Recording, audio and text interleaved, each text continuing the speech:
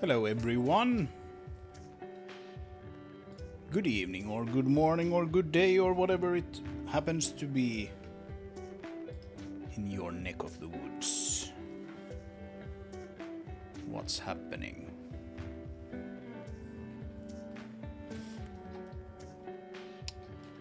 What is happening today?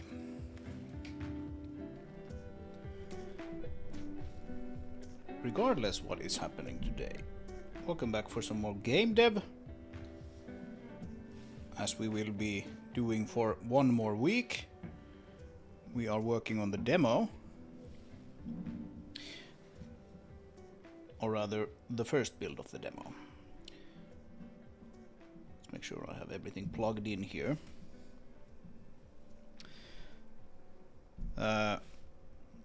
If you would be so kind and clap twice in the chat if you can hear me and see my screen and everything.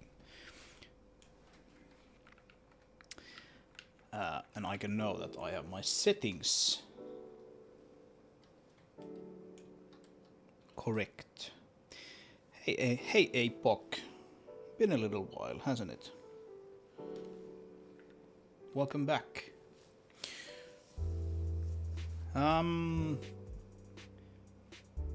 Right. Coolio, we have some more people coming in, at least according to my stats here. Welcome everyone. A little bit of a tired Sunday afternoon / evening for me here.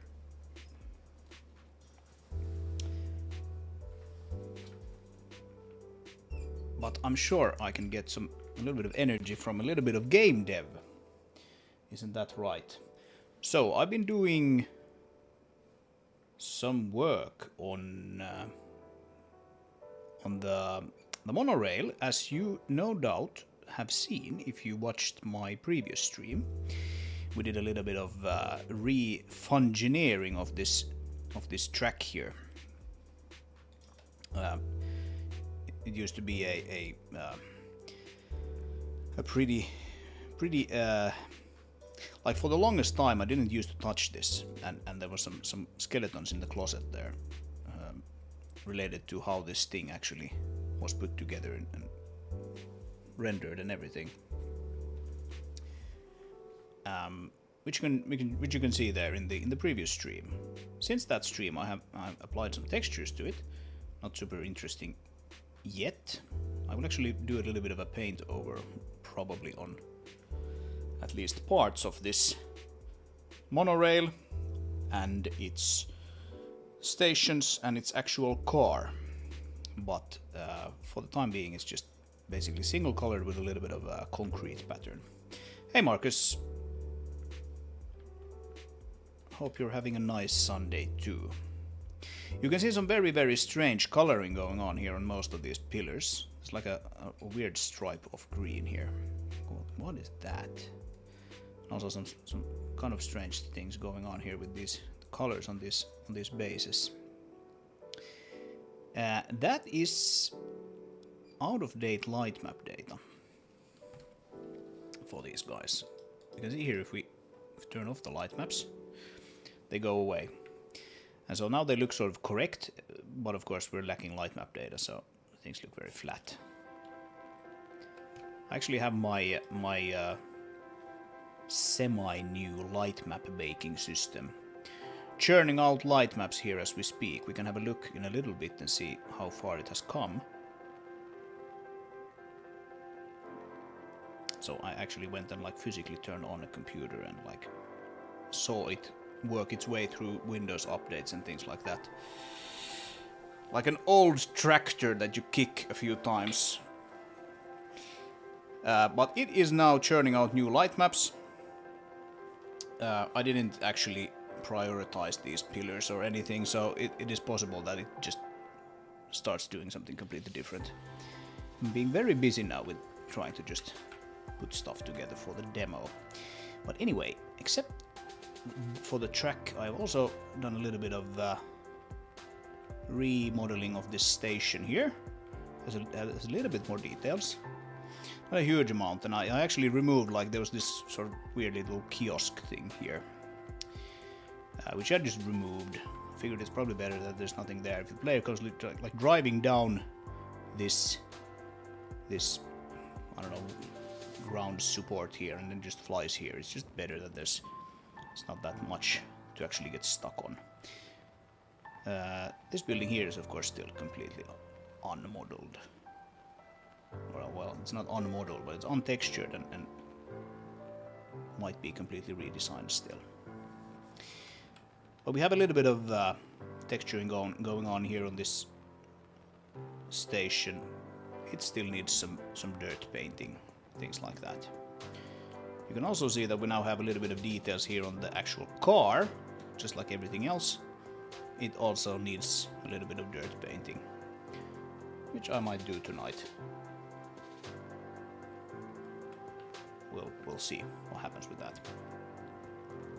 On the other side of the monorail, we now have a fully textured and slightly tweaked monorail station here.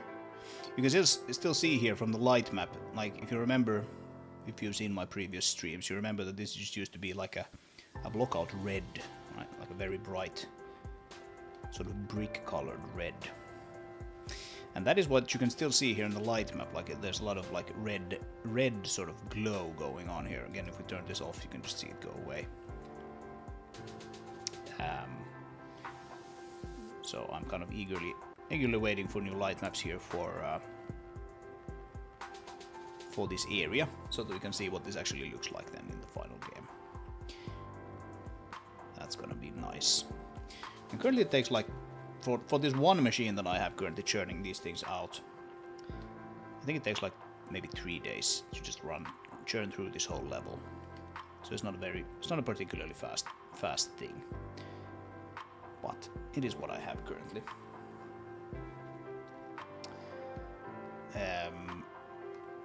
Yeah. So that's that. I think the music might be a little too loud, maybe. Something like that. As always, let me know how the audio levels are.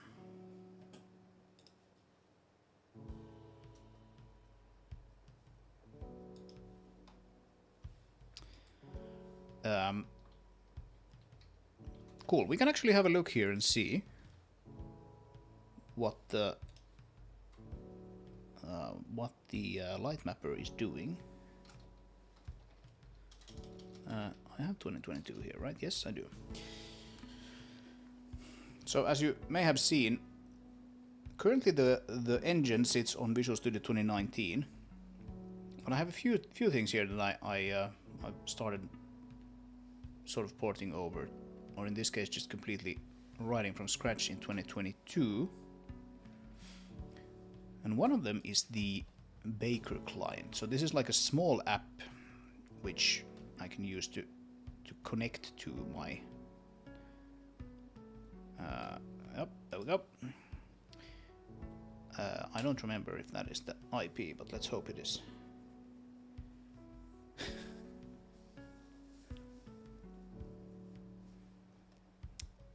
That doesn't look very good, does it?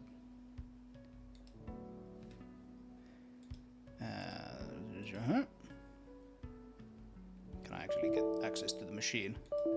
Oh, I can't do that because I'm on another network. Ah, damn. Yeah, I'm actually not on my internal network right now, so I can't actually access that from this. That's annoying. Okay, well, let's not do that right now then. Maybe we can do that later. I need to basically like unplug and replug this thing.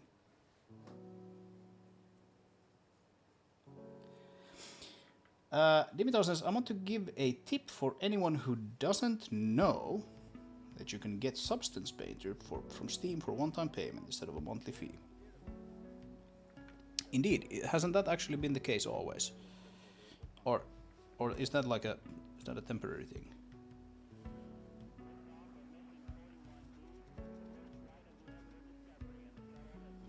Kohis says Windows. I don't know what that means. I am on Windows, yes.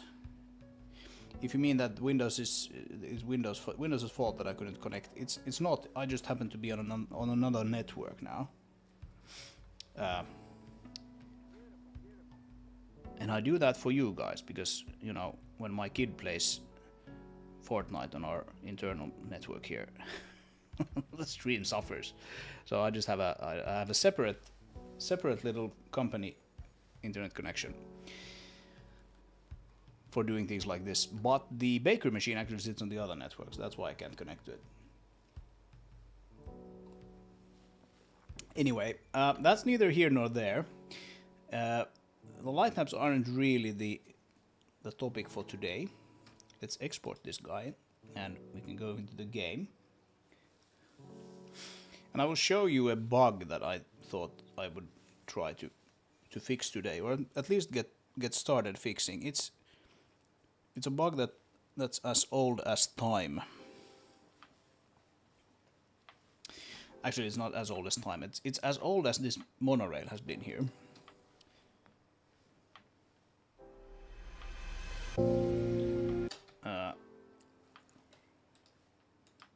And it basically, let's go there.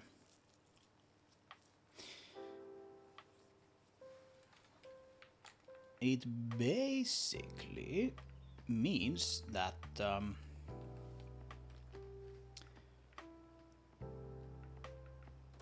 whenever the car is riding inside of something which is moving, the car's physical properties, such as its speed, is calculated incorrectly. Dimitar says, well, I learned about this last year, so I wanted to give the information. Yeah, absolutely. By all means. Let's hope it stays that way. Not that I really use Substance Painter, but I know a lot of people do. So, remove smokestack. Huh? Remove smokestack. I'm clicking the wrong thing here. Starting a test mission. Right. So, the thing that you can perhaps see is yeah, don't care about that mission marker there. It's not really something that we need to care about. The thing that is the bug here is the fact that, like, you can ride in this thing, as you've probably seen previously, and you know, you can drive forward and you can drive backwards and everything. The auto gearbox selects the gear for you, switches between reversing and driving forward, things like that. If we start this thing, we are now on first gear. You can see that, like, in the speed gauge here, in the left bottom corner, you can actually see the speed of the vehicle. Now it's kind of obvious, I guess, what happens here. It actually shows you the speed that the monorail has, right? Because it just quite simply takes the linear velocity of the vehicle in the world space and goes like, oh, the vehicle is moving at 53 kilometers per hour. That's kind of annoying, because that means that the auto gearbox doesn't allow me to switch to reverse, because it doesn't, just like in a real car, the auto gearbox, well, typically doesn't switch to reverse at all, but it doesn't doesn't allow me to reverse while I'm traveling this fast. I'm just holding, like, the reverse button here. Now you can see that. Now we actually came to halt here. Now I can reverse and go back out. So this would need to be fixed. It's not a terribly big problem, but it is a problem, and it is also a problem because it causes some confusing bugs with, like, sliding sounds and stuff going on. Right. So now if I switch to reverse, like now I'm in reverse, right, and then and then I start this thing. If I go over, I think it's like 5 kilometers or something. But now if I try to accelerate, I'm just holding the acceleration here. You see, it doesn't switch from reverse to forward because the gearbox thinks that I'm actually reversing. Or it kind of thinks that, okay, we were reversing, and so acceleration is actually braking in reverse, right? When you're driving forward, reversing engages the brake until you come to a stop, and then starts reversing. And then when you're driving the other way, it's the other way around. So it kind of just like waits for the vehicle to come to a stop so that it can switch from reverse to driving forward or vice versa. So now that we come to a stop here, if I just keep holding this thing, it's gonna like drive into that front of the car there. Boom, like that.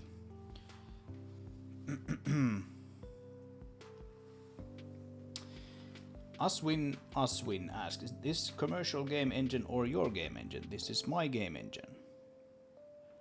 It's a completely self-made thing. Completely self-made. If you count things like physics, for example, being third-party things, then the actual engine is completely self-made thing. Yes.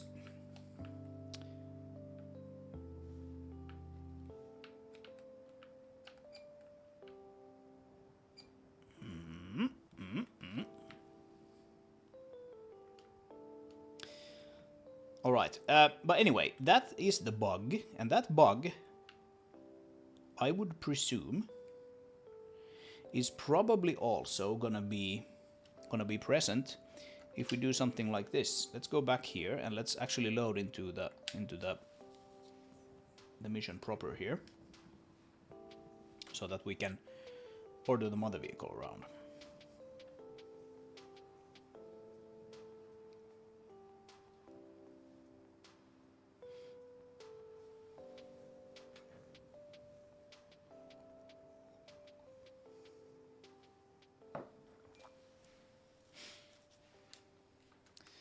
All right,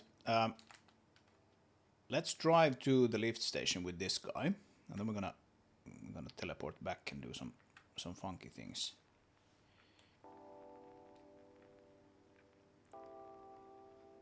So I was gonna let that be there, and drives into the rock probably. That's fine.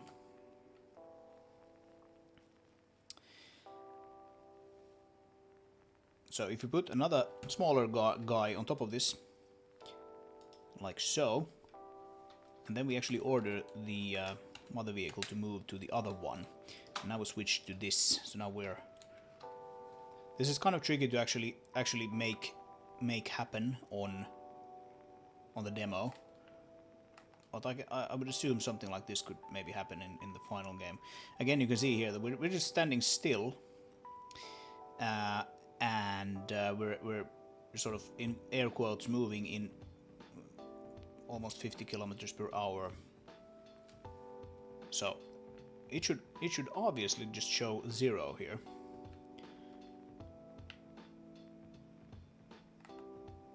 And so we need to somehow parent these guys to something larger. If that something larger is present, we need to figure out the system to do that. And it's not a terribly simple thing, because of course these like parents, such as the mother vehicle or the monorail, they can move around and they can potentially even overlap. Let's hope I don't have to deal with any overlapping. But it is a thing that could happen. Where's this guy gonna drive? I wonder. Making a reverse turn. Or just sliding all over the place. Okay. Nice. And then we can lift this thing up and... Whoa.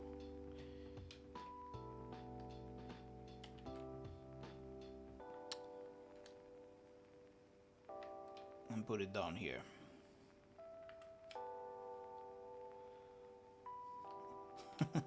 And now the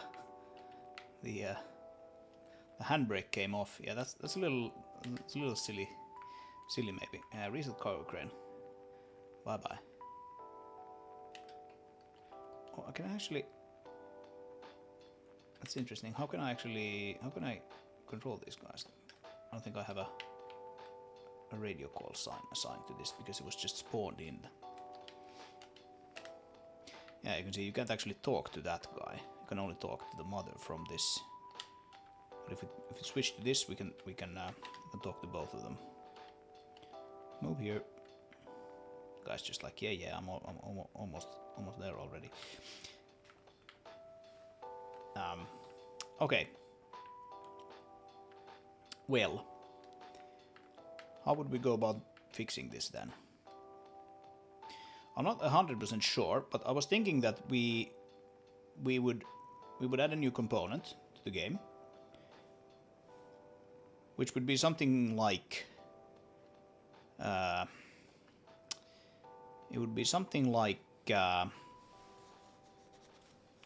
maybe like moving transform parent or something like that, like.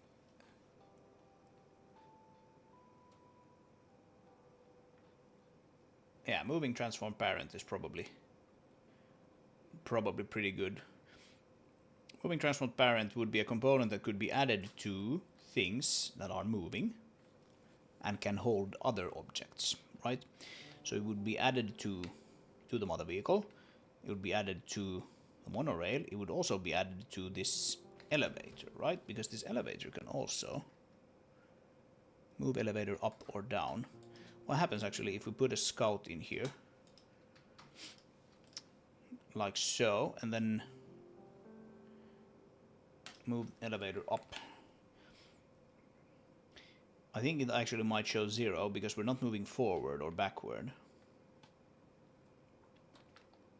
So this might not really be a problem, but well, it might be a problem in some cases. It's not a problem in this forward velocity sense.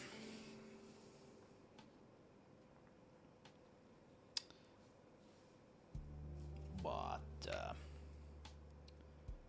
it might be a problem. Oh, okay, actually, yeah. There you can see 8 kilometers per hour. Apparently, we're moving at 8 kilometers per hour upwards. Yeah. So this is also a problem here. A very slight problem because this thing moves so slowly, but still, it is stupid, and it will also cause the engine sound to just, you know, increase, and the engine RPM is kind of driven partly by the speed of the vehicle. It's mostly driven by the actual RPM of the physics simulated engine in the game, but it's also sort of blended in with the speed of the vehicle. So that's stupid. Let's not have that. Yeah, you will never really reach the top here in this demo, so it's not really. I'm not really modeled. Can move the elevator down once more.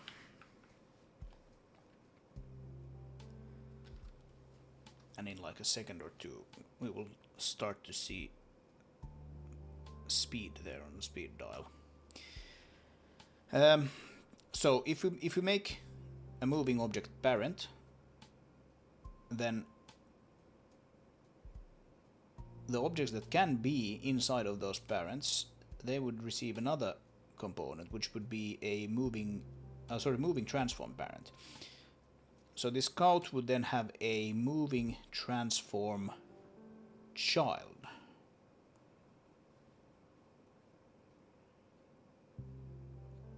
Right? I think so. It doesn't need to be vehicle specific or anything. It can just be like, yeah, this thing can have its own world space velocity, but it can also just be sort of traveling inside something. And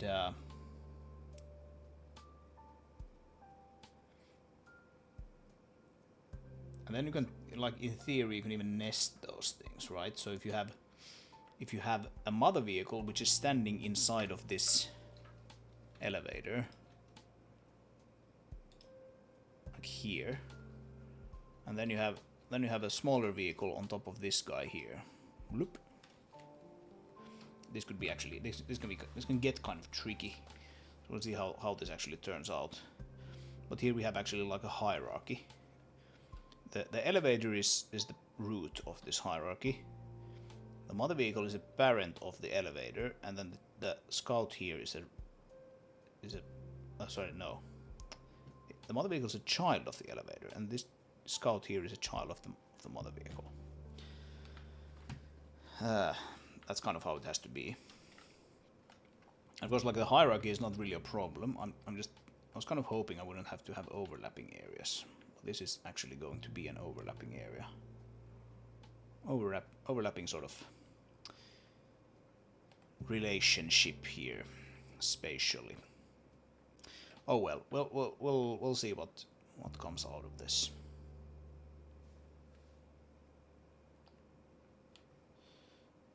You can't really get this thing to stop when it is moving. It weighs so much. But okay. And then the question is like, okay, how do we keep track of who is inside whom? Which object is inside the area? The influence of a parent. And that can probably just be done using some sort of bounding volume, which is specified in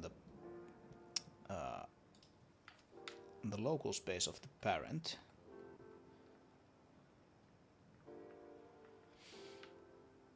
And then quite simply, components such as the one that wants to query the vehicle for, like, hey, what is your velocity? What's your forward velocity? It needs to figure out, first of all, is this thing inside of one of those parents?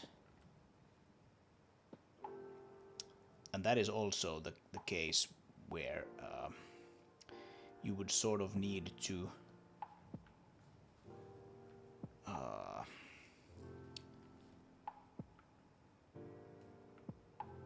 resolve that hierarchy, right?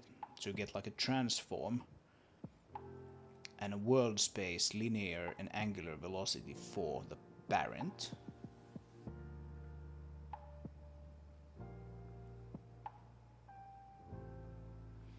And then you need to resolve using those and the world matrix of the parent. You need to kind of resolve the actual velocity of the child. Does that make sense?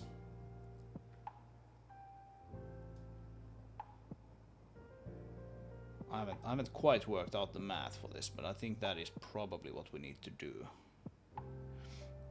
And if we do that, then we can sort of figure out, okay, this thing is actually standing on top of this guy, but he's moving that way and rotating that way. So actually this guy's velocity is 0, except for when it, you know, slides around on top of the parent like this. Like it does when we drive faster with this. Yeah, I think that's how it needs to work.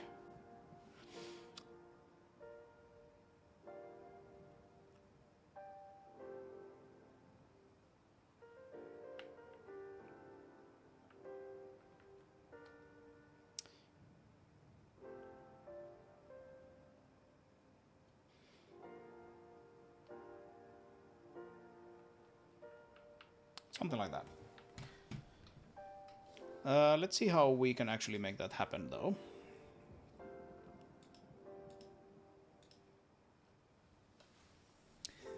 We need to somehow, you know, quickly enough be able to query the world of movable or moving transform parents. We need to be able to query, hey, in which one are we? Are we actually in any one of those? And for that, I was thinking we probably want to register these things with some kind of manager, specifically like the parents. And when we want to get the the transform of the parent, it actually needs to check, hey, am I inside of another parent, right? Something like that.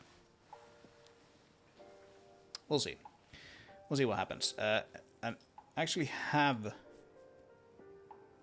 some of these things kind of done already, because we have these things called interaction areas. So these guys here, right?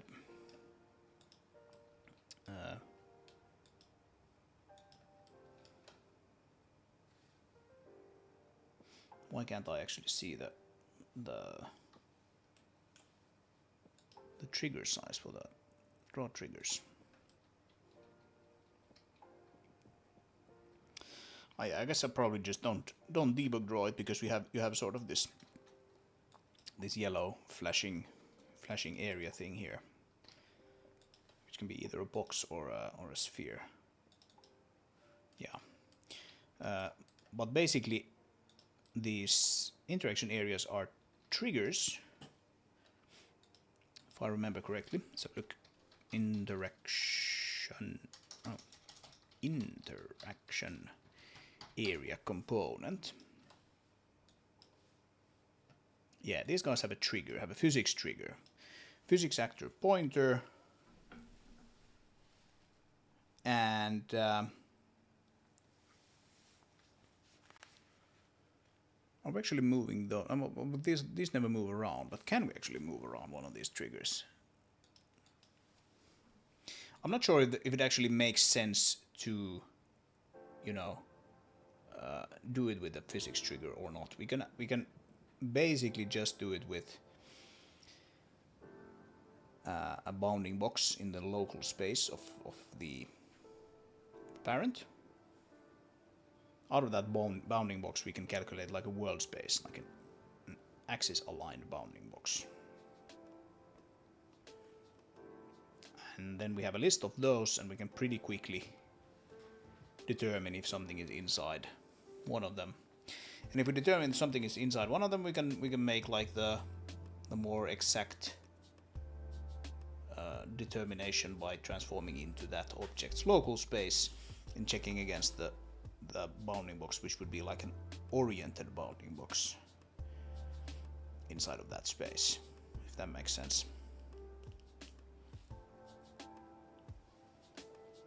I think I did something similar for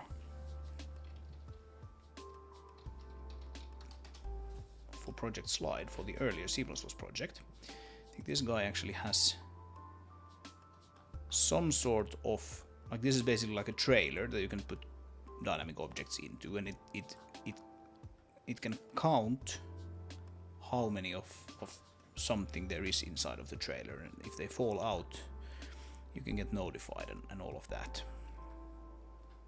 Let's just make sure that I don't do anything stupid and kind of look up here how I did that, because that worked pretty well. And we're essentially what we want to do here is the same thing. All right, so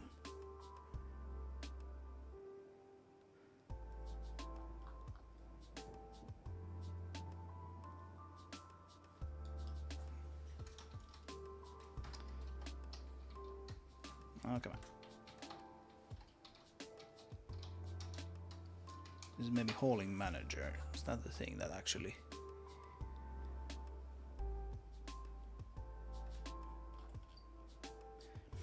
Check distances. Yeah, this is mostly related to like actually connecting that stuff. Okay, so that's not what we want. Trailer, no.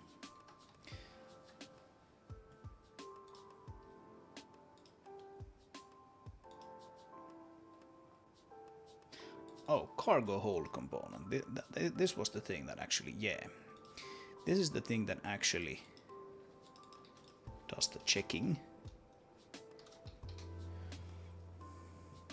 And this, yeah, this actually uses a physics trigger.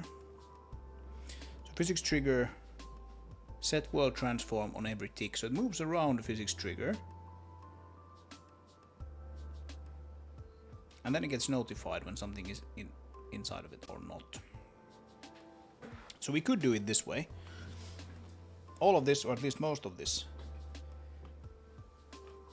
should be exposed to Zig already, so we can do it in Traction Point as well, if we wanted to.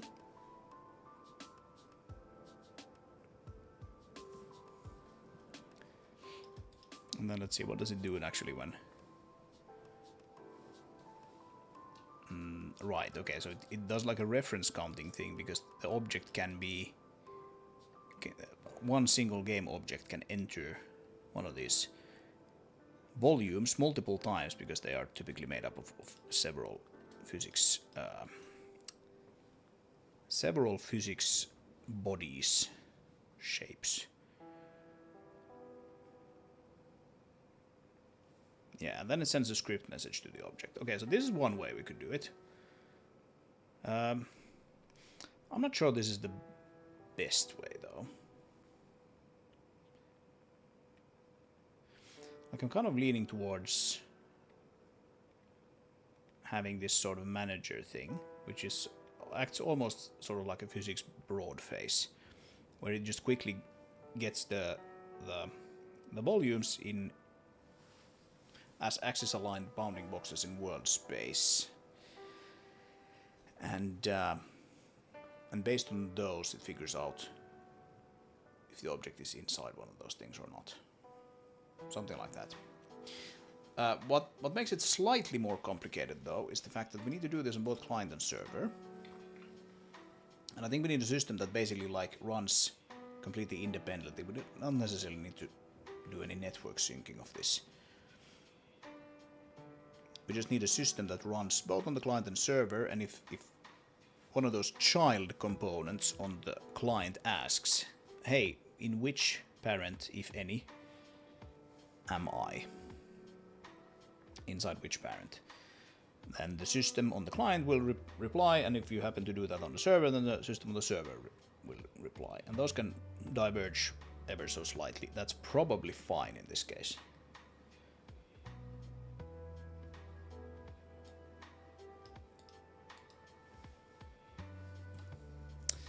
I think that will be just fine. I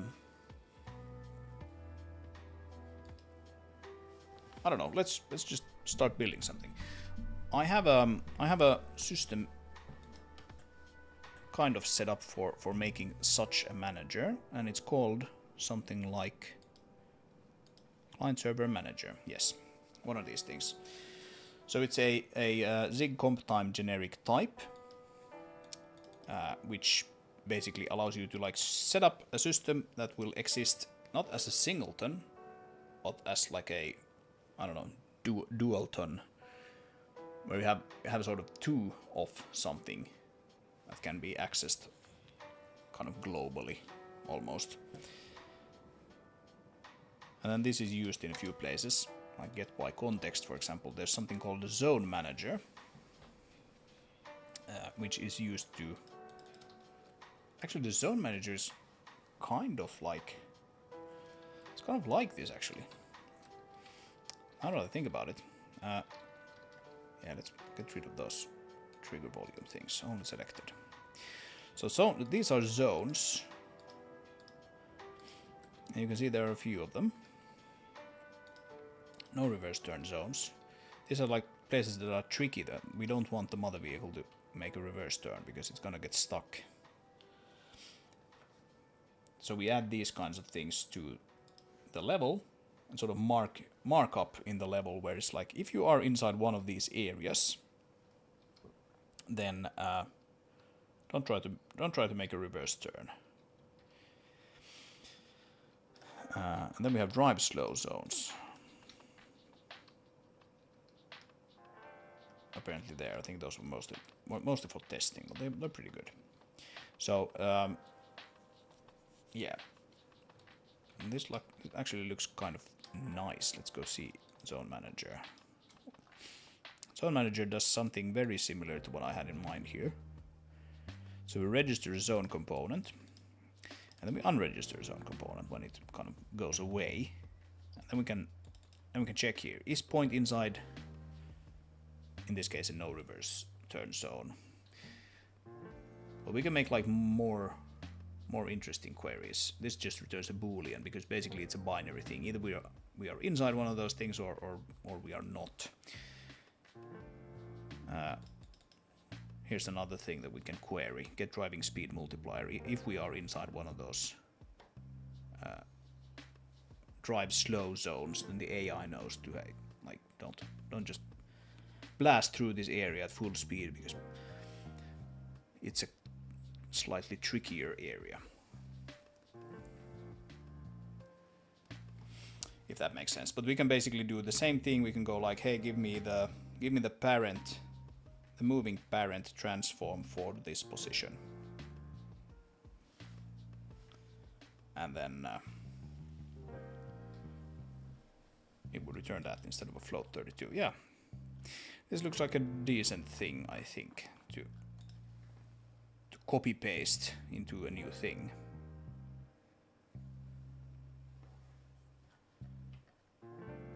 So this one just has just an array list of zone components.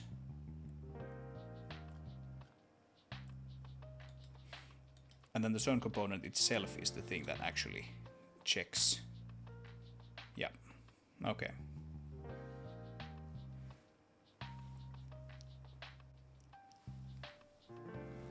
So whether it's a sphere or it's a box, it does the comparison slightly differently. Okay. Okay, let's just start building up this thing and see what we have. Might be a bad idea. Maybe I'll have to do it in some other way. But I'm thinking this will probably work quite well. So let's do a moving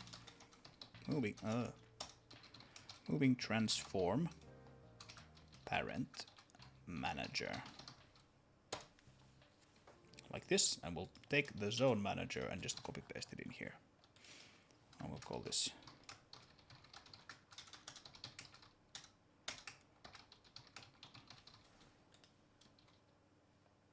that. We don't want a zone component, but instead we want a moving transform parent component.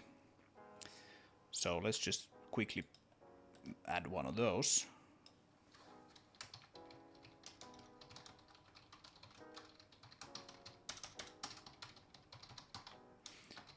And the naming convention in Zig is to use like snake case for files. I do that for almost everything except game object components because I'm just so used at having the component be the same name as the file from C++ that I've just basically done the same thing here.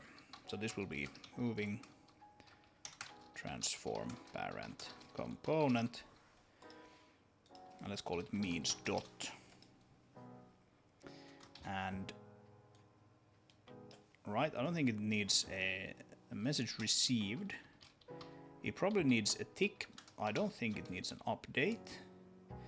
It probably needs an onObject created or a create one. That's where we're gonna register this guy with the manager. And then it also needs to destroy one where it will unregister it, but let's just keep it like this for now. It's gonna be fine, and then we need to register it still, so. Oh, come on. Can't type today. Import.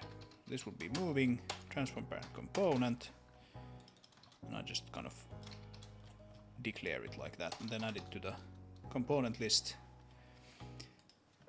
And this way you can get it from here as well. And here we just want something like this. We call this moving transform parents.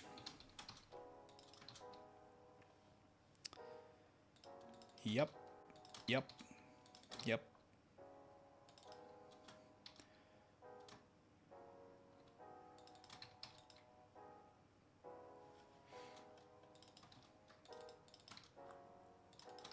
I think this is basically exactly the same. Let's call that just parent. Parent. It's like P.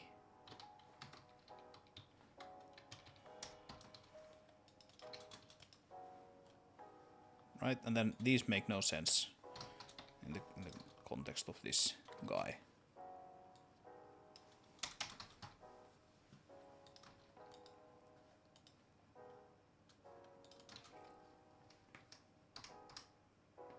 Something like that. And then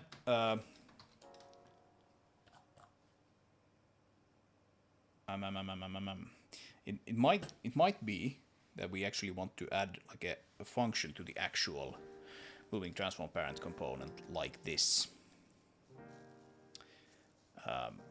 where we essentially give the point in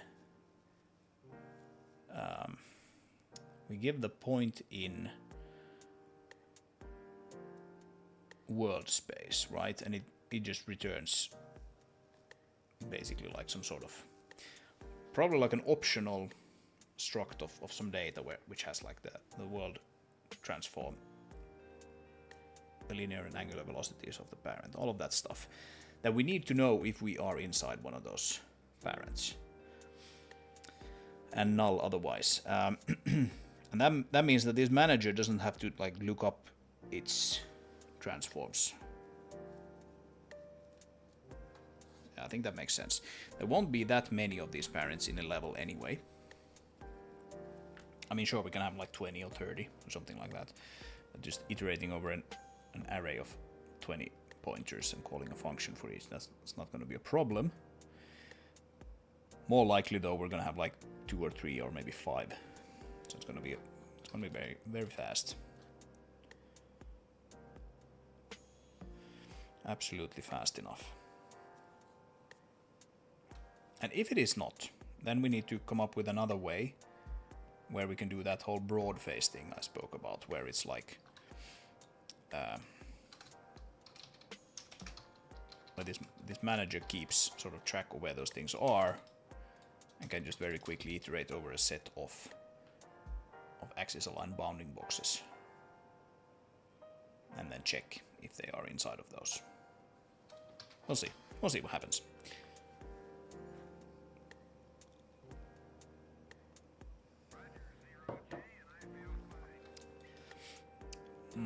Cold coffee, not great.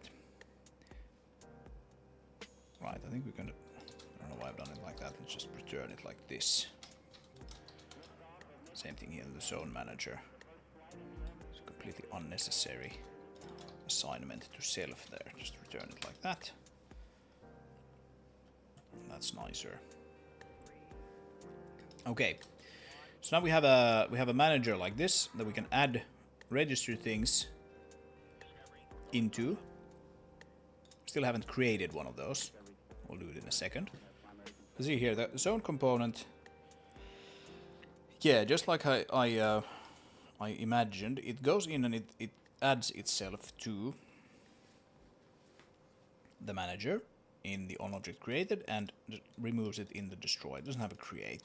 You can basically take exactly this and copy it into here as well. No, not there, but here.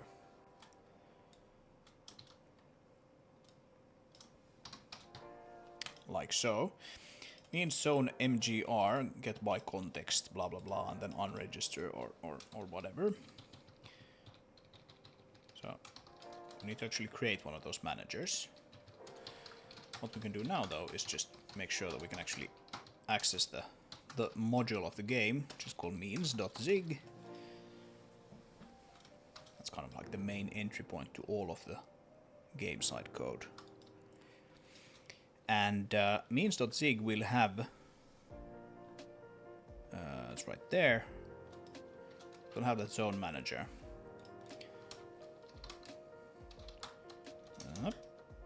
Oh, yeah, let's first figure out this module here.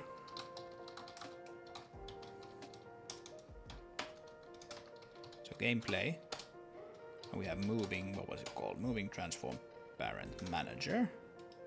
Assign that to this kind of snake case thing, and then inside of that we will have the actual type.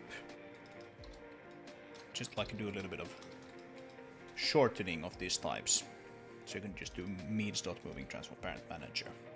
And then this guy will also actually have one of these client server manager things set up. So pub var, let's call this moving transform parent mgr, is like a client server manager of the type that we just created, which is a moving transform parent manager. Like this. That needs to be a semicolon. And now we have a sort of like a formal way of declaring something that we know. Okay, this is actually, if you see one of these things, it's like a almost as if it was a singleton, but it knows that it lives in a client server environment. And so you can get it by the context of the component. So we obviously need to actually create that, but now we can already do try means dot moving transform parent manager. We can do get by context, and we give the context of the component itself, and then register moving parent self. And then here we do the opposite.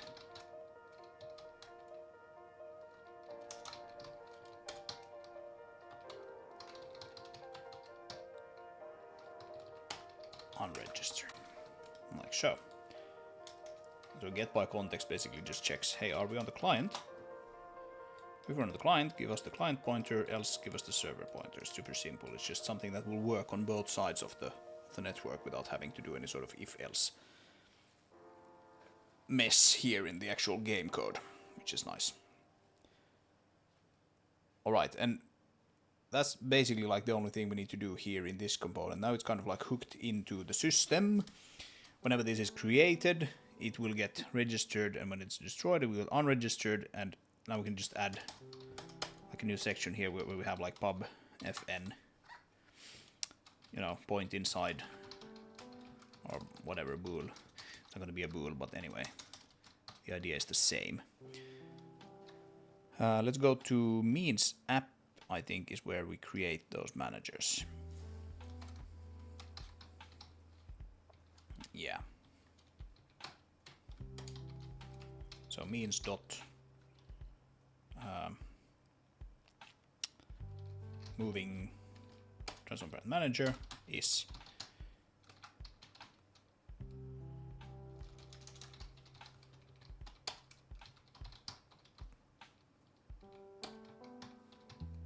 init self allocator, and then it probably has to, right, so it creates the client one here,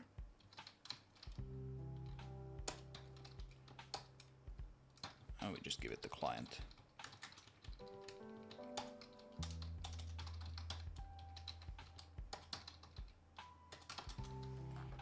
Then the server one needs to be created when we actually have a server. Because we don't have a server when the game starts up, like when the app starts up. In a basis game, you don't necessarily ever have a server. If you're playing a multiplayer game and you aren't the host, then you will never have a server. Hey Matt, today we are trying to fix an age-old bug, which is most easily reproduced by riding in the monorail, where you can observe that the vehicle actually thinks it has like a velocity, just due to the fact that it's riding in something that is moving, right? So I'm trying to set up a system here where things can sort of have a moving transform parent. And if that parent is moving around, then the children of it, such as the player car inside of the monorail, can figure out, what is my sort of relative velocity compared to my parent. And that should basically fix a bunch of issues that we're having.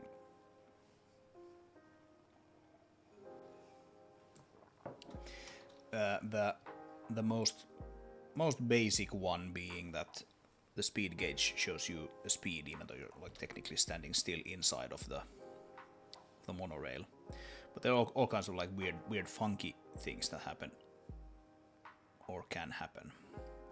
inside of that. Right. So let's just make sure that we have the correct thing here. We create we initialize the actual client server manager there. That's good. And then I don't think we actually need to like d'init that, but let's see. Let's make sure that is the case. We create the client manager, we destroy the client manager, create server and destroy server, and I think that's basically it. Like this guy doesn't have a d'init, right? No, that only has an init.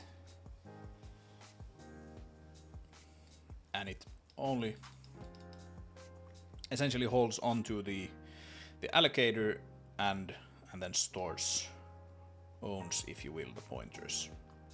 It's a very low tech system. It does no checking that we've actually done any of this correctly.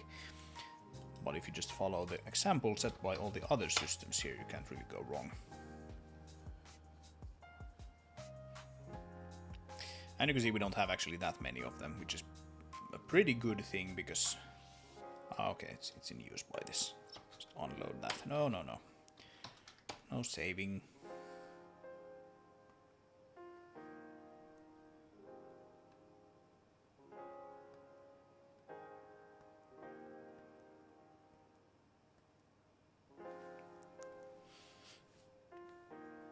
Right, so we should be able to at least run the game now without having it crash on us. Yep.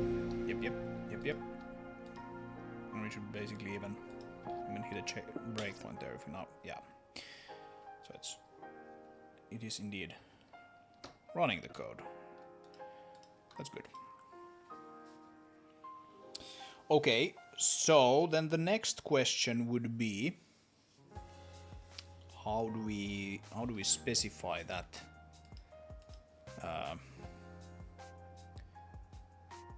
that volume there?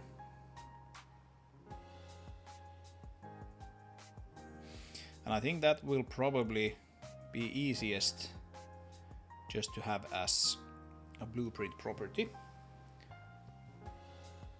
So you have basically a property here that shows up here. You have a look at the vehicle blueprints, for example. And we can even load a preview here. So I think like the mother, for example, has a slightly similar system already in place. It has something called, what was it? I think it actually might be in like means vehicle. So many components on this guy.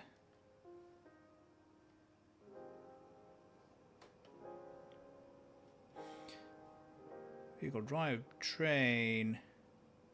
Ah, here we go. Yeah, means vehicle component. You can see there's a checkbox here that we can tick. We get these spheres here. Let's untick the physics ones. So we have all kinds of volumes and things going on. These spheres here are used basically to, and there's actually even a box here that I don't remember what it is anymore. it's something all right. Anyway, these spheres here are used to calculate the distance to this guy. And as you can see, you can have multiple of them. There's even a note here that says the volume spheres 5 and 6 are used the cargo crane's arm and end sphere. Volume spheres 5 and 6 are used the cargo crane's arm, end sphere, and magnet sphere, respectively. So we have two of these. They're probably sitting on top of each other. They have pretty small radius. And then when the cargo crane, if there is a cargo crane on the vehicle, that is, when it moves around, it will sort of move around these as well. I think we can probably actually see it in the game even.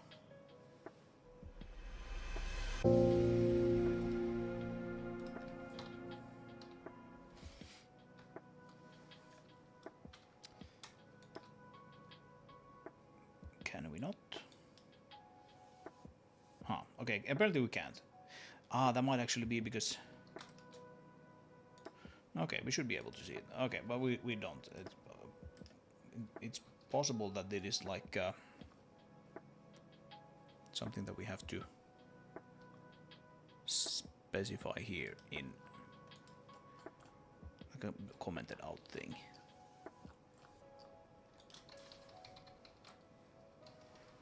Yeah, okay, here, let's see. Blah, blah, blah, blah, draw volume spheres. Okay. This is nasty. Yeah, so basically if you do this. I'm just kind of making sure that I remember how this works here. Disconnect that one so we can actually build this thing. Matt says, every project ends up with those small bugs that have been around for months, often in EasyFix 2. And there's one that reveals larger issues, not so fun. Yeah. This is something that's been on my to-do list for quite some time. The reason I haven't fixed it is that it's in fact not a very easy fix. It requires this whole system which keeps track of which object is inside which object and blah blah.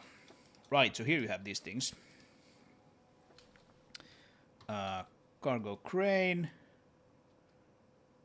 Was that one actually not inside the magnet, or is it? Is it inside the magnet? Is it just very small?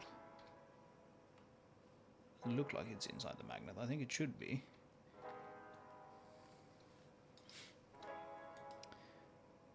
Blah blah blah blah. Volume spheres.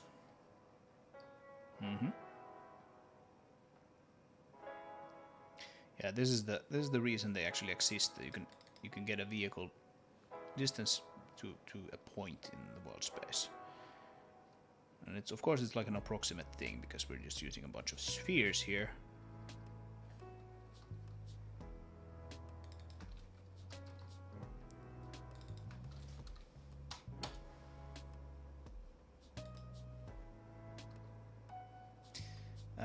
Yeah, and here we can see that the magnet volume sphere index is actually moved around, but it might be that it's only on the server, and that would mean that we can't actually draw it here because we are running the server on another thread. So we do that, and then we do that.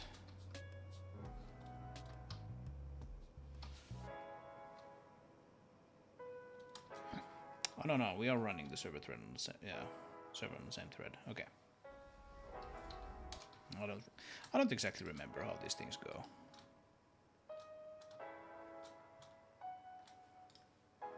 How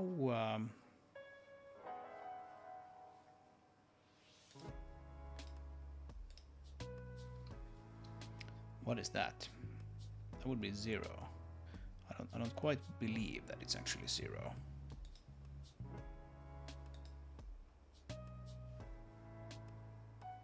No, it's not 0. I don't know why this says it's 0. U32 is 0. Maybe it's like initialized to 0, but it's actually number 6.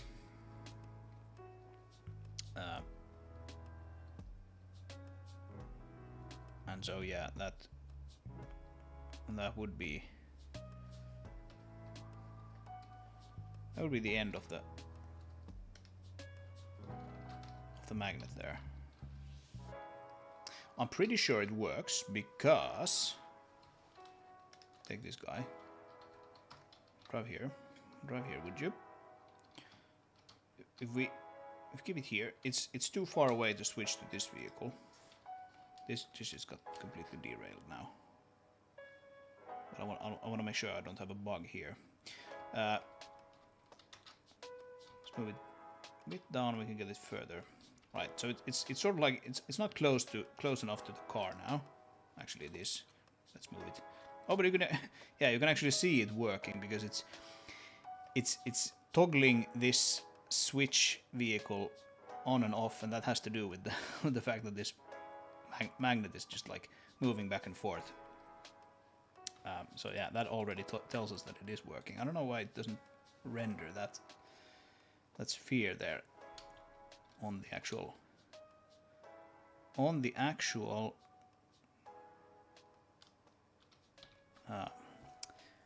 magnet. And now you can see now it's there. if we make it swing violently, and again we can see it, just toggle it on and off.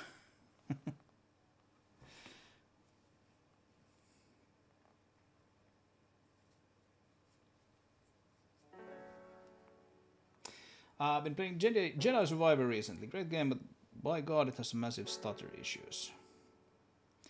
Mostly not in gameplay, only in traversal and cutscenes. Bit of a shame, really. Yeah, are you playing that on the PC?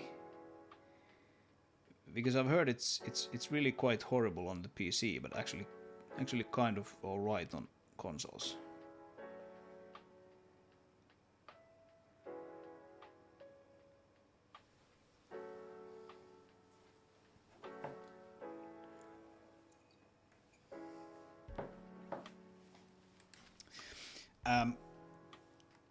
I haven't actually played Jedi Survivor. I played Jedi Fallen Order some years ago on the PC as well, and it was, even that game had some pretty bad stutters when you were sort of like, you were, you know, squeezing through some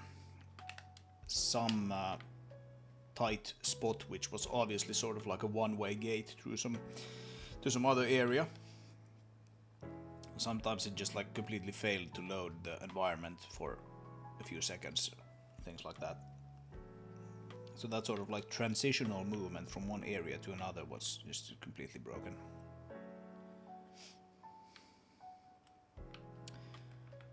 It's weird since the first game was fine on PC. Yeah, it was fine. It wasn't without its issues, as I just described, but it was better, definitely. That was hiding loading. It was, yeah, except it wasn't really doing a good job of it. Well, yeah, that is what those things are, you know. You know, some games do it really well.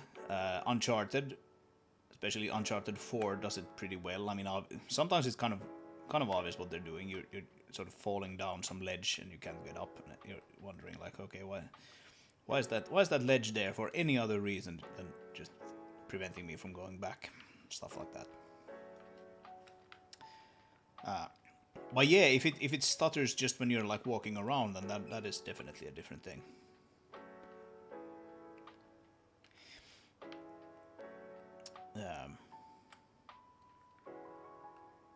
Yeah.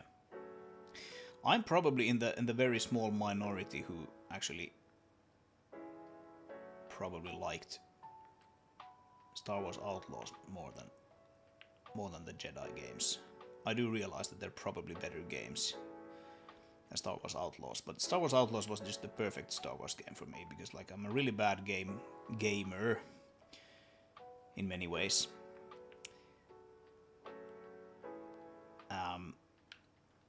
And I just like, you know, doing fun stuff in a Star Wars universe.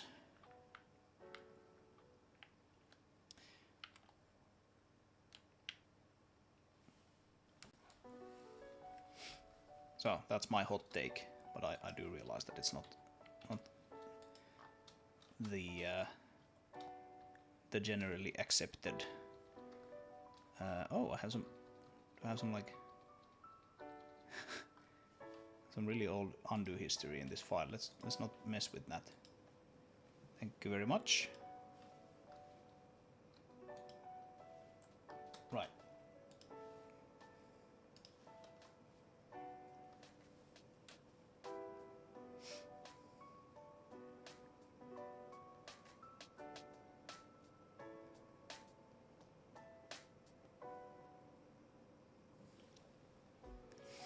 Outlaws looks like peak. Buy it once. Buy it on sale content. Yeah. Yep. I mean, I had a good like 30 hours with it or something. I can typically play like one open world game per year. That's sort of like what I have time to play, and I typically play them for like about 30 hours. And I bought that that was like my last year's open world game. Had a good time with it, and then I haven't touched it. It was fun. Definitely fun.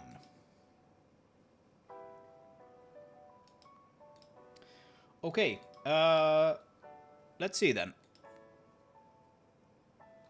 So basically what the means vehicle component is doing here is almost exactly what we want. It has a blueprint properties. It actually does things even more kind of complicated than we need. We just need a volume. This is a volume sphere list, right? So this is actually a bounded array of volume spheres. There's a position and radius. We don't need anything like that. We just need a box. So we need basically a vector 3. And it does some other things as well. That's completely fine. Let's basically copy paste this guy.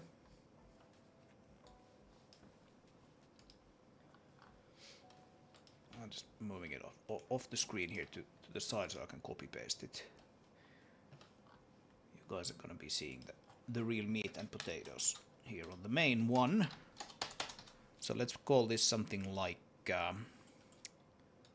take that and just copy it there, so it would be moving transform parent component properties. Allocator, yeah, I think it takes an allocator. So let's just have it take one like so. Draw volume spheres, right? So we can basically we can do this. We can do volume vector 3 basis math. Actually,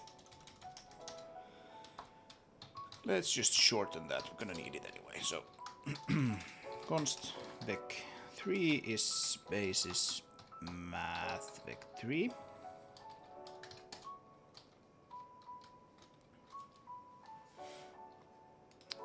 That would be vec 3. We don't need to initialize it to anything. And again, that needs to be stdmem allocator. Then I think we'll want to have a draw volume boolean here as well, so we can just toggle whether or not we want to see that in the asset browser, right? Yeah,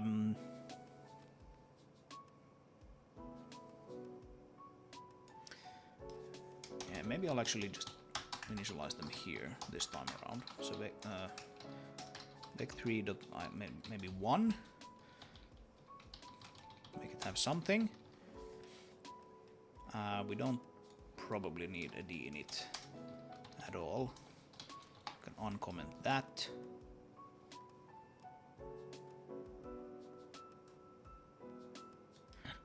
And how did this actually work? If I go and have a look at like partial slice leaky.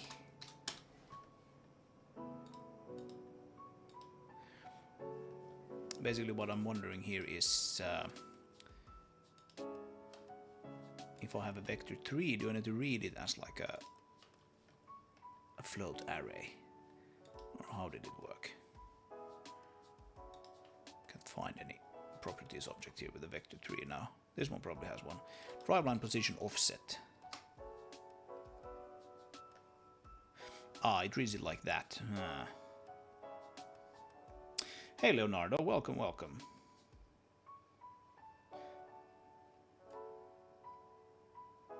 Yeah, this one uses like the JSON helper. That's what JH stands for. It's kind of annoying that like it jumps directly to the. If we go have a look here at const JH, I would kind of assume it would jump to this thing here. But actually, if you control click on this, it jumps directly to the JSON helper Zig file. That's kind of annoying.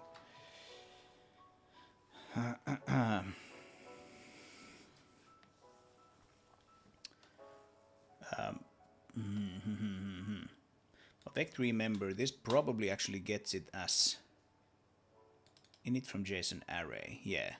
So it's actually an array that is the underlying type.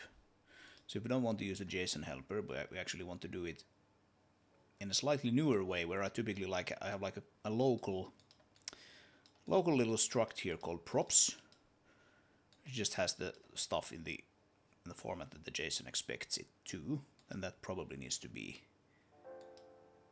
an array, actually. Interestingly, I don't seem to ever have done that, but let's try that.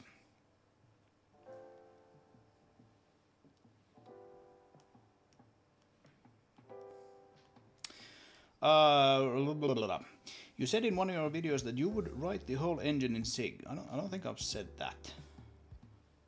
I have said that if I started today, I probably wouldn't do this this sort of hybrid model thing.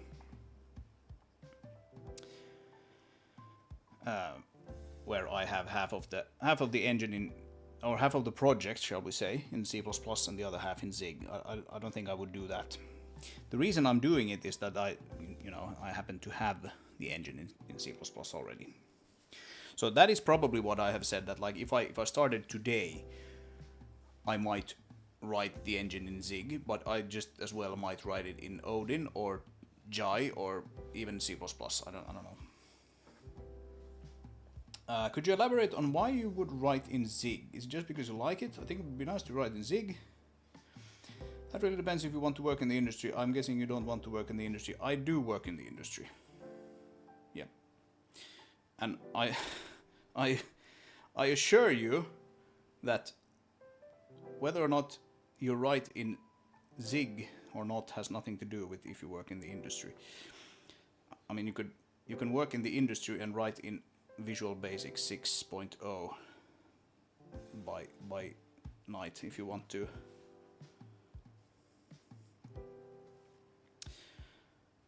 But yeah, I do. I've worked in the industry for like 15 years or so, and I've written my fair share of C++, and I'm a little bit tired of doing that.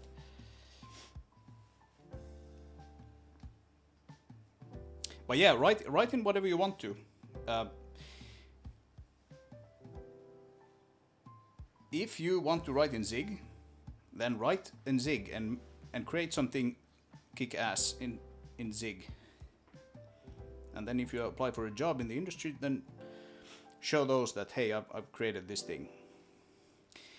The language probably doesn't matter all that much, except of course if you're applying for a C++ job, then they will most likely want to know that you can write C++ as well. And so you shouldn't be completely clueless when it comes to that. But for your own projects, write in whatever you want. The important thing is that you create stuff, not that you write in some particular language. Okay. Oh, here I've actually done it. Yeah, I'm just being slow and stupid today. I've done it here.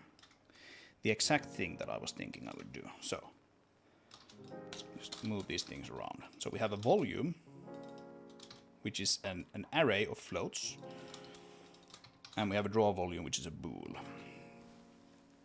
And then this is the interesting. I even like the name of this. This actually comes from the Zig standard library. Parse from slice leaky. So there's a parse from slice and there's a parse from slice leaky. Leaky basically means that like it doesn't care about cleaning up after itself.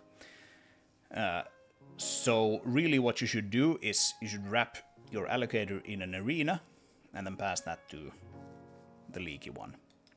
And it's quite simply like if you're just gonna parse some stuff and then you're gonna throw them away essentially, then the leaky one is potentially simpler to use and maybe even faster, because it doesn't need to like meticulously clean up after itself. You just defer arena d init and then that's all you need. So basically I think the only things we need here are like those two. And so volume would be volume, and draw volume would be draw volume.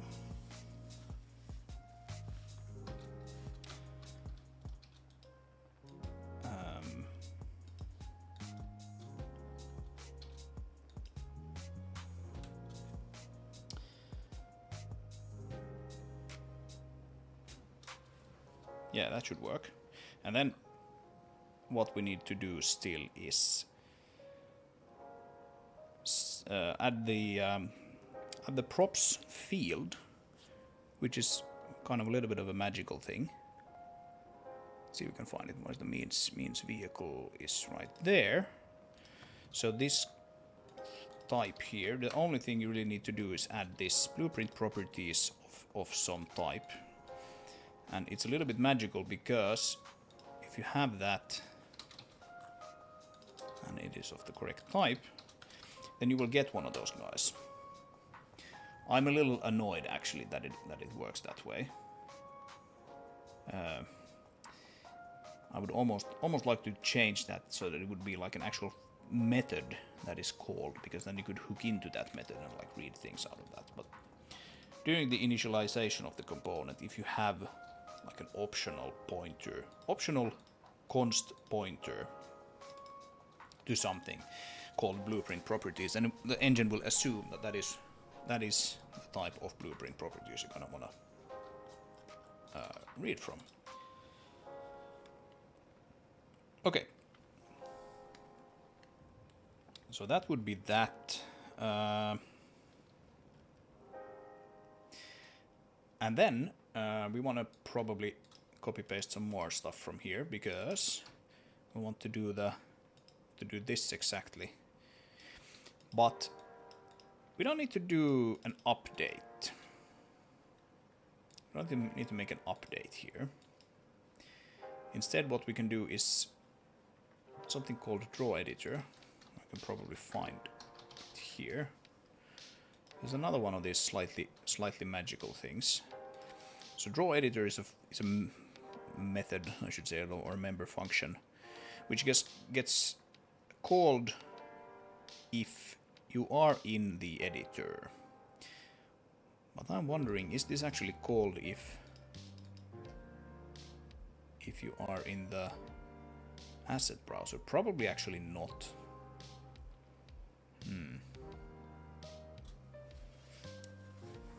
Yeah, I think that's probably why this is made as an update method. It's a little crappy. I don't like it. But I think we're gonna have to quite simply just deal with it for now. This is nasty, don't redirect it from the app pointer. I agree, I still think it's nasty. I'm still gonna do it. Still gonna do it though.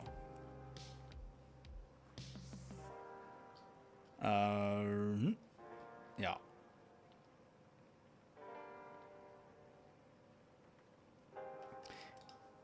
Let's maybe do this a little nicer though. BPP. That gives us the actual pointer if we have one, right? So then we don't need to do that monstrosity there. We can just do bpp.drawVolume, and here we can do. Do I actually have like a? I don't have like a box rendering function, but what I can do is I can turn this thing into an AABB. And I don't think this actually is enough. We need the volume, yes, which is a box, but we also need a position.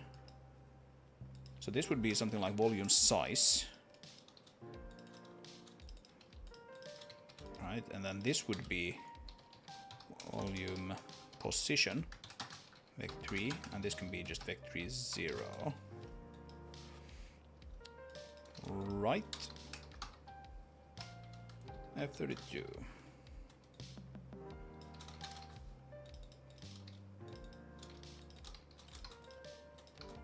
Yeah, something like that. Yeah, the reason I have this props object here, by the way, for those of you who are wondering, is that I wanna just, once this is loaded, I wanna just work with my own types, such as vec3 here. And if I use the standard JSON functionality to parse it. The vector trees are serialized as float arrays. So I need to have like an adapter object here, which I can just go like, hey, give me one of these. That's what this is about, just passing in the props type there. Then you get one of those props, and then I sort of convert it into the types that I want to actually work with. This stuff is executed at app startup time, by the way. So it's not gonna slow down the game once it is running.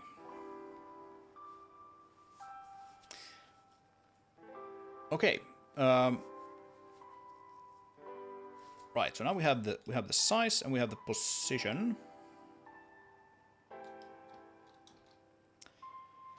And with those, we can create an AABB. So AABB equals probably math AABB from init min and max. Okay.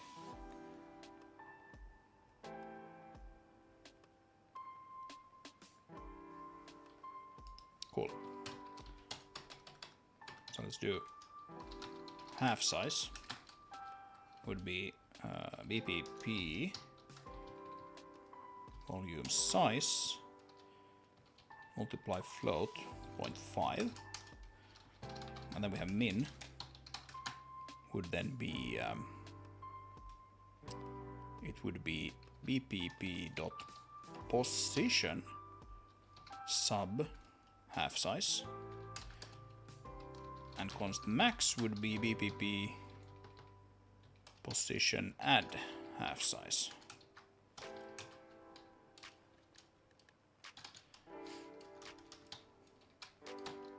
Min and max. And we don't need to like mess around with any world matrices or anything like this, because this is only going to be called in the app browser where the object is unrotated. So here we can quite simply then do AABB debug draw. I want to give it a color though. Can we not do that? With color. Alright. This is color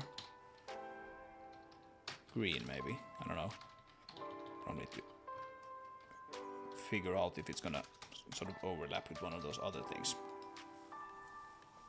Well, that should be fine.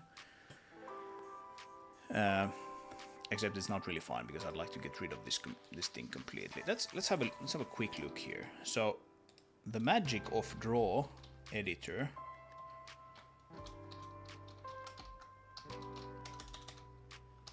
comes from C++ and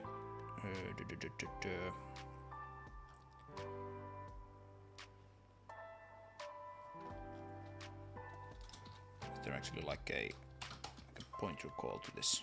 Yeah, basis editor component. So this thing has an update, and if we are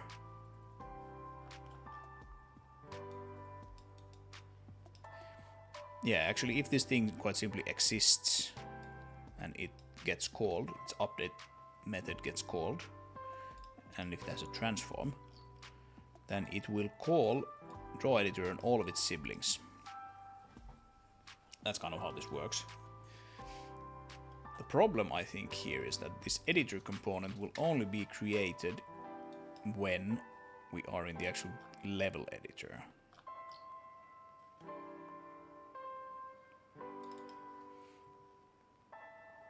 Yep. Here it is.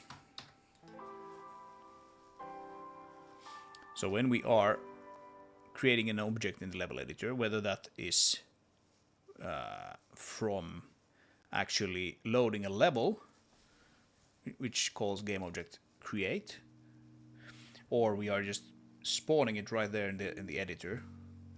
This is actually the same thing that gets called. It's the very same function that gets called when you're spawning something at runtime.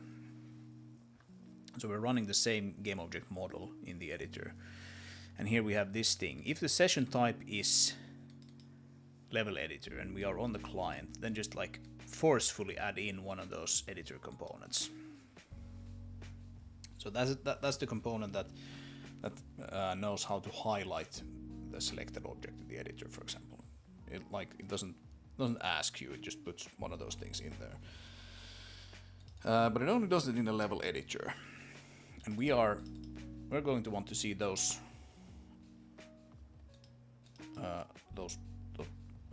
volume details in the asset browser. So that's another game session type.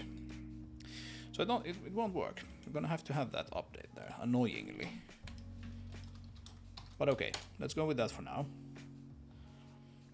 Let's not lose any sleep over it.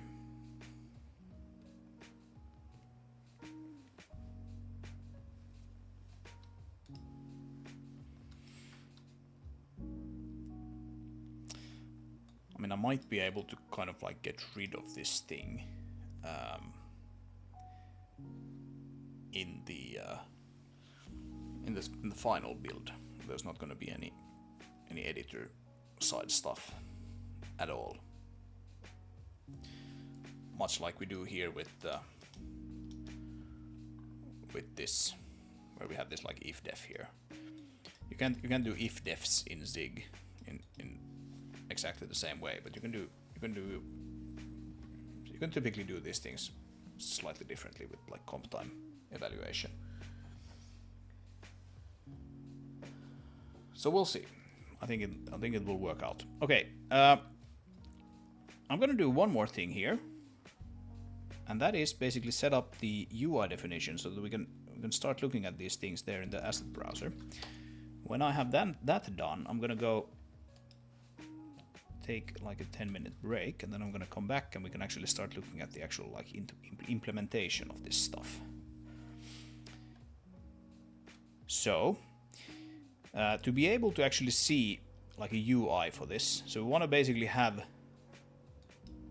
a vector tree field like this for the size, also for the position, and then a checkbox like this, whether we want to draw those boxes there or not. To be able to do that, we actually need to create something called a UI definition, which we can find here. So here we have, for example, the means vehicle component. This is like a what's it called, TOML file, like this.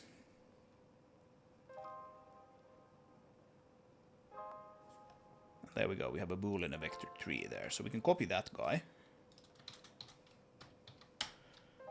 And we call it, what was it? Moving parent transform component. Or what it was actually, it was the other way around. It was moving transform parent component.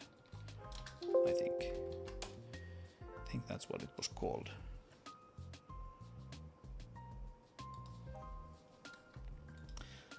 TOML's neat. Nah, it's okay. I wanted to try it out. It's the only place that I actually use it, and I wanted to try it out, and it's okay.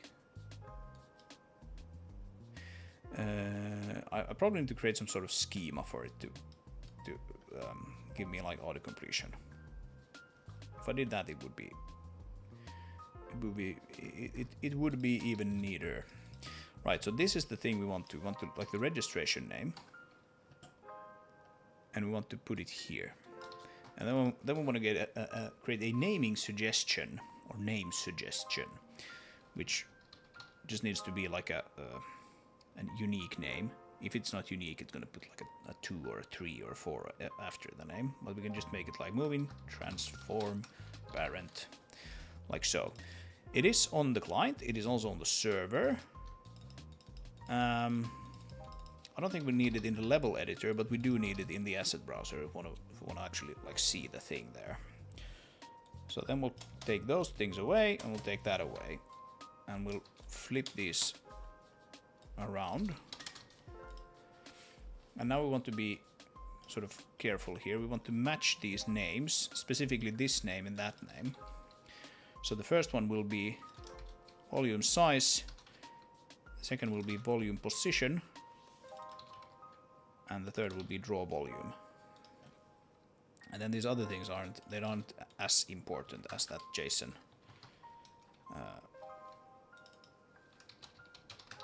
Volume, position, and draw volume.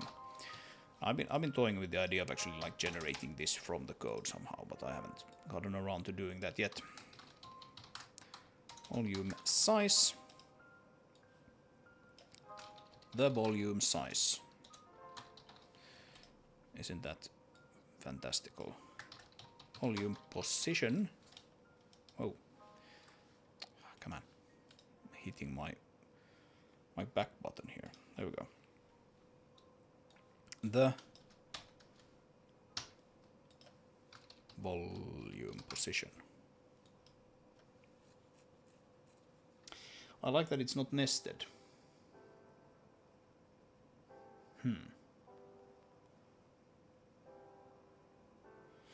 Yeah, it can be nested though, right?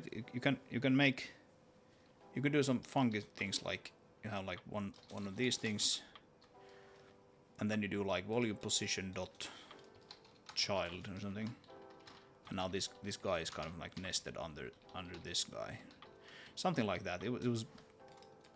It got surprisingly complex if you actually wanted to use like the whole feature set. But anyway, if you've seen some of my previous streams, sometimes when we create a new component and we want to add it to a type, the asset browser complains that I don't know what this component is.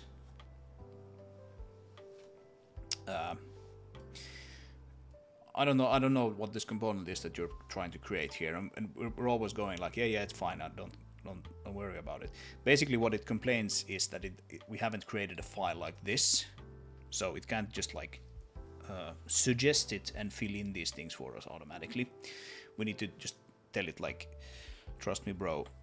There is such a thing in the DLL that we're gonna build or have already built, but.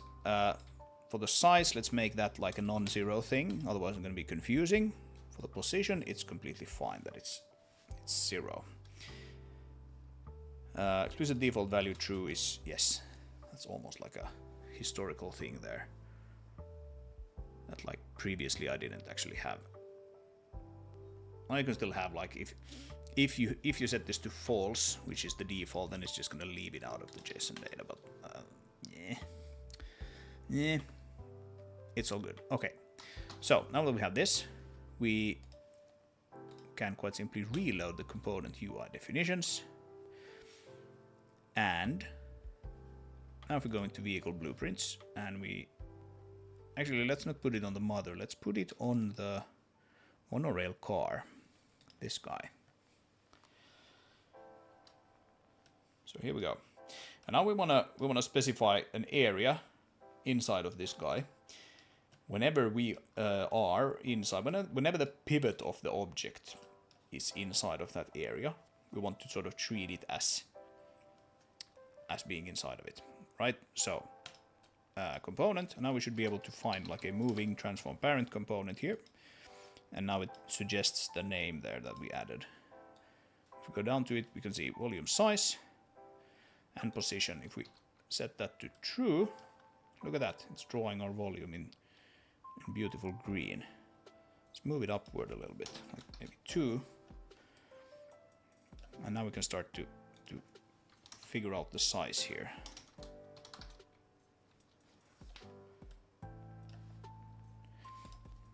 To be honest, that's probably enough, but let's make it try to fill the whole space with it. The height is maybe pretty good, but I think I probably want to actually move it down a little bit, like that, and then just make it taller.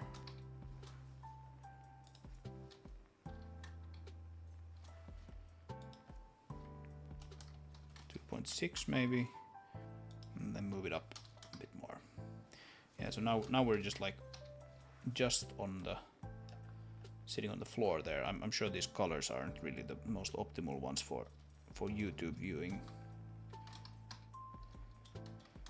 Put 6 maybe. There we go.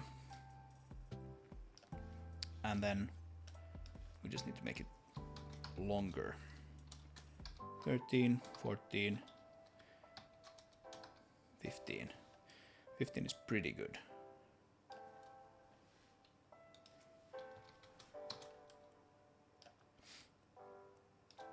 Right? Is that like a reasonable thing? I think it's a pretty reasonable thing. It might be even a little bit too tall actually. But it probably doesn't matter. Like most objects won't have this child component, which is actually querying for these volumes. So if you throw like a dynamic box into this or some sort of dynamic prop, it won't have one of those, so it just won't do anything. It's only for the actual cars, vehicles, right? Okay, that's cool. Let's see. Elevator car also needs one of these guys. So, component, moving something or other, and draw volume as well. I need to move it up. Maybe actually quite a bit. This needs to be pretty big, and the reason for this is that it needs to like be able to hold like the mother vehicle, like unambiguously be the parent of it. So this needs to be pretty beefy boy. Like 7. All right, so now we're above the floor there.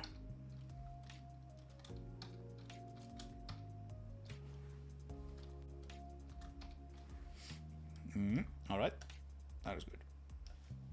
I like to keep my bounce sort of visible. It goes into the floor quite. It's right now. It's sitting right on the floor. That's good. Okay, and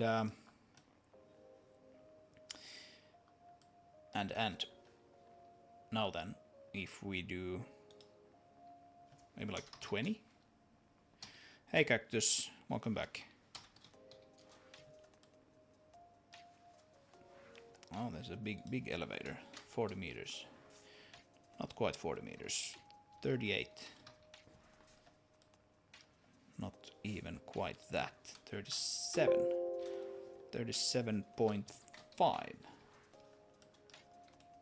I mean, yeah, it would be nice to have a gizmo here to drag these around and like resize them visually. But hey, who has the time to build that system? I'm just gonna bring that up. 37.7. What are we thinking? Is this actually going to be like a square from the top? It is not. It's wide. It's longer than it is wide, if that makes sense. Let's make it like 40. 43? Yeah, 43 is pretty good.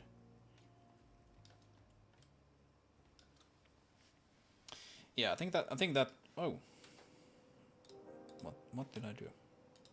I think that's probably fine. So, now we have 2 of these guys. We still need to add 1 to the mother vehicle, which we can do. It's not going to be a problem. And then we need to start querying the system for like, hey, which objects are inside some of these things. Yeah, let's just add it to the mother vehicle so that I don't forget to do that. This is perhaps, in some way, this is perhaps the least important, because like,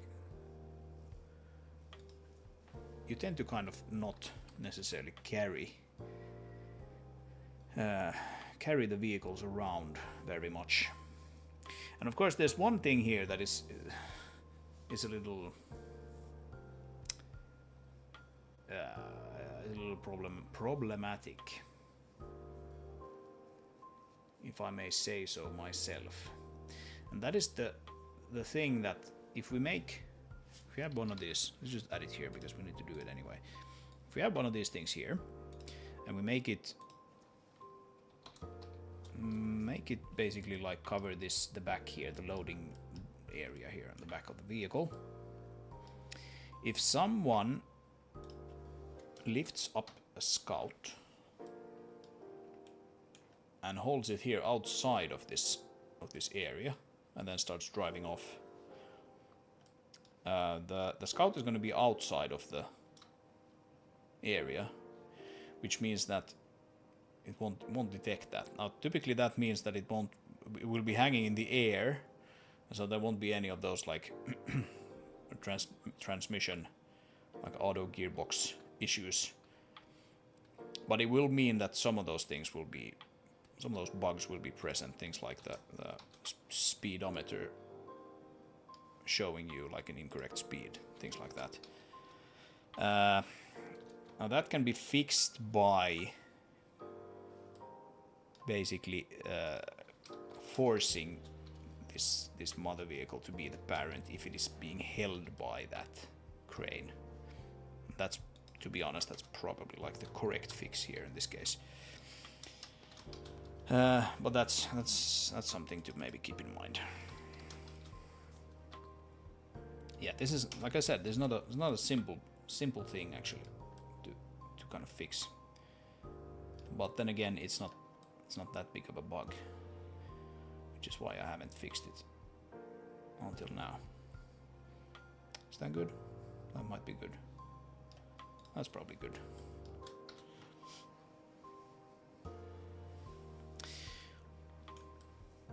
Yeah.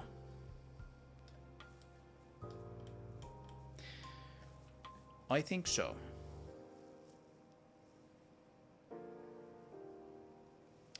Okay, folks, I'm gonna take like a 10-minute break, and then I will come back, and we'll look at the implementation of this system. So, see you in a little bit.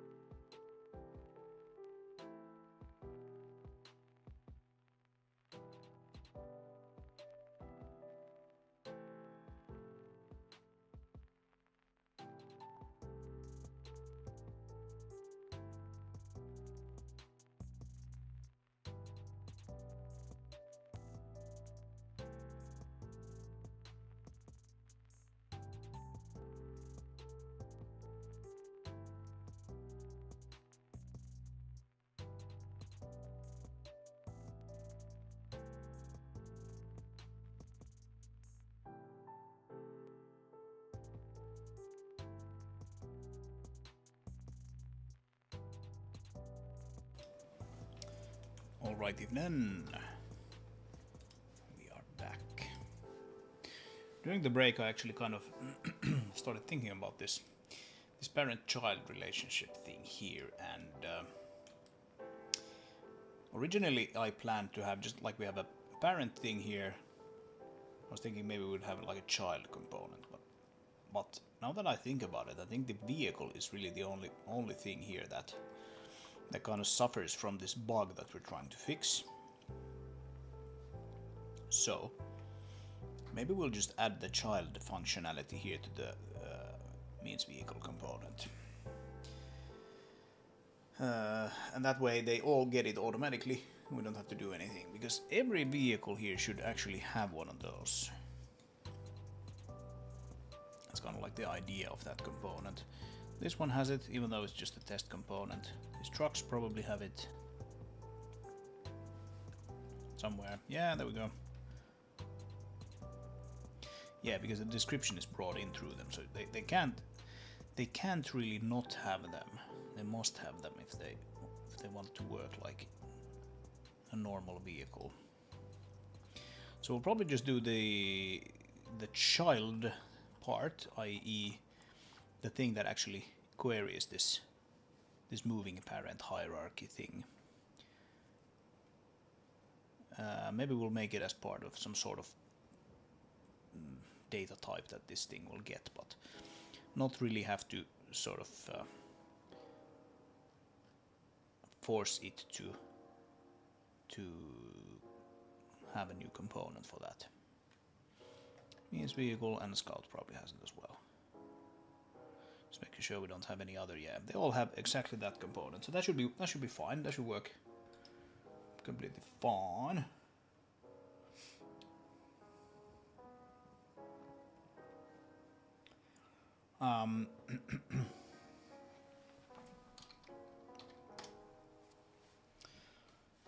Righty-o.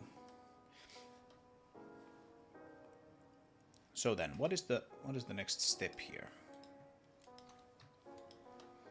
Probably the first thing we'll want to do is quite simply have it query whether or not it's inside one of those things. Like, to be honest, like the math to figure out those velocities, it's not exactly clear to me how that needs to be done. Because you want sort of like the what kind of like the difference. Actually, I probably know how it needs to be done. If you want the linear velocity, you need to take the parent's linear velocity,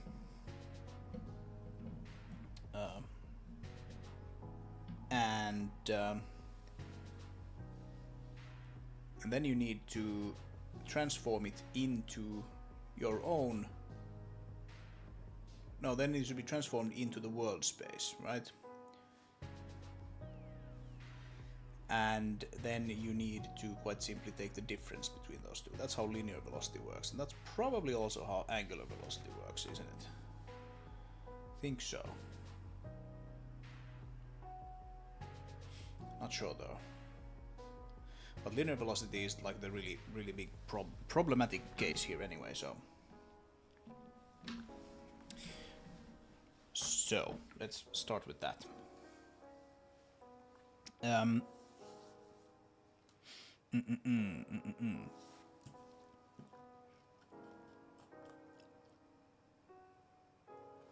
Like this thing should now be, they should now register themselves with this thing, and move around the world. So basically, maybe we'll start by just making a very simple query here first of all. You know,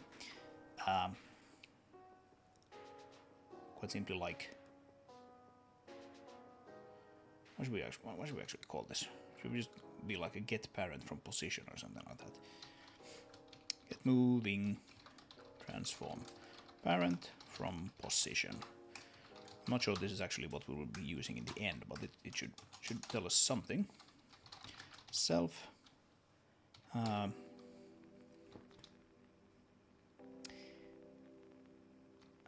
point, yeah, position or point, whatever we want to call that.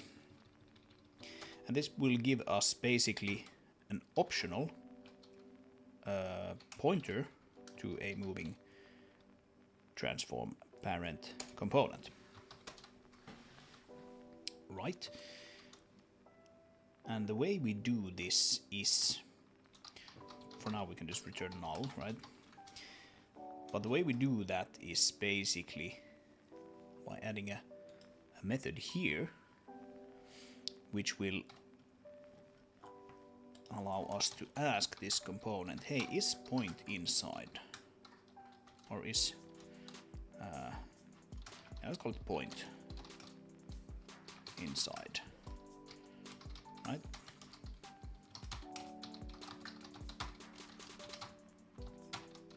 Point.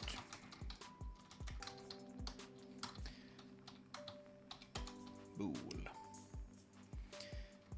And the way we can do that is quite simply by doing world matrix self context get it's actually transform get world matrix, and then we do world to local matrix, and we do not self actually but world matrix inverse.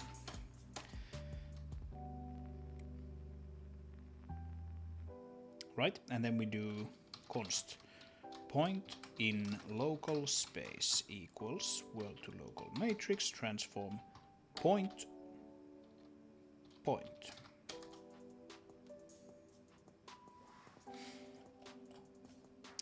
Right.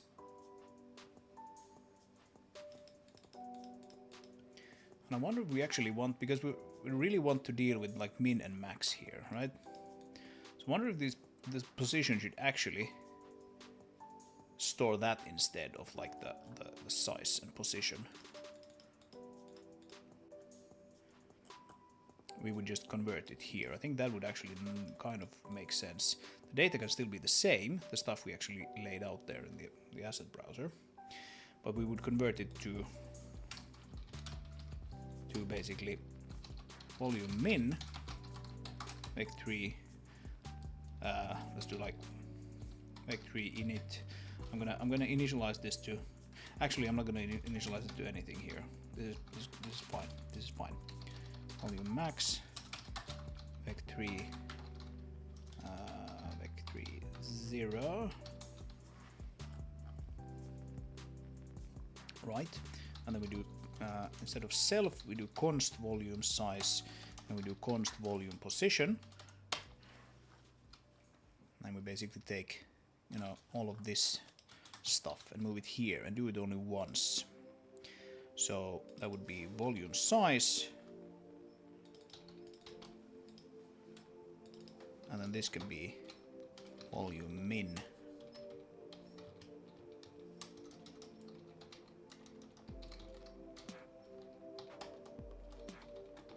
And volume max.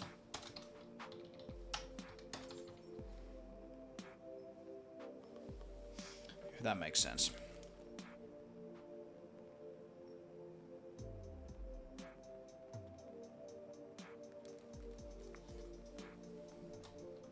Trying to investigate some weird sound here that seems to be coming from my AC unit, but let's hope it doesn't break on me here. I'll remove all of that stuff.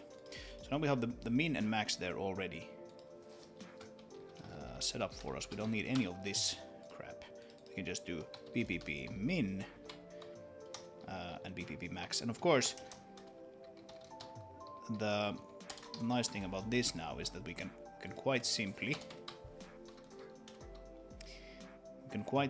compare these two, or rather, actually, we can do AABB here, do the same thing, basis math, AABB, init, and we need the BPP. This thing, like if we want to be sort of nice and Zig idiomatic to some extent, I guess we do it like this, right? We do it like that, and then and then we return AABB contains vector 3, and that's the point. And if we don't have that, then we return false. Point in local space, yes. See, sometimes these are good. Sometimes it's good that Zig is kind of pedantic like that. Even though quite often it can be a little annoying. Okay. Right, so now we can ask this, hey, is this point inside of you? And that gives us the ability to implement this query here. So we'll do for self moving transform parents items p if p dot is point inside, or should we maybe have it contains point, just like, or contains vec3, just like the AABB does. Maybe that's nicer. And we'll call that point instead, because we use point in all the other places. Point, point, like so. Point. Then we return p. Something like that. And now, of course, we're not really traversing the hierarchy here, we're just iterating over a list. So this doesn't necessarily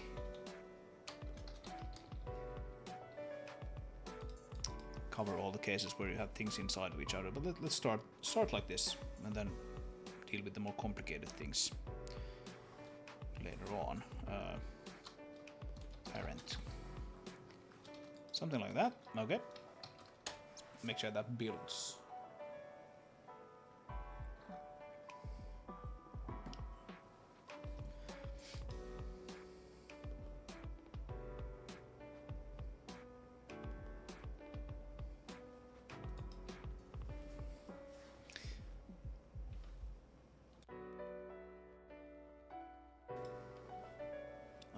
Right, we have something using it. It is probably this one, right? Yes. Let's get rid of that. Get rid of that. Get rid of that.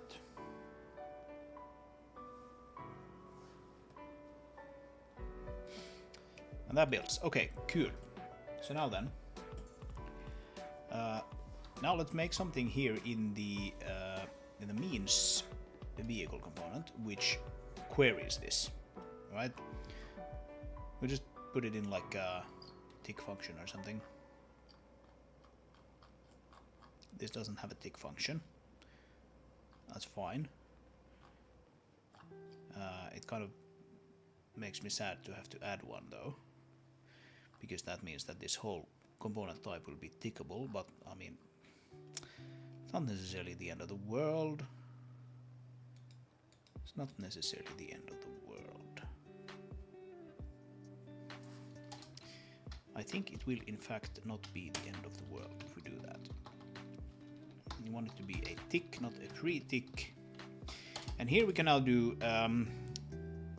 let's see, we do means dot moving transform parent mgr, oops, moving mgr,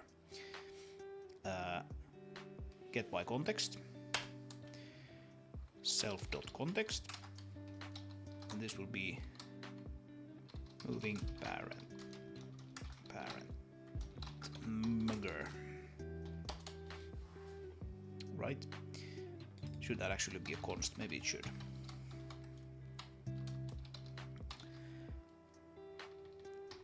And then we can do, yeah, so we can do this. Let's see, self context transform get position, and if we get something, then that will be the parent, right?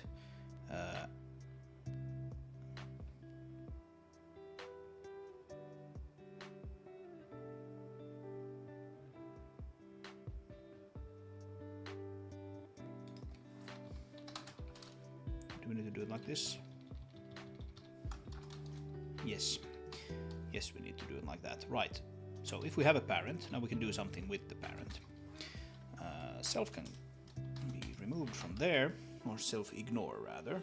So if we have the parent, we can go parent, context,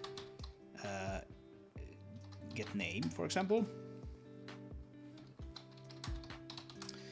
And we can quite simply do like debug, or basis debug rather. That needs to be equals. Basis debug draw. Draw string. And we'll do. Actually, let's put this only on the client for now. So if self context on client, then we do this, and we're gonna create a buffer, which is, say, 128 bytes. And then we're going to do text is stud format buff print, and that's buffer inside parent, and then the string, and that would be just the name, something like that. Right, right. That needs to be actually address of buffer. Yes. And then we can do basis debug draw string. And we need actually a world position for that. So let's actually get the world position into world position into its own thing, because we need to feed it to both that, and we need to feed it to this as well. So that would be text, and then it would be world position, and then it would be basis color white. Right. Something like that.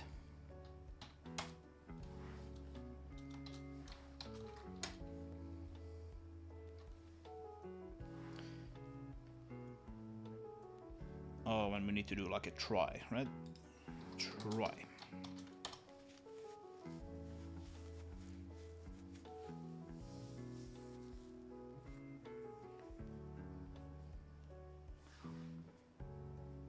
Yeah, I wonder if that name is actually going to be 128 is going to be enough for all of those. Some of those names are actually kind of large. We'll see. We'll see. And the name is going to be actually the name of the component. So let's just do context dot get game object get name, and that will give us the name of the parent object instead. That's better.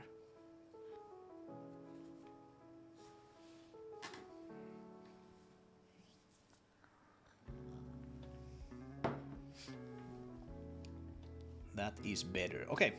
Now let's have a look and see what is what. So we should be able to just plonk down a mother here,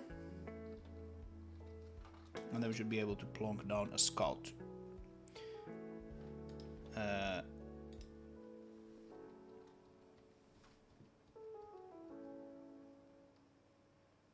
Nothing is happening though.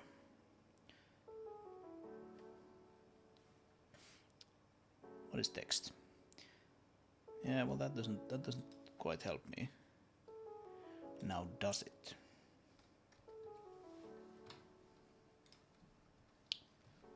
Probably doing something wrong.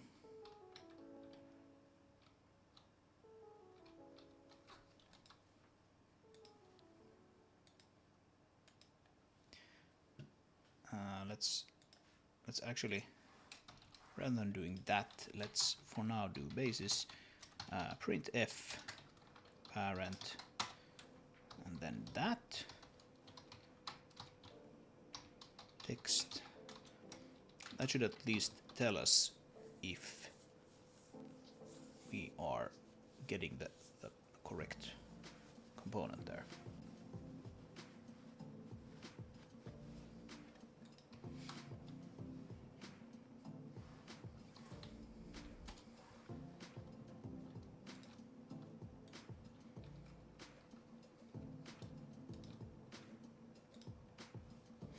Alright, we are not though, so it's just the debugger is lying to us that it's actually going in there, right? Because we're clearly not getting anything here.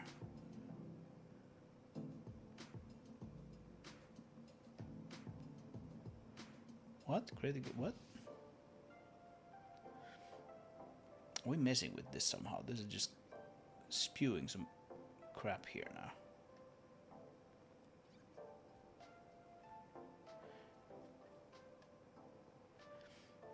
I don't think that's correct. I don't think that's correct either. Create a game object ne and spawned game object spawned blah blah blah AI driving. That's not a game object name. That's like a component name. Like yeah, that the object name is called that. And this object name is of course called that. So it's like completely different from those.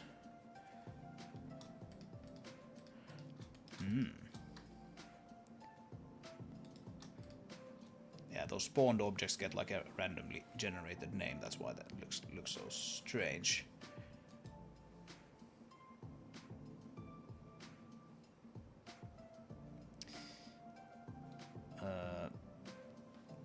But okay, that's probably a different issue.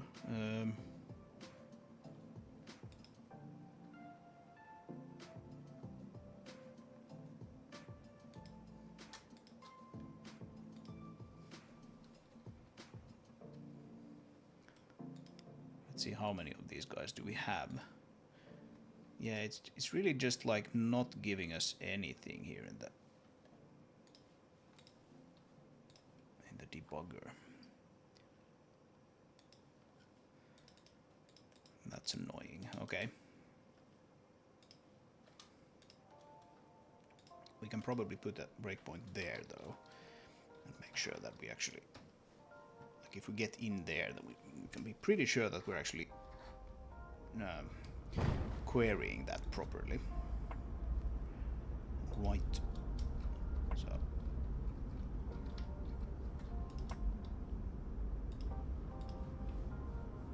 Let's see. Right, and we are not, in fact, doing that. Okay.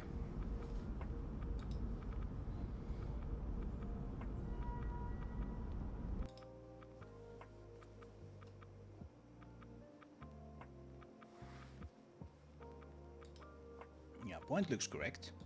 That's probably completely fine.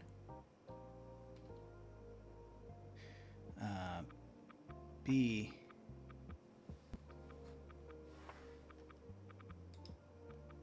Yeah, I wonder why it is actually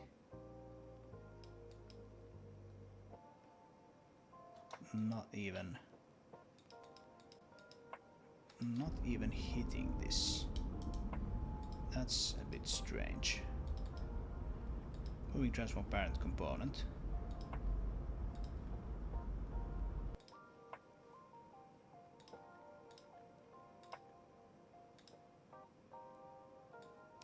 Kind of looks like we're running like a release build here, but we shouldn't really do that. We should be running a debug build of the Zig code.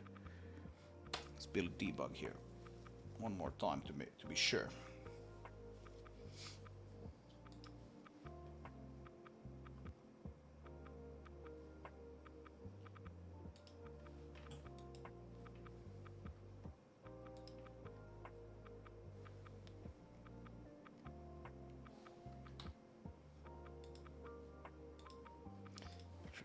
I can shut that down. It's not going to help us anyway. Yeah.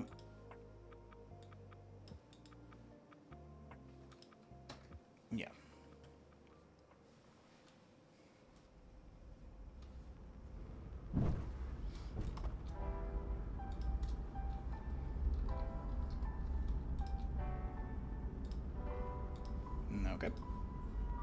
And now then. Yeah, this thing is just like not actually doing anything. Let's see if we get like a register call. Because of course if we don't do that, then we know that that is the problem. Yeah, okay, we don't get a register call.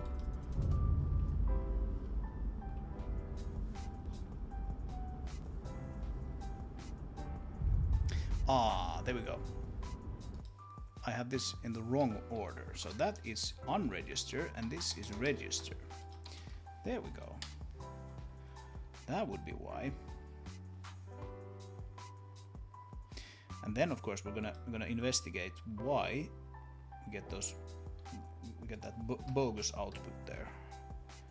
Am I doing like the the classical thing where I'm printfing, right, like a string rather than doing like string.cstr, printing like the string object. It's a classical mistake or something. Let's see. Scout. All right, are we getting any output? Yes. Okay, so spawned A9QU, which is exactly the name of this guy. Okay, good. So now we can take this and probably, oh, it's actually here. Let's do this instead, which is much more useful.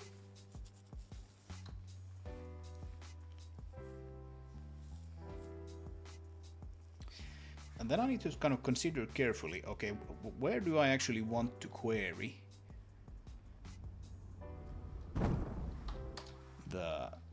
where do I actually want to query the system for like a linear velocity, for example. So now if I drive in here, we should see a text appearing when the thing is, yeah.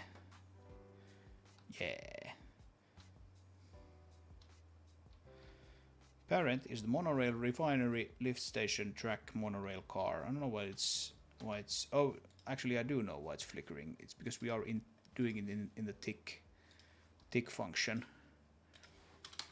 That's why it's flickering. If we move it here, it's not going to be flickering. I'm going to just take that out.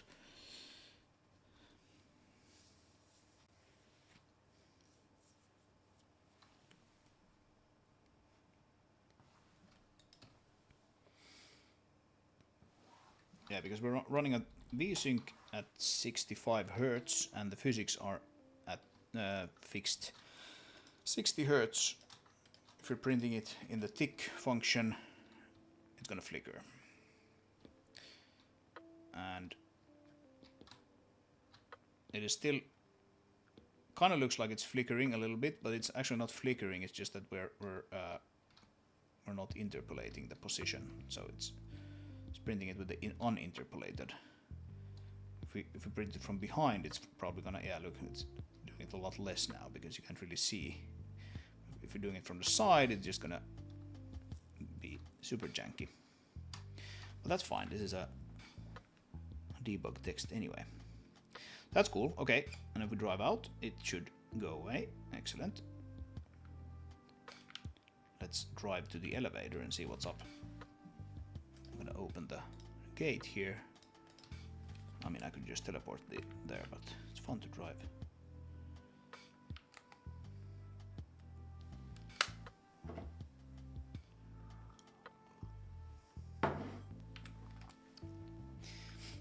That is at least something that I've gotten sort of right in this game. If nothing else, it's fun to drive.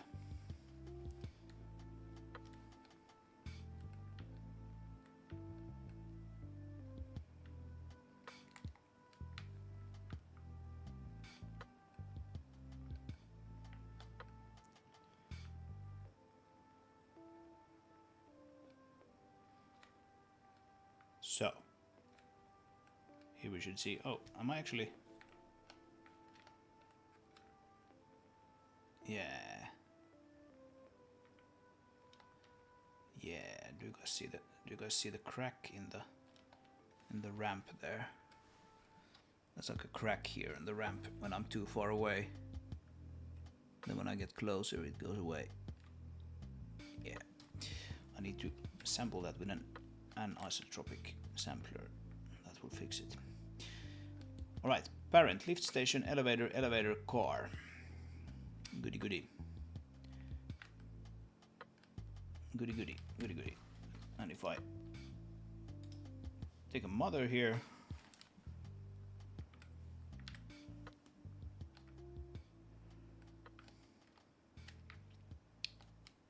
switch to it. Maybe apply the handbrake for a bit. And the handbrake is a little sort of something that's not really sort of handled, pun not intended, properly currently. Or it's not like really handled at all. Like handbrake will be engaged if a vehicle stands still for long enough.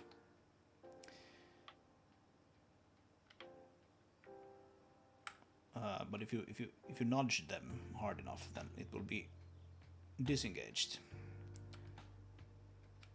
Yeah, look at that. Now we're inside. Now we're not. Now we're inside. Now we're not. Okay. Okay. Well, that's the easy part, of course, of this whole thing. That is the easy part. I wanted to figure out how to actually use it properly, so that it fixes all of these vehicle bugs that we have going. Before that, though, I wanna check out that one bug there.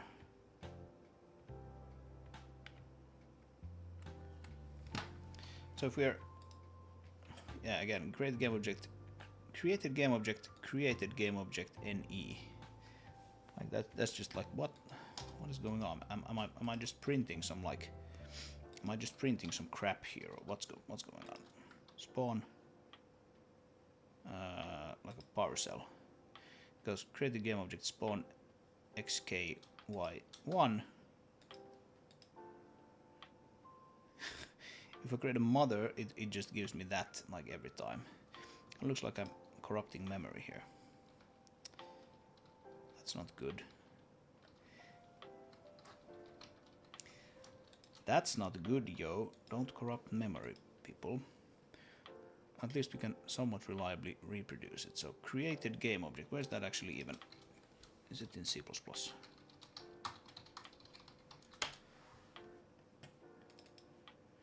Yeah, it's right there.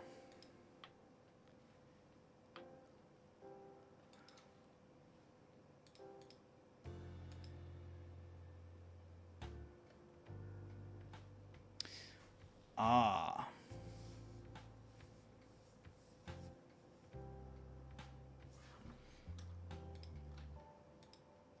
Yeah, that's a temp format thing. I'm gonna go out on a limb here and say that this is the bug. Let's make that into a string. String game object name, and then we need to actually call cstring on this. And that. Oh, crap. Yeah, that's probably the bug. Let's see if it is. Because this guy uses temp format. Temp format is very handy. It gives you a string from a per thread, in other words, thread local storage, buffer of temporary strings. But if you do something somewhat complex, such as creating a mother vehicle here, then that string will probably have been reused for something else in the time. So we can't use it like after that anymore. Yeah, that's probably gonna fix it. If it does, that's not necessarily the fix I want though, but we'll see. So mother, yeah, look at that. LCQL. Another one. FKET. Yeah, okay. Yeah, that's a little stupid, but we don't need to necessarily do it like that. We can just do it in a different way. We will quite simply print this before we actually go and create the object, which then evidently uses a bunch of temp strings to set things up. I mean, I guess it's sort of a kind of a lie that it says created because it hasn't done it yet, but that doesn't really matter.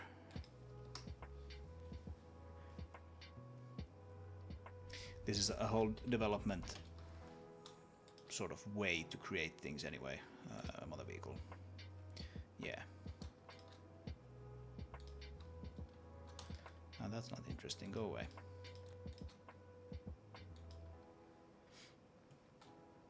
XG3B. Yeah. Yeah, this is better. AA5X. Yeah, that's a good bug fix. Yes, the command prompt create object is technically like the same as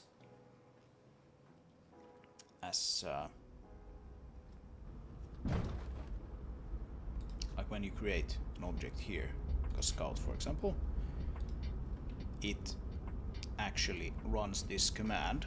You can copy it from there. Maybe we should drive this guy out of the way.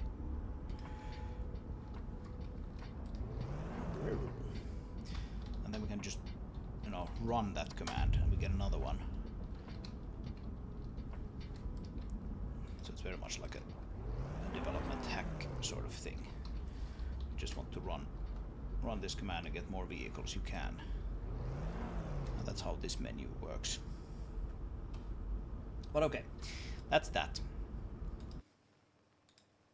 So then, now the question is how and where and from which component do I actually want to query this stuff? Because this guy doesn't have a tick, and I'd like to keep it that way, because I don't want all of the components to have tick functions, if I can help it. But on the other hand, I'm not sure I have any more sort of any other as suitable components that just all of the vehicles have. There's a drivetrain component, which could be a pretty interesting thing. Do all of them have a drivetrain component? The Gripper has a drivetrain. The Mother probably has a drivetrain.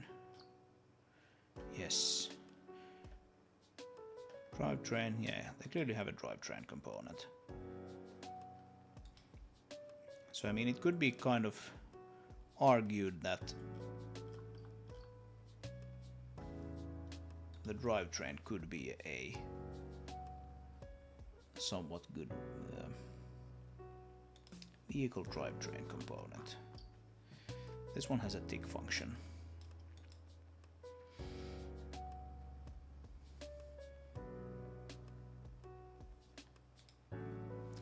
Yeah, and this one actually, yeah, this is a potentially really good place to actually read it.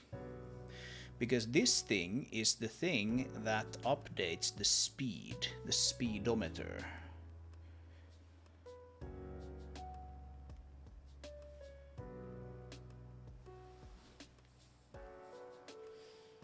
Yeah.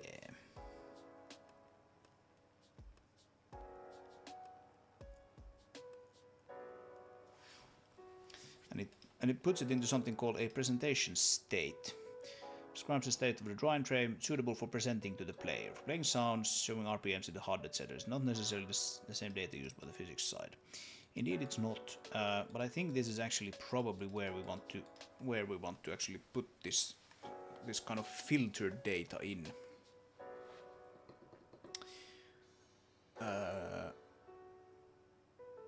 So yeah, maybe we'll want to do it actually here.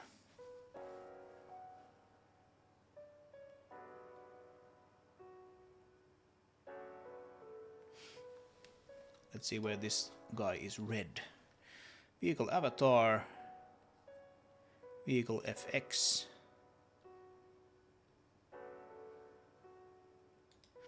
engine RPM.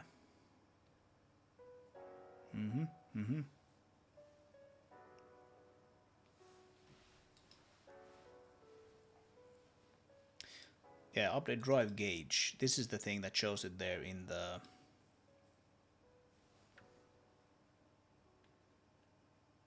HUD. One thing that is still a little bit of an issue here is the fact that this is not the value that is used by the auto gearbox. So the auto gearbox probably gets it just straight from the physics side. Let's collapse this Zig std, and look at VHL. Yeah, here's the auto gearbox, and there's actually even an auto gearbox component.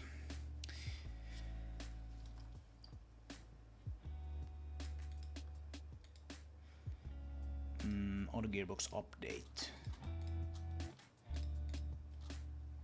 Yeah, it gets it straight from the physics side. Okay, that's annoying.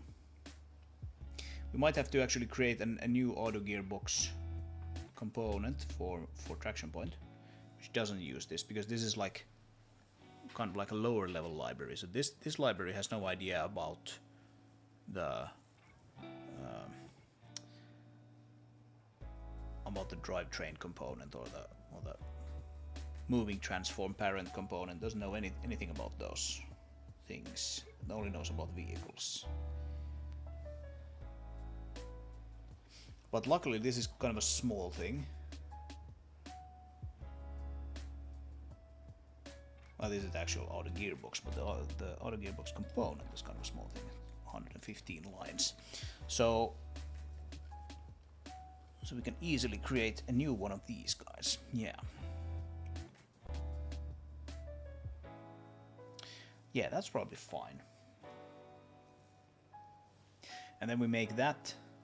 Then we make that actually read it from the presentation state. Do we?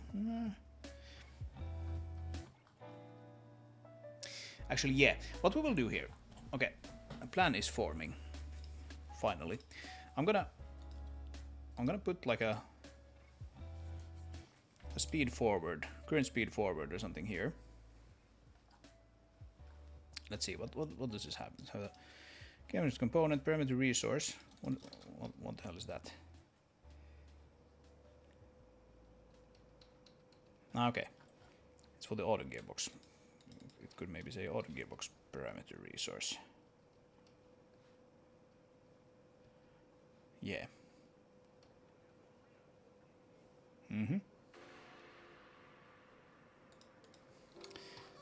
Right, so auto gearbox parameter resource. Can I actually, does the rename feature in Zig now work these days? Can I rename this guy? That one. Rename symbol. Does that work? Look at that. Actually works.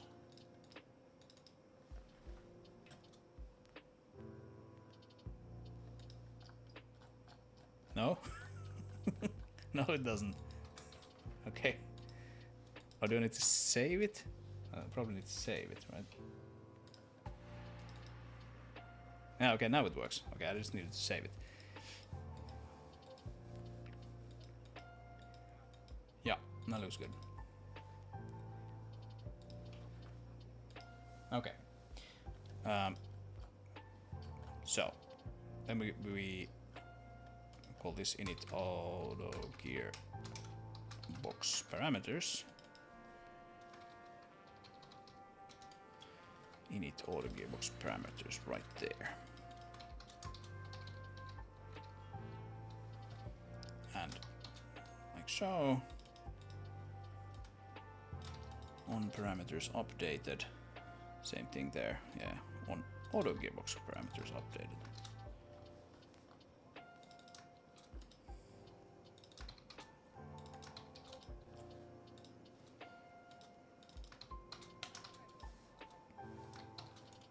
Let's make sure that builds.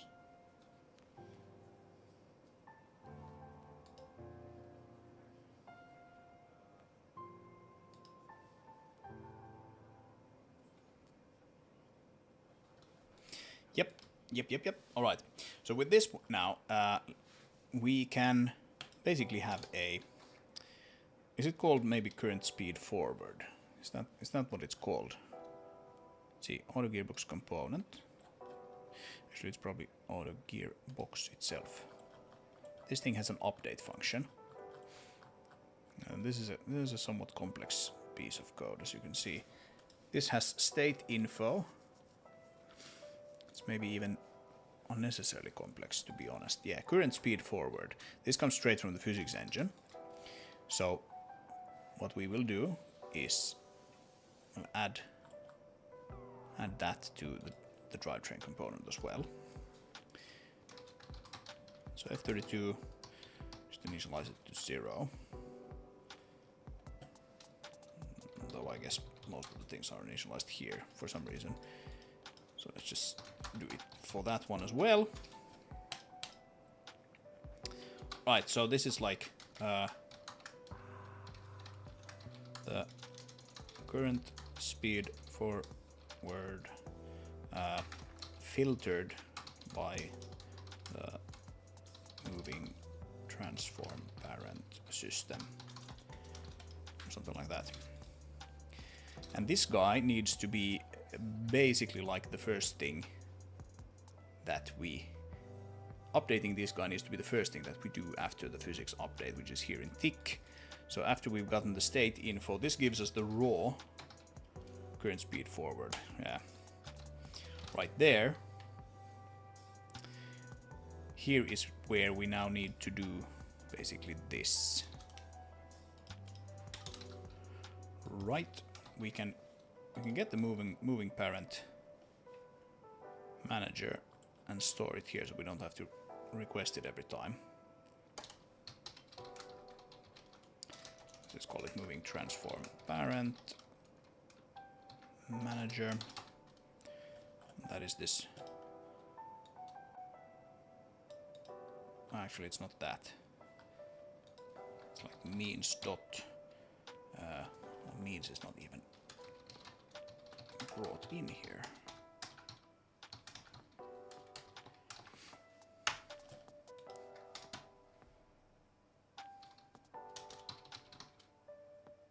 Moving transform parent manager, but it's actually like a client server manager of that, and then store it in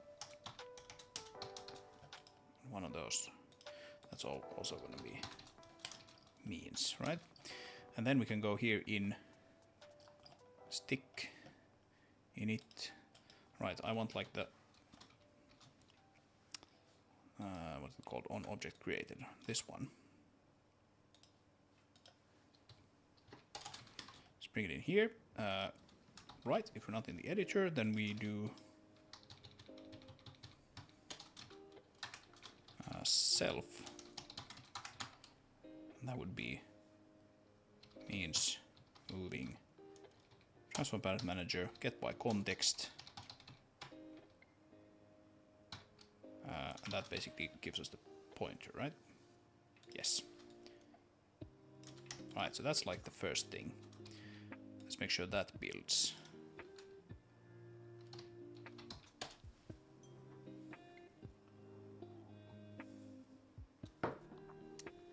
That does not build. No field name, blah blah blah. Blah blah blah.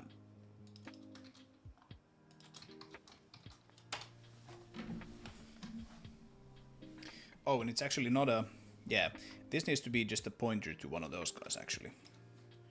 Pointer to thing. Pointer to thing.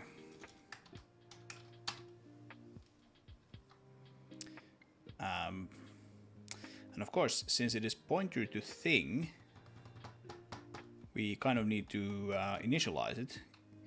But the nice thing is that we should actually be able to do it right here in it, right? We should be able to do this.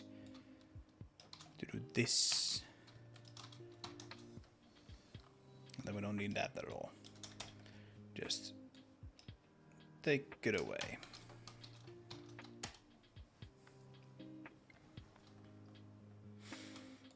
And there's no self now. It's just called context.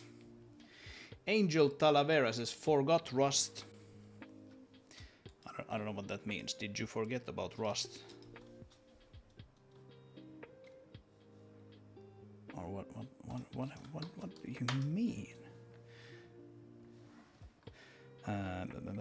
No field name moving transform parent manager, really? I took that away, did I? How stupid of me. I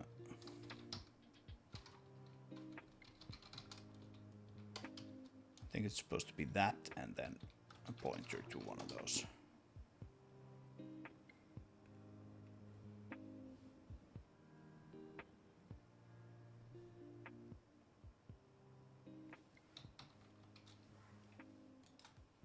Anyway, this is not Rust. This is very far from Rust.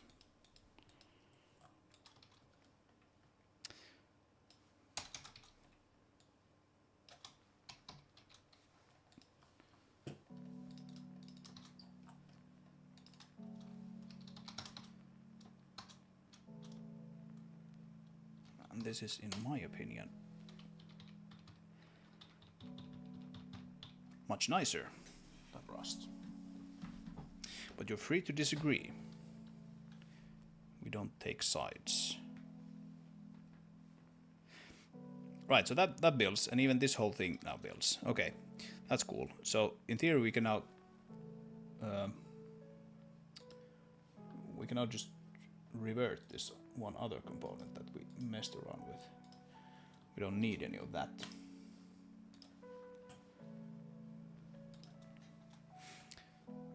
That would be the means vehicle component, yeah. We don't want to wrap this in an on client though. We want to do it on both the client and the server.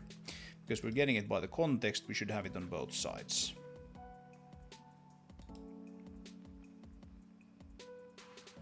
Right. And maybe scope that still, so we know that this is only actually used for that. I like to kind of do that if I need to to get the position for something, and later I need it for something else. I kind of see here that okay, this thing is currently only used for whatever goes on inside of here. So if I need like the matrix later, which I actually might need, I can just get the position out of the matrix, and then I don't have to do that call instead. So that builds. Let's make this something like yellow. And run the game again, and we should see the yellow stuff come up.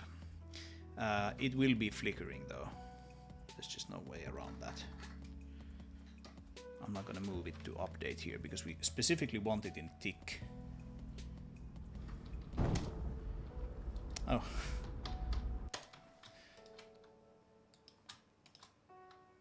So mother. Hopefully we should get a yellow text on top of this guy now. Scout. And we do. Cool. So that now works.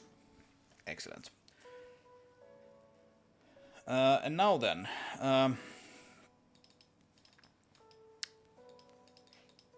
we come to the math part. Now we need to kind of figure out exactly what we want here. Do we only want to get basically the forward velocity? Is that the only thing that we're interested in here, really? Because it's something that we can maybe just do like inline in here, but it's not necessarily the only thing.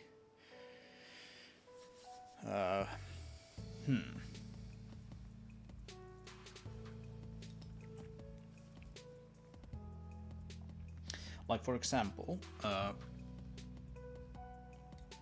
vehicle FX. Is this where we actually play the suspension FX logic? Is this where we actually play the dust particles? Might be. Impact FX player. Right, that's the sound effects currently.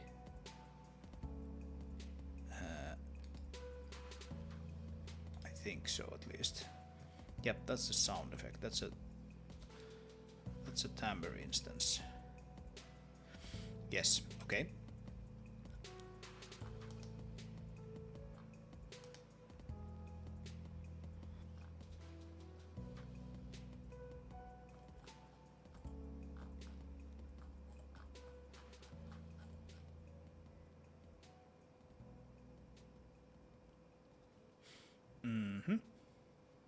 Tire FX controller. Is that what it's actually playing though?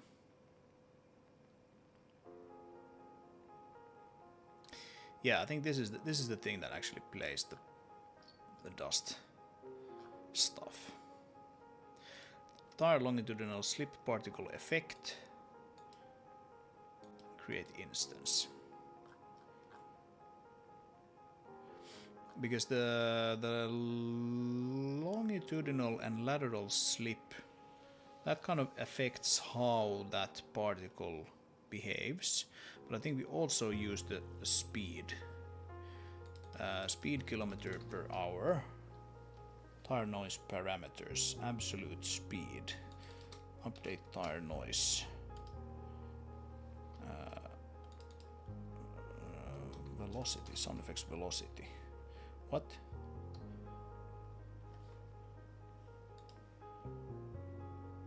Oh, that's tire noise. That's a different thing. It is this thing here, probably.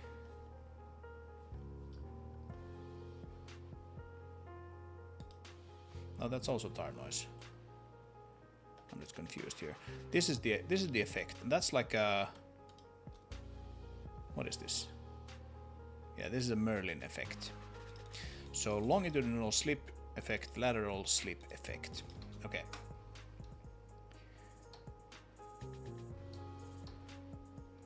Yeah.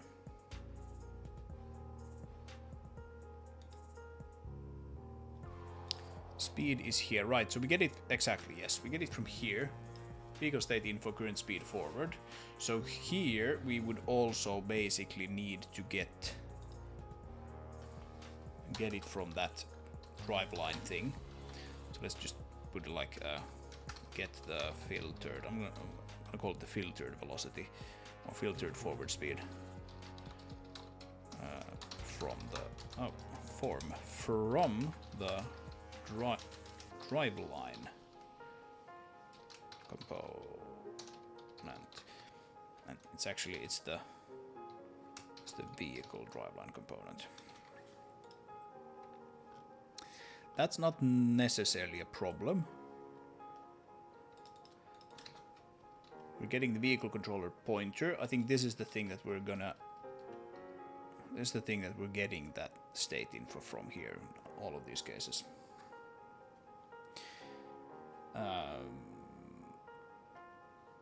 I don't know. Yeah, we get the wheel state info. That's of course completely fine. We get basically the wheel count, and then we get the wheel state info. The wheel state info contains all kinds of things, such as rotational speeds and things like this. There might be a little bit of funkiness going on with these slip values, but they also just might be completely fine. We don't need to like do anything, any sort of filtering on those. But we'll see. We'll see. This thing though is the problem here.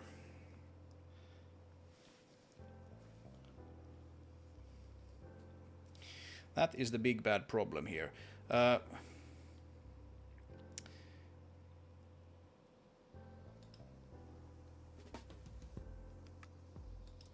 Thing is though, that if you go into physics,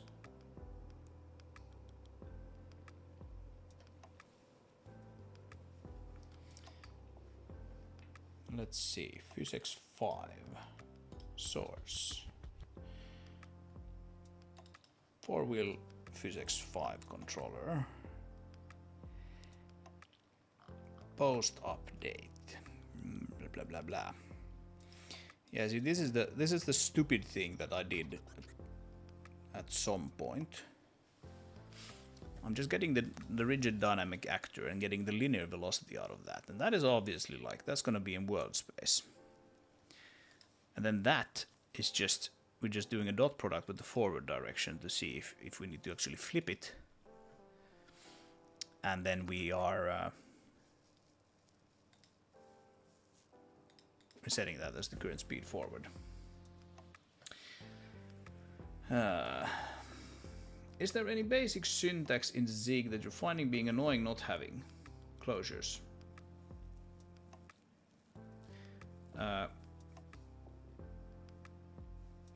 Yeah, closures are one thing that might be handy. for sure.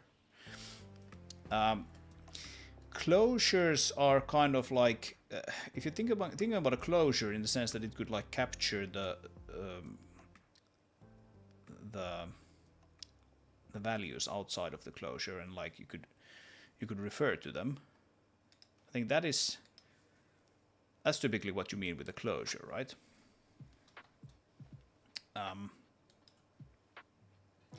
I don't necessarily yearn for anything like that, right? If we look at like, I think we should be able to find something like this. What is this actually? It's bind group. Bind group. Oh, we're inside Dawn now. Oh boy.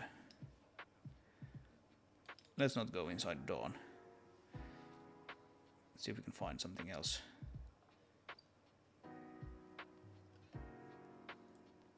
Trying to find something that doesn't capture absolutely everything, but that is proving to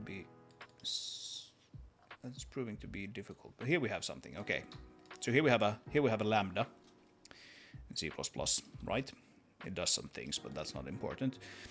Here we're capturing a set of things, and then we end by capturing this. We're capturing a set of things, and some of those things are by reference, and some of those things are by value. I think this is what you typically mean by closure. Like it's sort of like a lambda or what's it called? Unnamed function or something. That you can sort of capture values outside of the scope and then use them inside of there. That can be handy for sure. That's not really something I would like, but I would just be able to, you know, if you took that part away, you just went like this, and let's pretend we don't actually use any of those other things. I would like to be able to do this in Zig. Just have an unnamed function that you pass to something else. Especially with something like UI, would be kind of nice to be able to do that. You can't really do that currently. So for example, if we have a timeline event sort of thing, anonymous function, thank you, not unnamed, anonymous function. That's what I'm trying to find the words for here. If we run the game and we run, we're just going into the game, and I'm even crashing it by closing it during the loading screen. That's not good. But if we go into the menu, there's this animation playing here, which maybe you had time to see, but if you didn't, then let's click here and go back, and you can see sort of like, you can see this logo sort of animating in, and these buttons sort of appearing in a sequence like this. And this is all controlled by something that I call a timeline. I think Unreal calls those things like sequencers or something like that. And of course, Unreal has like a nice sort of UI tool for laying that stuff out. I don't have that yet, but I have sort of like the runtime, and I've written it in a way where I can perhaps later make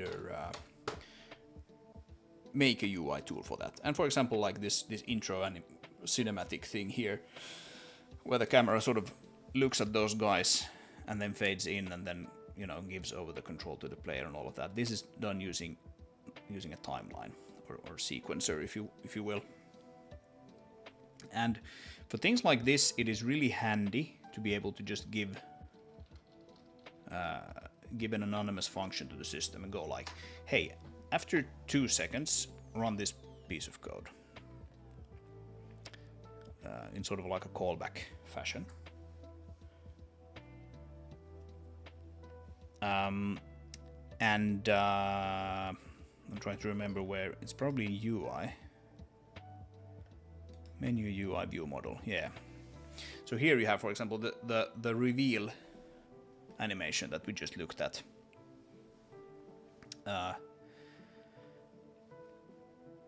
Play/slow show the game logo after some time. So we have we have a timeline, which is here, reveal animation timeline. And you want to set up a function, and this is just a callback event function, right? So this is basically just runs a piece of Zig code when you throw it onto a timeline. So, I mean, this looks a little messy. I have some time set up here. Play logo animation time, first button reveal time, and then like interval between the buttons. So after like 1.2 seconds, the logo is animated in. Then after 1.7 seconds, the first button appears, and then every 50 milliseconds, there's a new button appearing, and that kind of gives you this animation here. So it would be really nice if I could do something like this, right? I could do something like, I don't even know what the syntax would look like, but let's just pretend for a bit. It would look something like that. Or maybe even like a Rust type thing like that, right? So, you know, when you initialize the callback, it would run something, and this would be the body of it. But you can't do that currently. That's not a thing in Zig. And so basically what you need to do is you need to wrap it in a struct, and the struct doesn't need to have a name, but it needs to be a struct. Inside of the struct you can have a function they call anything, and then you basically tell it to use that. So you know, you just need to give the same name here twice. So it can be just like anything like this, and then you just need to give the same name there. And this is the code that you actually want to write. That's annoying. This is one of my kind of, I don't know, I don't write code like this all that often, but when it would be very handy, it would be nice if you could just give it like an anonymous function and go like, hey, run that code.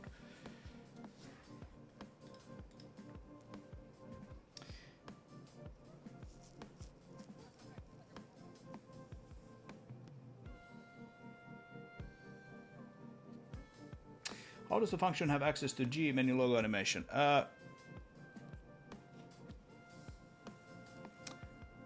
Probably because it is just defined within this scope,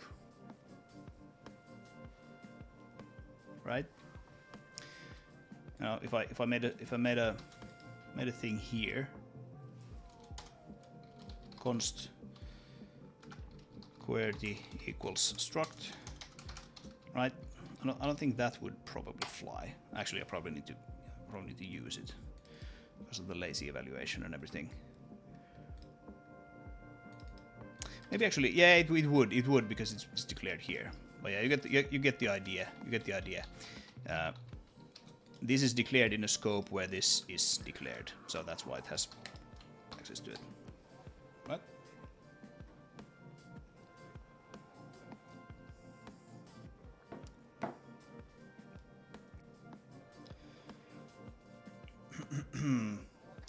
It looks like a closure, but just not an anonymous function. Yeah, it's not really a closure because Zig doesn't have a closure. I don't remember the exact wording why this is not the case. Let's see if we can actually find it.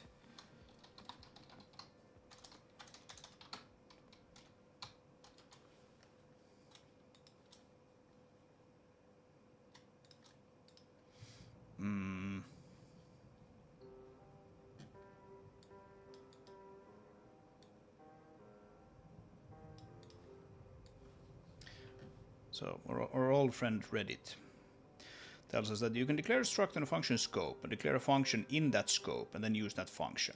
You won't get automatically generated closures this way. That's basically what I'm doing. You can write higher order functions. Functions take functions as arguments, but I think the function arguments need to be either comp time or be function pointers rather than functions themselves. Yes, indeed. He is or they are completely correct here.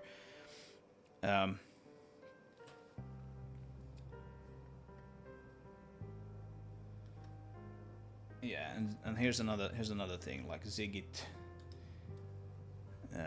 does basically the same thing. Because struct declarations are anonymous. Yeah, that's the thing. The struct doesn't need to have a name, Because struct declarations are anonymous, you can declare a struct and return the member function from said struct. So they're doing the exact same thing here. You're returning a struct. You're specifying any value here for the function, and then you're returning the function. That can be done.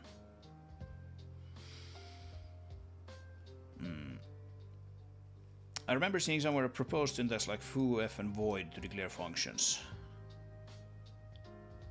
Yeah, that something like that could be really nice. Actually, this would be much better than what I had.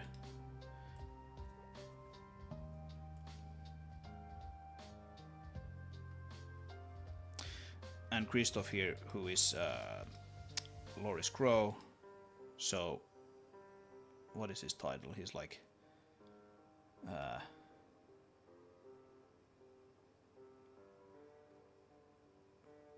something like communications officer or something of the Zig Software Foundation. So he probably knows what he's talking about. Well, anyway, that would be nice. Another thing, of course, would be operator overloading, at least in some form, so that I could have my own vector class, thank you very much, and then still use plus and minus and all of that on that. I don't necessarily need to be able to do everything, like the C++ operator overloading allows you to do some pretty crazy things. I don't necessarily need that, but it would be nice to just be able to overload like the math symbols at least. And then finally, something that I'm kind of a little bit trying to get away from, but I still have quite a few runtime interfaces, like dynamic dispatch basically.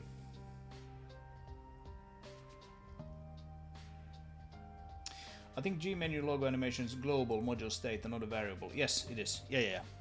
Yes, it is. Or it's, yeah, global state is not really a thing, even though I stubbornly call it, G reveal animation TL, but it's in module state. Yes. Yes.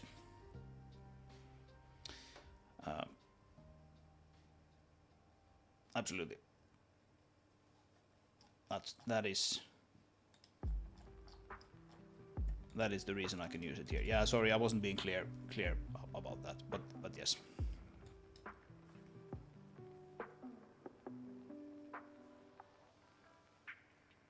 Yeah, as far as I know, a closure is like a lambda that can capture.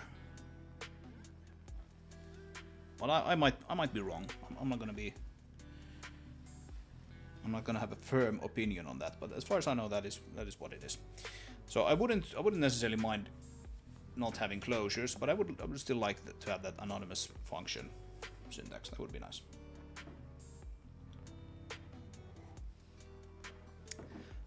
Basically, what you're asking is like this. So I don't think I can do this. Like if I have like a var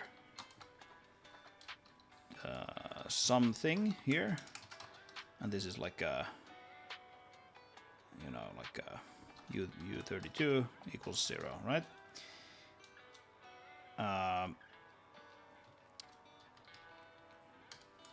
Let's do something like what? That's not what I wanted. Something. Actually, can I do this just to have it? Yeah, that should work. And then let's just use it so that we don't run into any strange lazy evaluation things here. Value.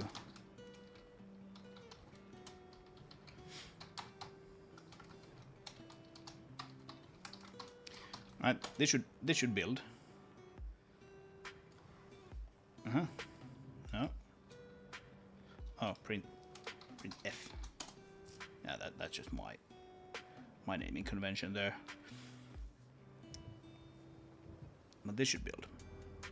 Yes. But now if we do,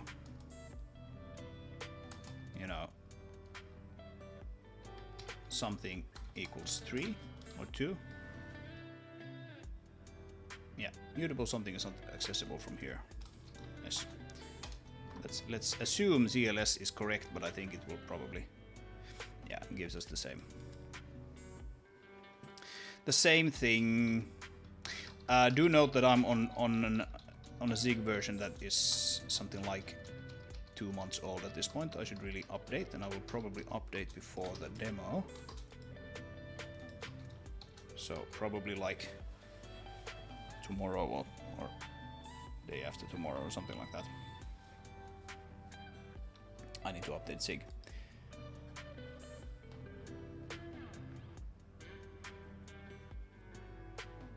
A lot of people seem to be ideologically opposed to operator overloading full stop.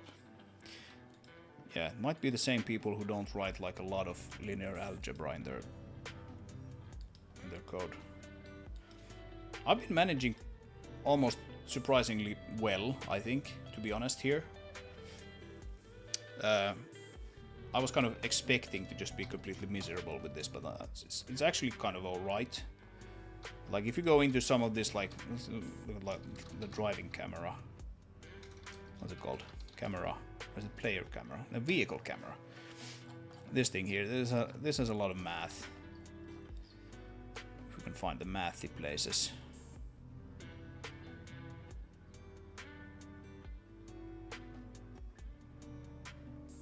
Maybe it was less math than I remember. Pretty sure there's some places here that are kind of math heavy. Well, yeah, like having to do things like this, you know, you're adding a position to like a direction that you're multiplying with a float. You know, it would be much nicer to be able to do like, you know, something like this.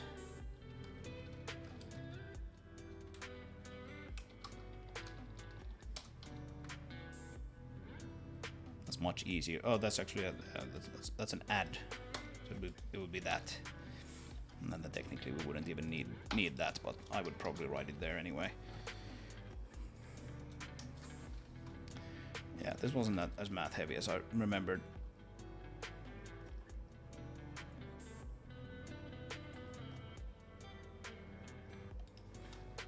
Or like the, was it like two crane arm?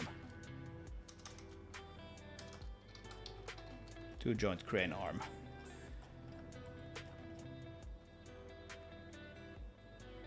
Oh, this is actually mostly just floating points, so it's fine.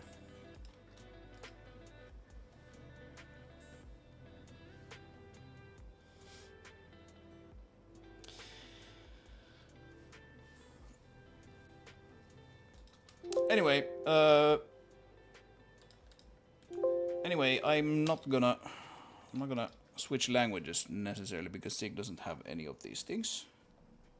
I can kind of work around them. But it would be kind of nice to have them.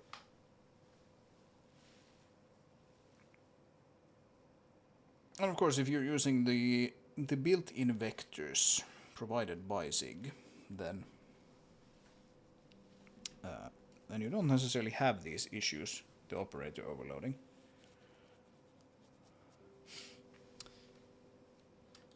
But I don't think, like, if they want to make Zig a serious game dev language, then they pretty much just need to you know, meet the people halfway. It's just not gonna fly for a lot of studios if they don't have that. Is my guess. But we'll see. Slippery slope. I think I might prefer simple language. How much simpler can it be than Zig? Or do you mean like simpler in case of in like terms of not allowing those?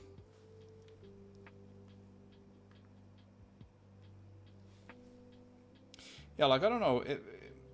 Maybe there's a way to actually make it obvious that it is like an operator Like I think what Andrew doesn't want to do is add syntax where you're not like it's not obvious to the reader of the code that, oh, we're actually calling a function here, some sort of function which adds together two vectors. And so that is kind of like the original reason for not having those, and it's a good one. I don't disagree with that. Sometimes people do some truly evil things in C++ with operator overloading, where you have no idea that like there's a function call going on. But at the same time, like maybe you can somehow make it obvious to the user that there is a function call going on there, something. I don't know. I'm just spitballing here, but if you have like A times B. Actually, I don't know what the times would be. Would that be like a dot product? But let's say like an A plus B. Then would it be possible to somehow note, like annotate this so that, you know, const C equals A plus B, something like that maybe, or something, I don't know, like that you can probably already do, sort of, even though it would be like this, right? Like this you could probably already do. A plus B.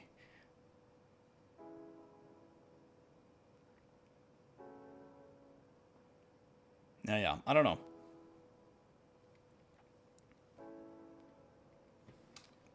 Yeah, I think you can do that. So if you have like a function and you call it at plus, and then it takes in like a value and returns a value, then you return. Actually, no. Of course it can't. Yeah, it can't, because it needs to be like, you know, one and the other. So it would be need to be one plus other.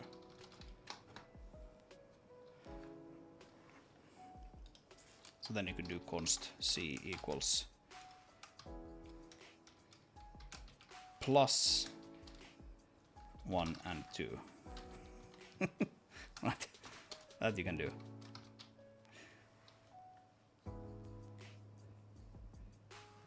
Can see, let's actually show me that. No, can't show me that it's 3.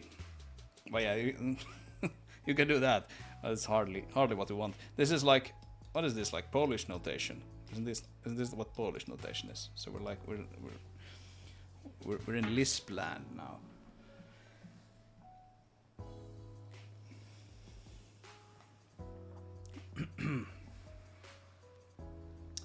So you can almost have Polish notation operator overloading in Zig today. How cool is that?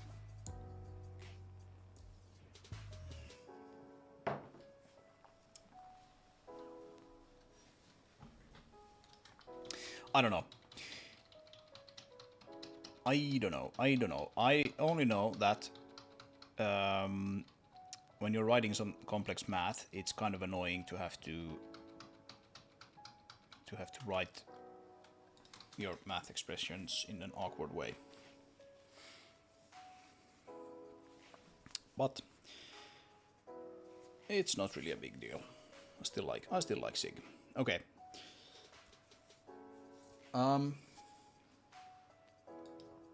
Where were we? I think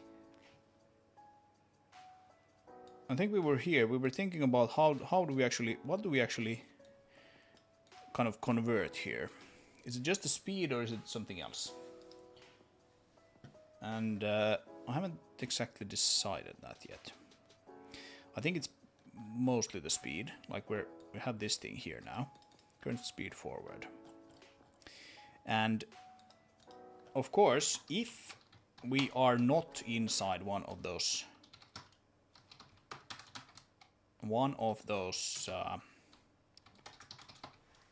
parents, then the speed will just be whatever is found inside of this state info here, right? So the else case is easy.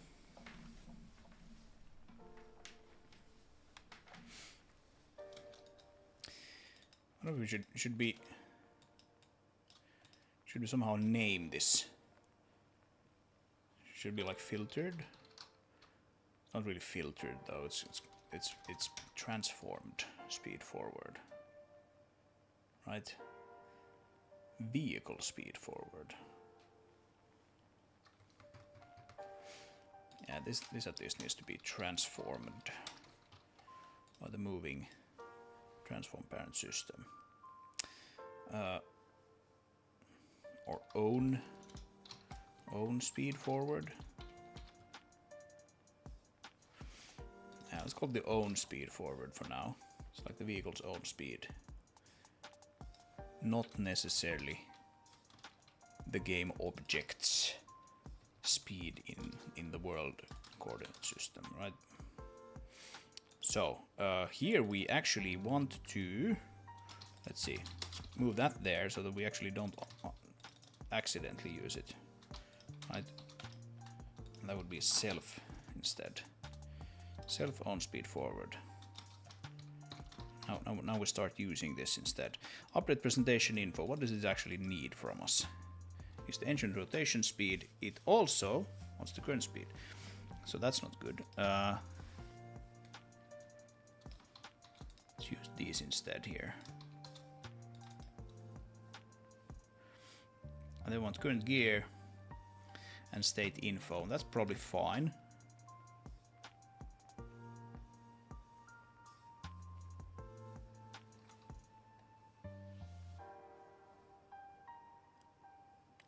Yeah, okay, this is the presentation state. So this is, for example, the thing that we show there in the gauge. That's why we actually do some honest to God filtering on it. Because otherwise it's gonna sort of flicker around wildly. So okay, I'm just gonna put it back here because we actually need it. Well, that's fine. Make sure that builds. And then we need to have the thing here. So if we have this here, maybe we should have another function here, which is basically like, here is my world matrix, and here is my speed forward. Give me back the speed forward if I'm inside of this parent. So let's do like pub fn get transformed speed.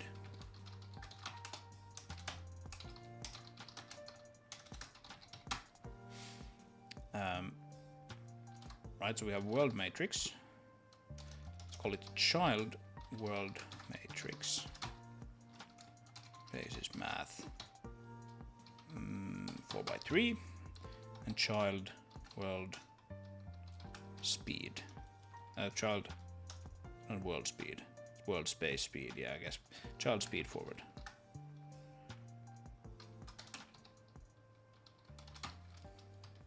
And it gives us back a speed forward. And I guess this should be also forward there. Get transform speed forward. Let's add a comment. I'm not sure this is actually how it's going to be, but let's add a comment here if in case this actually is what we want later on. So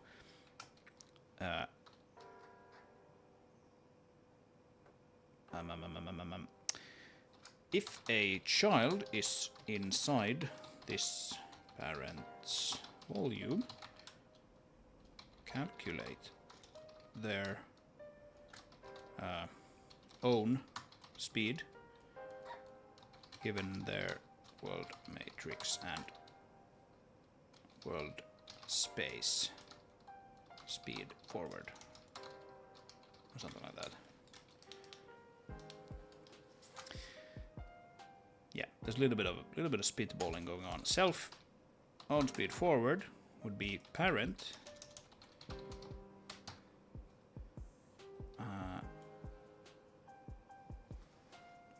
what? Why don't I see that? Oh, because I added it to this guy. That's not where I was meant to add it. I was meant to add it here. Yeah, here is where we want it.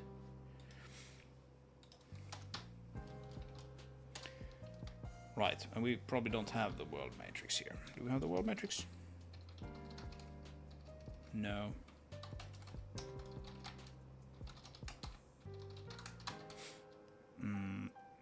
This would be self-context transform get world matrix.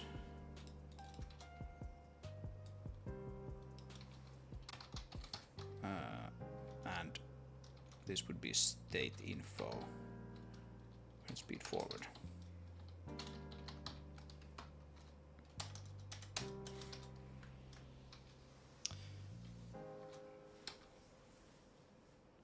Something like that. Oh, what happened? Implicitly returns return 0. Make sure that builds.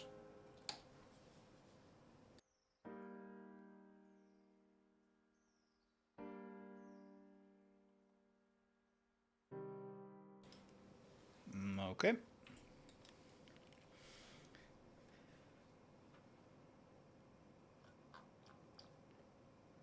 Right.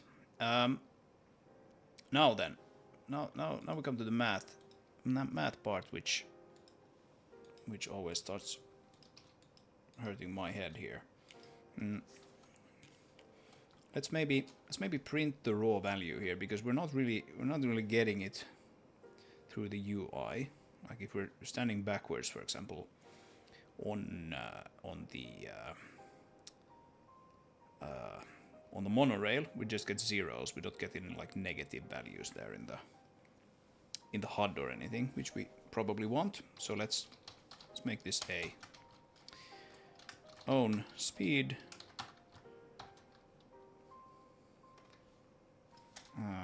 D.2 maybe.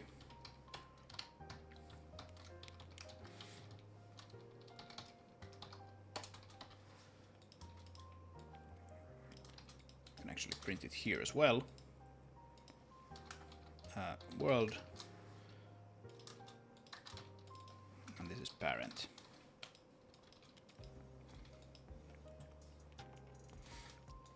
Right, and it's probably in meters per second actually. Something to keep in mind. I think I only converted to like kilometers per hour in the HUD. Or it's actually done. Yeah, it's actually done here in the drivetrain. Yeah. Yeah, it's done here in the drivetrain. So the presentation speed is then kilometers per hour, and then I do some ramping with some values that I pulled out of my ass, probably. As you do. Okay. Right. So we don't want to do that, of course, with our own forward speed, because that is supposed to be like the physically accurate forward speed, which we can then use to drive all kinds of things without any fancy filtering, or shall we say arbitrary filtering. So how do we now do this? Like I basically need to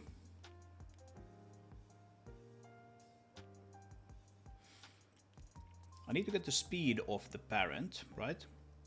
And then I need to get that speed into the local space. My head is hurting already. I can probably do it. I can do it either in the a local space of the parent, or I can do it in a local space of the child. So how do I want to do it? Probably child.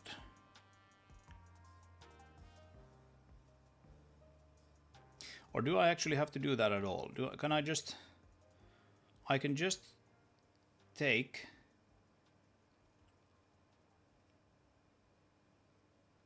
I can just take...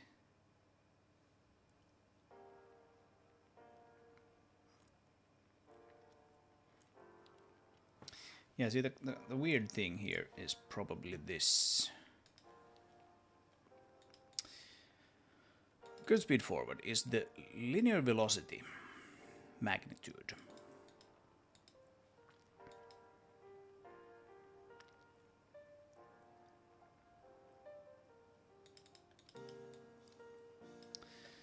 It's the linear velocity magnitude of the body.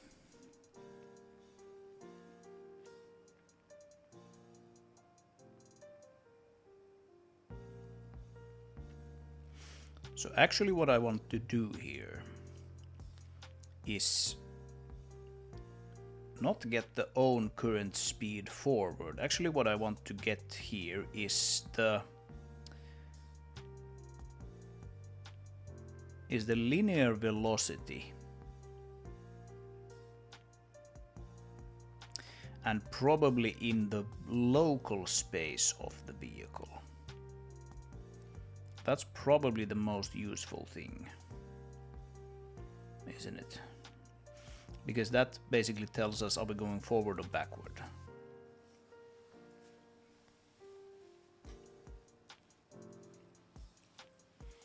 Yeah, current speed forward is fine and all, but we can't really transform it. We need to actually start from the linear velocity of the body.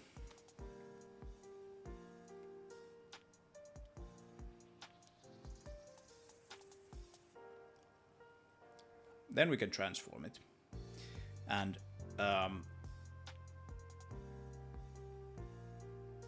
then once we have transformed it, we have a linear velocity in probably the local space, and once we have that, we can turn it back into a current speed forward.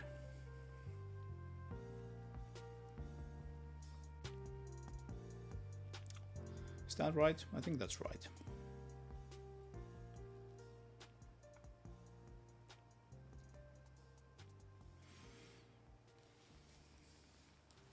Yeah, this is why my head hurts. I'm thinking about these things. Okay,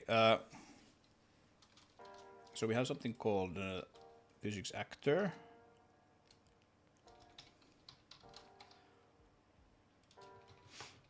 Physics actor.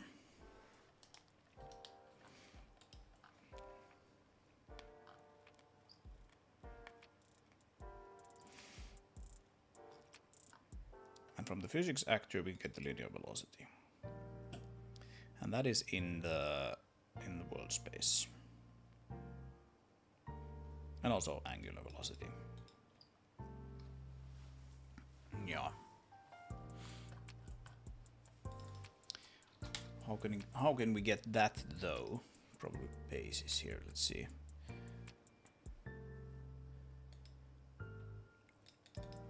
We can get the physics actor from the game object, okay.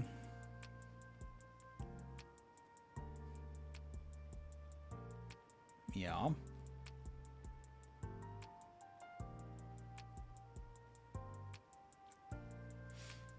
Okay, so we can get the physics actor of the child, and we can get the physics actor of the parent.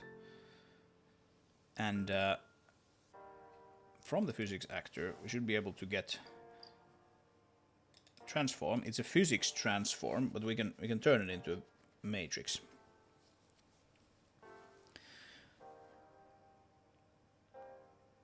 Yeah, this gets kind of complicated. Annoyingly so, but oh well. Oh well. So we can't actually do that. Let's just take that away. But what we can probably do is get transformed linear velocity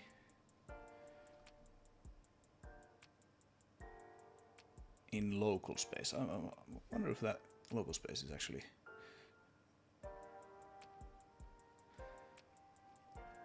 Yeah, I think that is probably the most useful thing here. So the child kind of knows, like, how am I being thrown around, like forward, backwards, or to the sides, or up or down, of course. Let's do it like this. Transformed linear velocity in child space.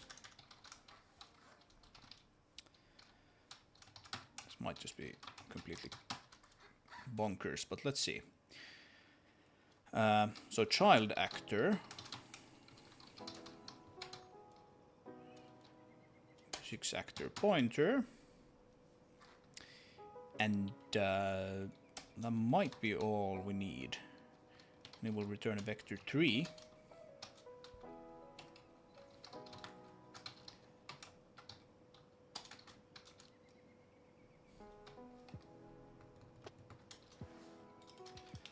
Might be all we need.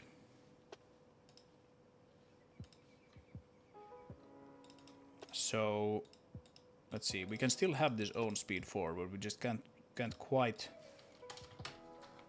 assign to it yet. Own linear velocity, linvel, or maybe we can type it out. Own linear velocity local. That would be a vec 3 as well. Basis math vec 3. 0. Or maybe I'll put it here.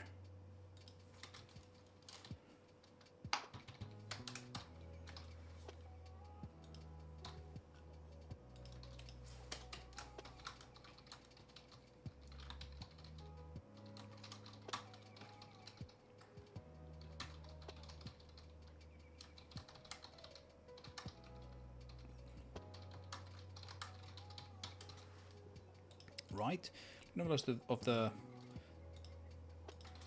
vehicle, yeah, and of course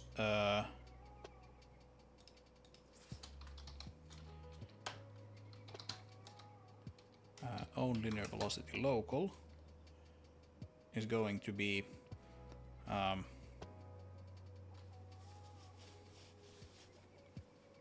do we actually care about this at all if we're not inside? Maybe I'll, yeah, okay. I'm just kind of bouncing back and forth a little bit. I'm sorry about that. Let's just put it here. I'm gonna take the world matrix out, and then I'm gonna do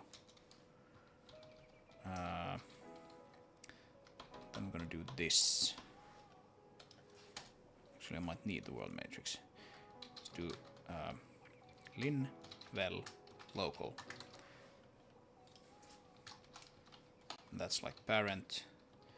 Transform linear velocity in child space. Child actor would be that's like, need to get the game object. So let's get the game object. Store that as well.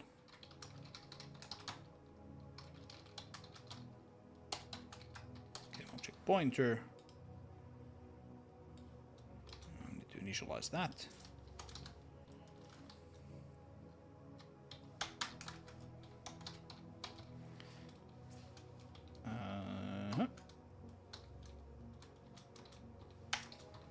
So, and we will want to get that game object when we create this guy.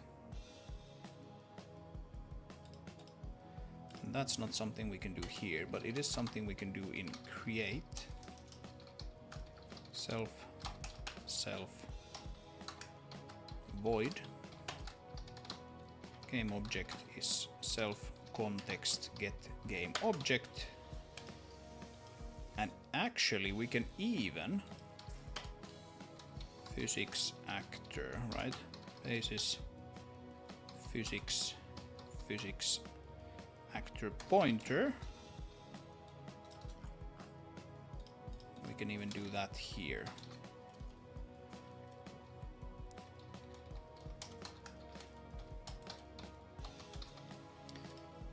Right.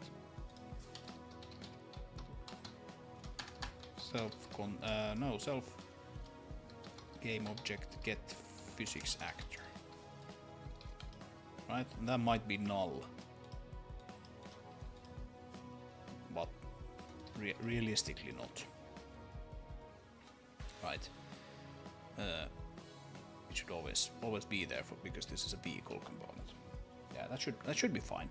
Okay, and now that we have that, now we can do this. So const linear velocity local child actor would be self.physicsActor.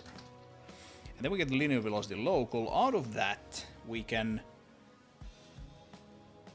do basically the same thing we've done here in C++, where we take the linear velocity, we dot it with the forward direction, and if it is negative, then we negate the whole current speed forward.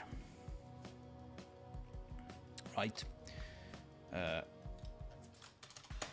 So self own speed forward would be linvec local length, and if basically we need to do, what is it, world matrix get z. Yeah, okay, so that's fine. So if world matrix get z, which is the forward vector, dot linvec local is less than 0, then we do self own speed forward times equal -1.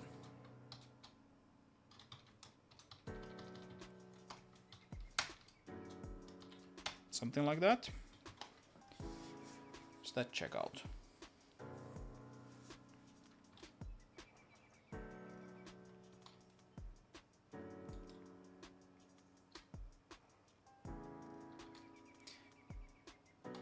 I think so.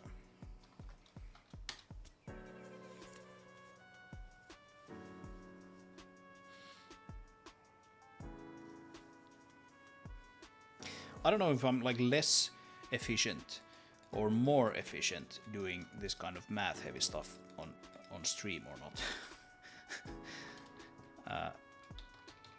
And it's possible I'm just so afraid of making a mistake in front of everyone that I'm making stupid mistakes more than I would otherwise do. Or I'm just more efficient at it. I have no idea. We'll see. We'll see what happens. Anyway, child actor. From this we can now get all the linear velocities that we want. This moving transform parent component. We also need to get the game object and actor for this guy. So let's move this off to the, no, not actually that. Let's move this other one off to the side. And I can do a little bit of tactical copy pasting here.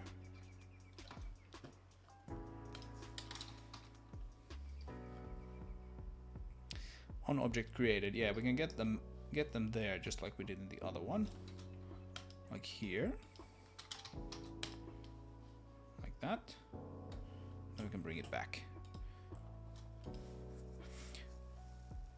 So this should also have a game object. Obviously, it should also have a physics actor. It doesn't really make sense to put this on something that doesn't have a physics actor. But maybe we'll actually want to just assert. I'm gonna do it like this. Self physics actor. It can't be null. Physics actor can't be null. Moving transform parent with a null physics actor. Something like that, right? This can be a kinematic body though, but that should be fine, right? Kinematic bodies in physics are dynamic bodies, isn't that how it works? Rigid body description, let's see. Kinematic, yes. Yes. Just set it to be kinematic there, so that should be fine. It should have a linear velocity just like all the other kinematic bodies. Well, we'll see. We'll see what happens. And now, should be able to do the math.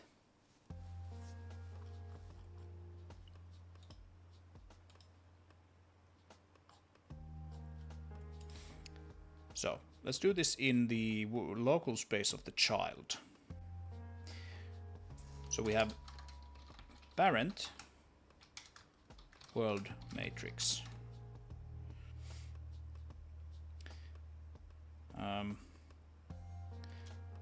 We can do like parent transform first of all. That will be self physics actor get. Okay, we can get a world matrix directly from this. Maybe that's actually. I bet I actually just. Yeah, I'll just do it here. The exact same thing. So we get a physics transform out of the body, or actor rather, and then we convert it to a matrix 4x3. That's probably fine. So parent local to world matrix. Let's be explicit about these transforms, like from what to what. Then we have child local to world, and then we will have child world to local matrix, right? That would be the inverse of that.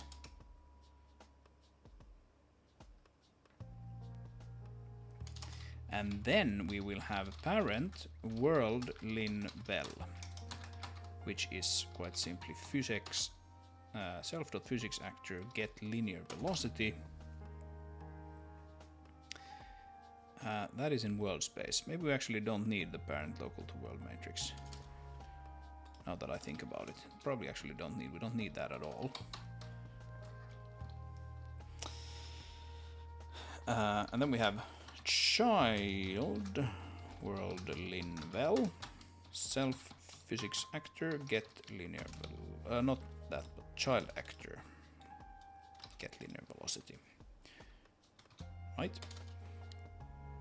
And then we have parent lin vel in child local space, and that would be child world to local matrix transform a direction, parent world linear velocity, not local to world, world to local.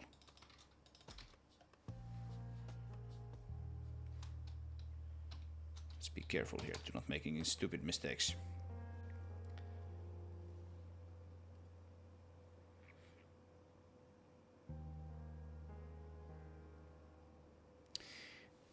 And then we also need the child, because we're specifically talking about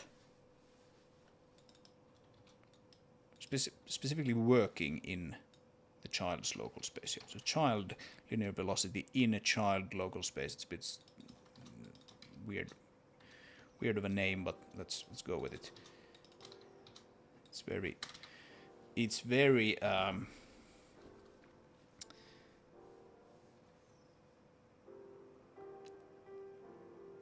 it is very explicit, is what I'm saying here. So now that we have both of them in local space,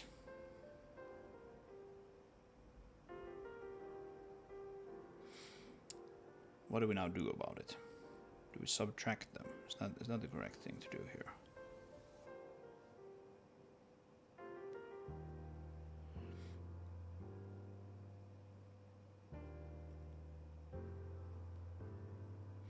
So if the child is riding the monorail forward, right? And it is also driving on top of the monorail forward, then the child's own whatever we want to return from this should be like a vector of slightly forward, like the linear velocity that is driving on top of that thing. That would mean that like the child's linear velocity would have to be larger in its own local space than the parents, right? So what we want to return from here is like the child linear velocity in local space subtracted by the parents. Is that right? Is that how it actually works?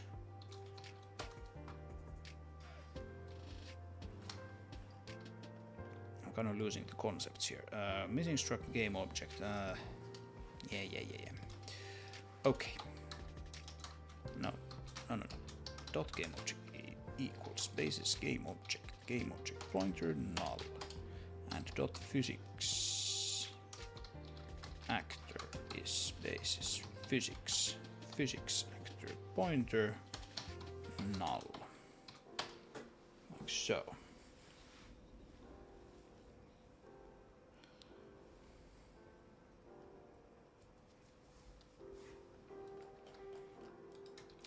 I think this should be correct, but I'm not sure. I am not sure. Feel free to call me out if you see me doing something stupid.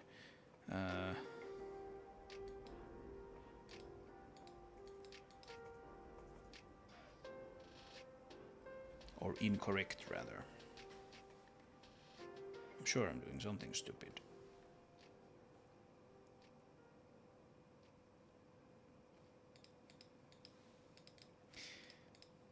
Might actually be interesting in seeing the linear velocity here also.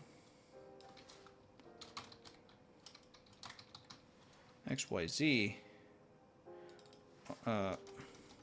local linear velocity.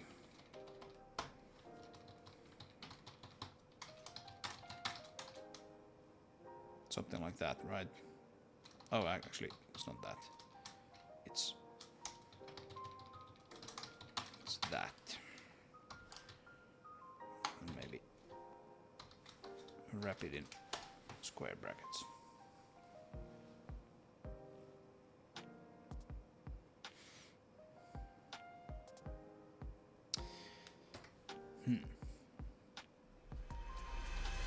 Is this gonna blow up in our face? Or is it gonna be the thing we've always wanted?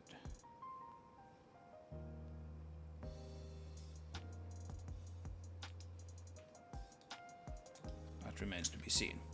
So, okay. On speed works fine, but that is of course we're just reading it from the world now because we're not a child of anything. Let's get rid of that guy because otherwise we can't see anything when we spawn another guy here.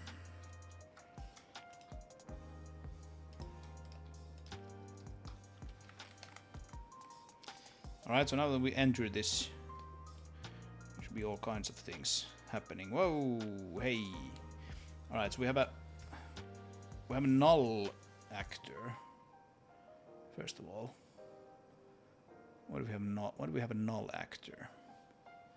That's not good. Where's my debugger thingy? We are on the server.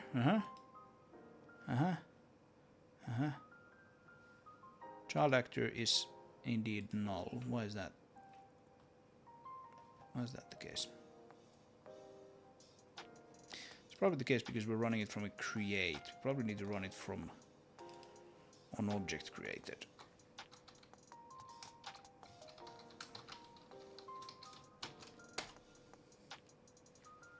Let's do that instead. And then I'm gonna boot directly into the level. So on object created is called when all of the components are created. Create is called when that particular component is created. That might not be the case, but it can be the case. The reason I'm thinking it might not be the case is that I don't remember. Okay, that was the case, so it's no problem. Okay, so on speed is backwards. That's fine. What happens if we start this now?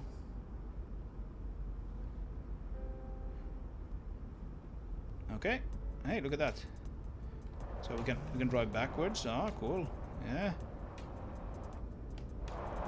Yeah, we can hear a little bit of, or I can at least hear a little bit of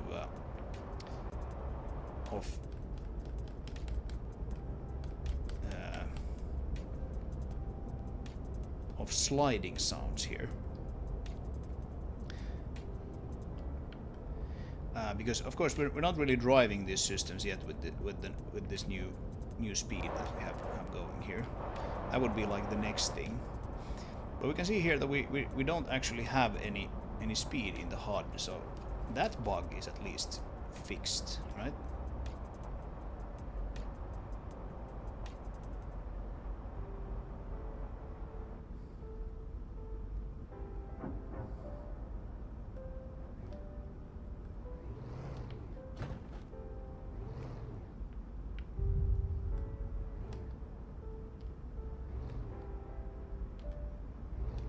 Yeah.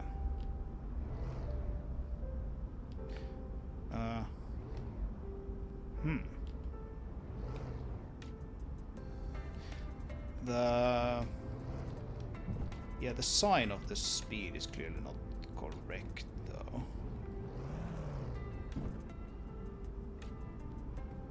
If we're driving towards the back, we get negative speed.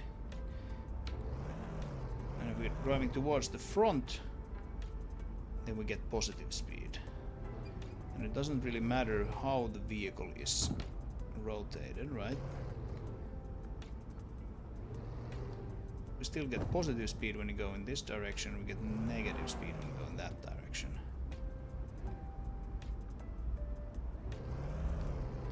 Yeah. I mean, this is kind of how I was expecting it to work. When you drive forward, you get positive, right? And when you drive backward, you get negative. That is exactly correct, of course. The problem is that if we turn the vehicle around, now when we drive backward we get positive, and when we drive forward we get negative. Unbelievable, all that code in Zig. Zig is awesome. Zig is awesome, give it a shot if you haven't. Let's see. Might not actually even be a problem with this, it might just be a problem with my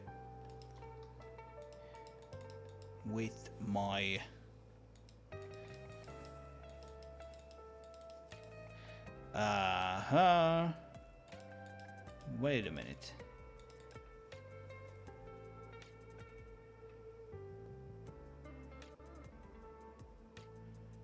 Yeah, I can do this.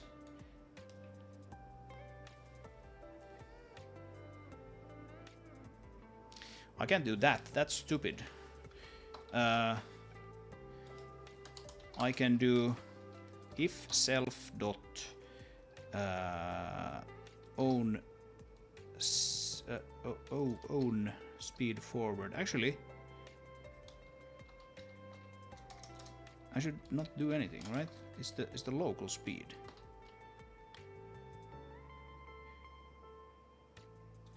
No, actually I should. Yeah. Okay, I'm just rambling now. So if self own speed forward dot I'll have two ifs there now.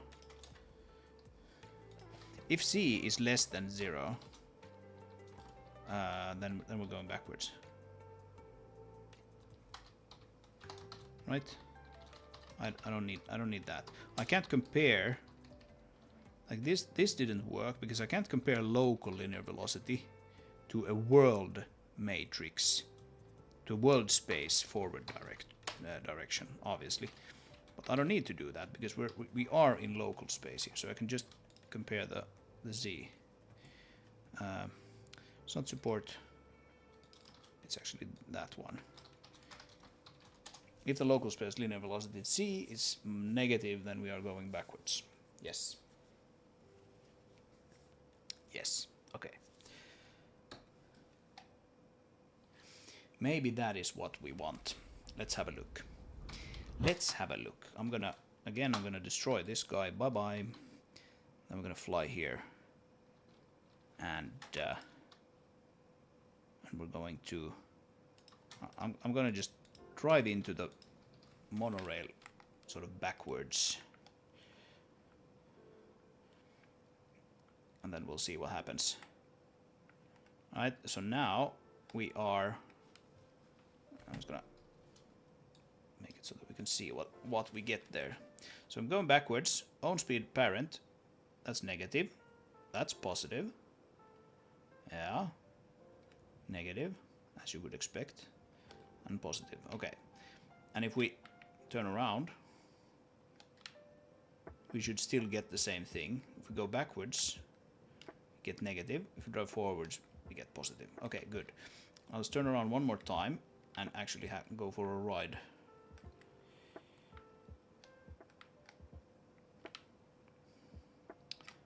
Like so, and we start the monorail. And I'm just gonna hold the handbrake here, and we should stay actually very close to 0 here.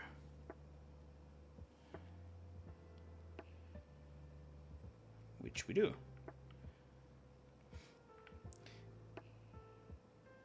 And if I now... I can reverse like a little bit, and we should get a negative, yeah. Get a negative.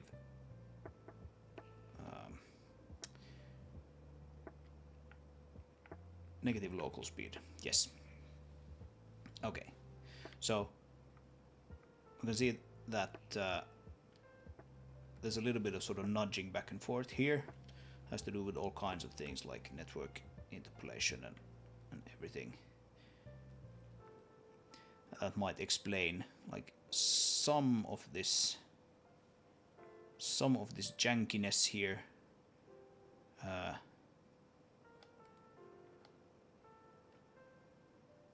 Oh yeah, this is good.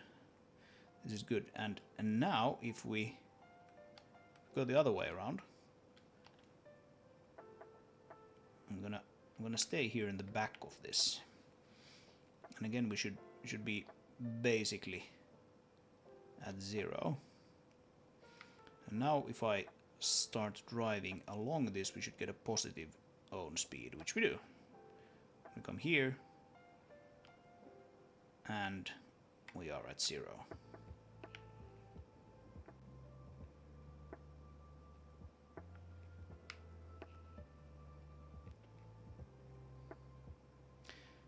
And now I keep going like a little bit back and forth. Yeah, it looks correct. It looks correct to me. So I think we might have solved this case now with one of these parents.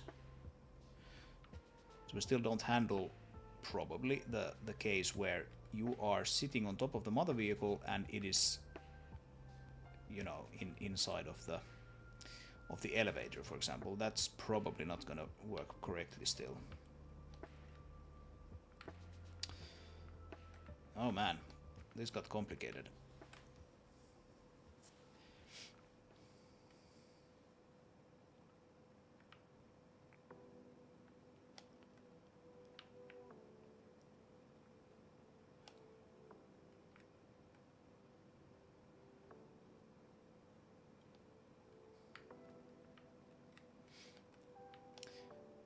Yeah, I wonder if I should like somehow try to visualize this as it is actually sort of happening,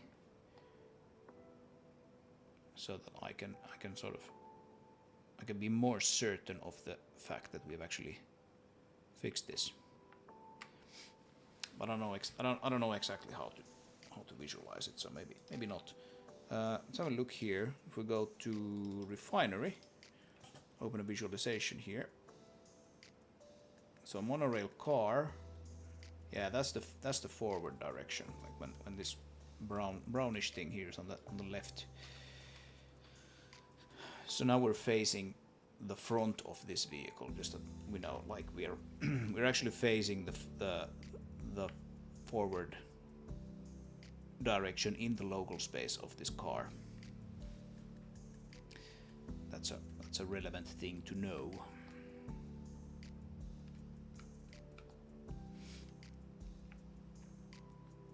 But okay, cool. This still doesn't fix the bugs, but it now gives us an ability to fix the bugs, if you wanna say it like that.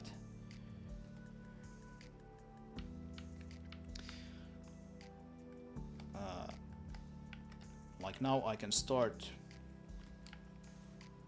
to actually read this value instead of the world space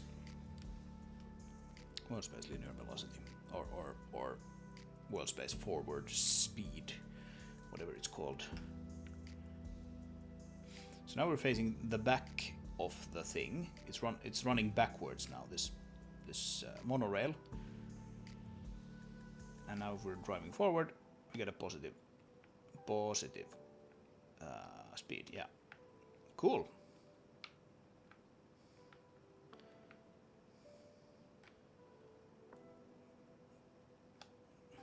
Yep. And we can see that the gearbox still doesn't want to let us reverse, and that is of course because we're not reading that. Let's maybe see if we can try fixing that still today. I don't know how long I want to keep streaming today, but let's do a little bit of actual bug fixing now that we have this thing sort of working here. I'm gonna take like a quick toilet break though, so see you in a little bit.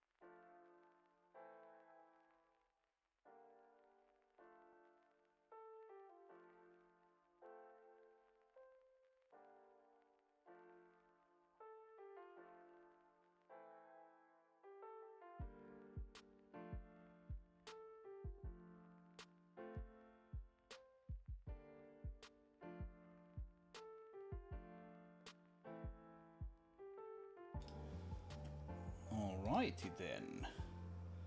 Maybe switch out this music for something else a little bit.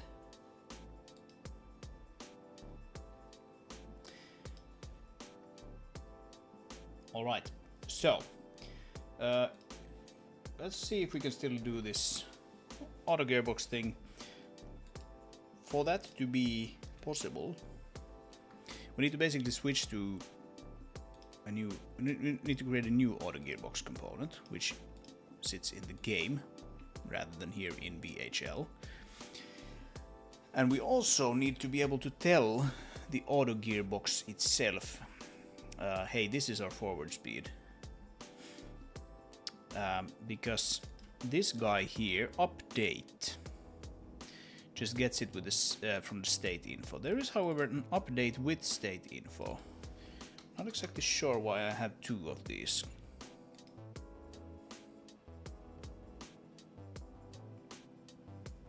Vehicle drivetrain component. Hey, we don't need to do that at all. We don't need to do that at all. We can do it here. This is actually where we've been the whole time. So this is awesome. Because, where's this called from? So the AI driving component calls it, and the vehicle avatar, so basically the player, calls it. Okay, cool. All right, that's fine. So whatever we've done previously here, we can just basically poke in the new current speed forward, right? Own speed forward. Is that all we need to do? Yeah, I think I'm actually not using the VHL auto gearbox component for anything currently. It's just sitting here.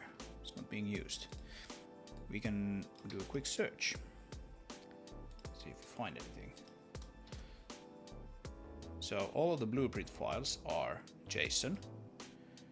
So if you search in blueprint, means data, just find all. Nothing.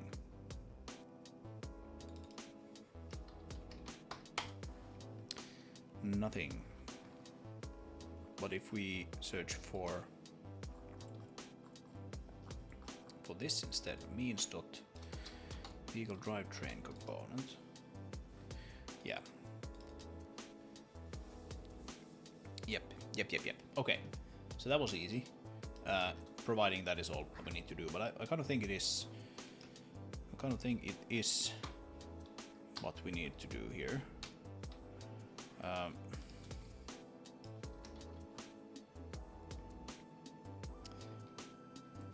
Because that component is clearly what drives this thing. Right. So now if I go in here, right, and then at this point I can like just switch back and forth, no problem, between these two things. But previously I have not been able to do this. I've not been able to like, when this was running, actually switch between reverse and forward. Now I can. Isn't that cool?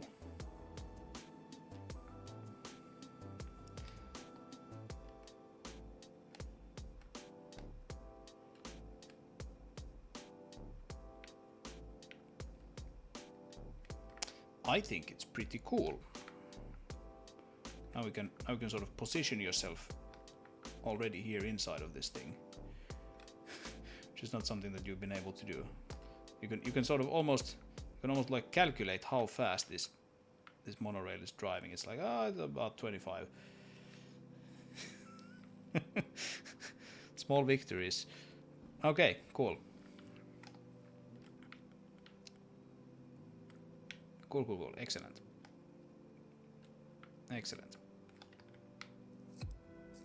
Now I just need to make sure that I plug this new speed thing into all of the things that actually require it, such as those sound and particle system components. because they currently don't do that. Bonk.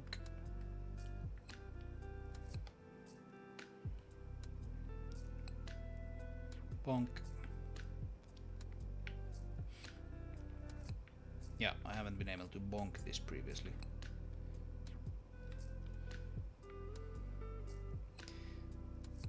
It's a whole new experience to be able to bonk it.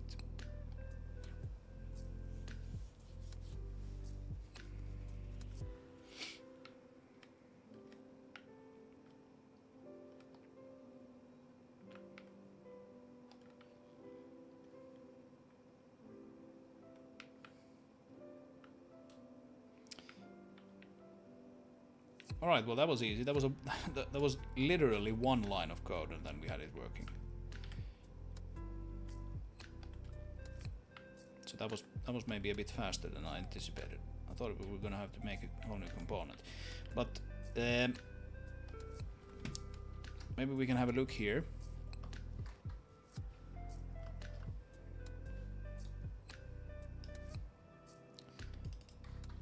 Basically like that. Current speed forward. Not necessarily need to put it in absolutely everywhere. Like these AI things, for example, really don't need to care about currently. It's quite simply like this guy here. Speed. Tire FX controller. Vehicle state info.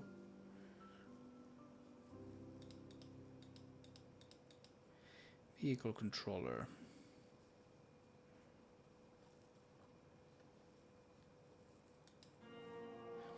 And we initialize the vehicle controller there.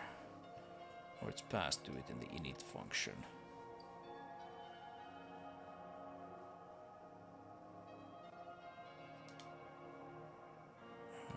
Yeah.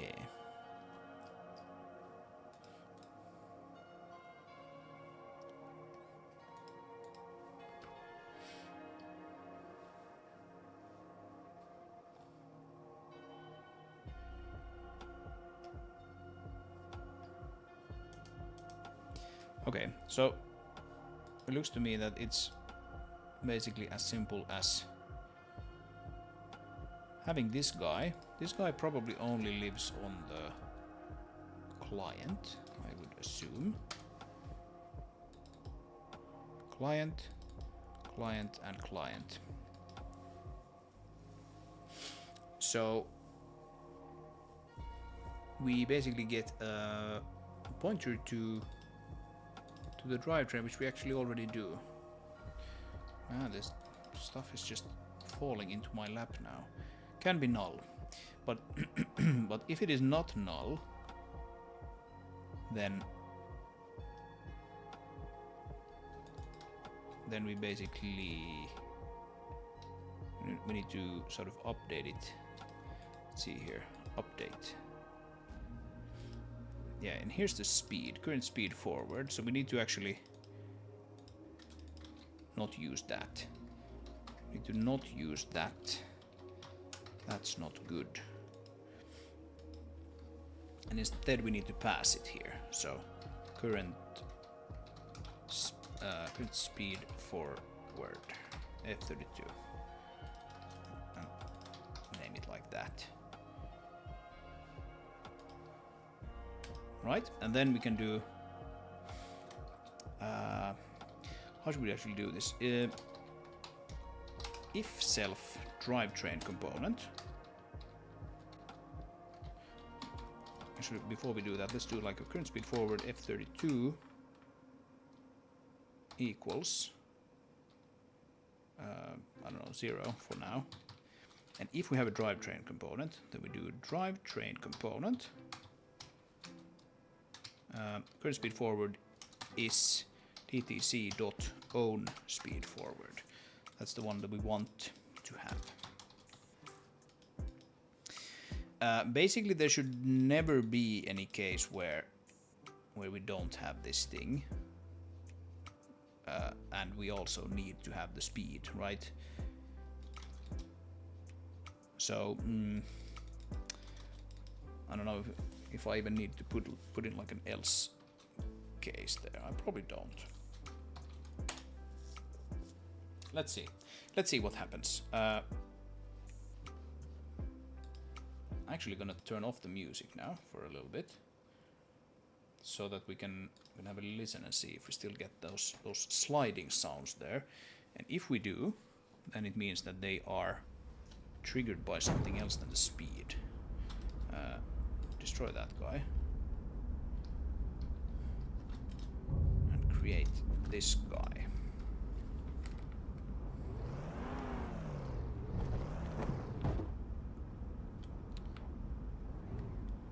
Yeah, the audio world still needs quite a bit of work here, but let's see.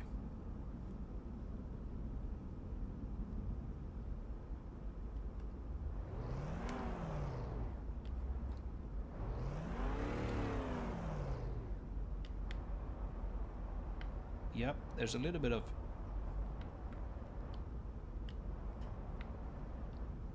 sliding still there.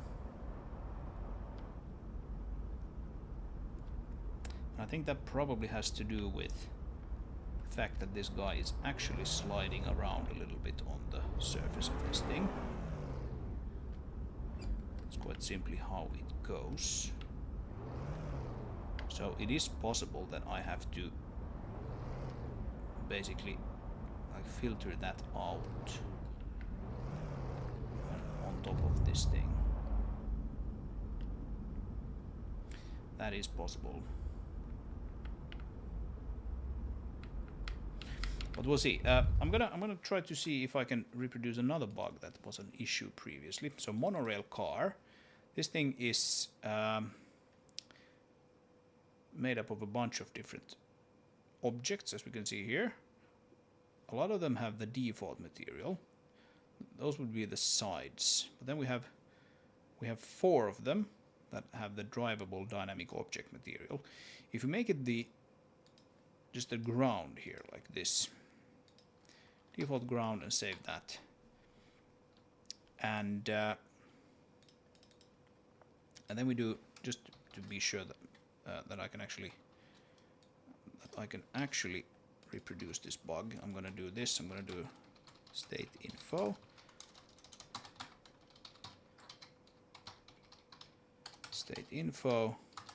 and then do const state info current speed forward, just like the way we had it previously. I'm pretty sure that we'll actually get tire particle systems triggering from that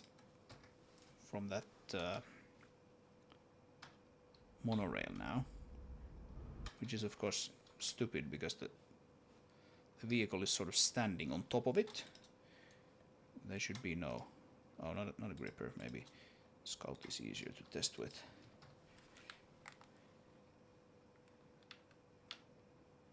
Like this. You can see that we get particle system just by like driving around on this thing.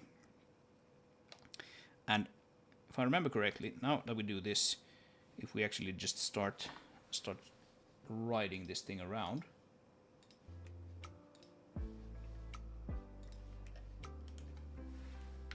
yeah, you can see we get particle systems, which is both funny and stupid at the same time. So okay, what happens now if we re-enable our new fix here? It didn't fix the sliding sounds, but it might fix this. Also might not, and if it doesn't, then I need to handle it probably separately there in the FX controller somehow. That's gonna probably be for another day.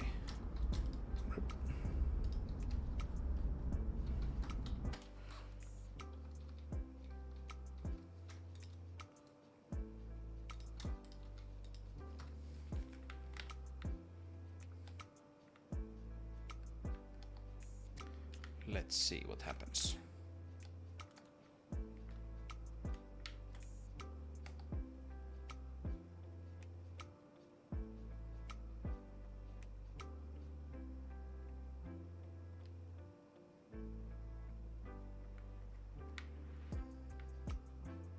Yep, no particle systems.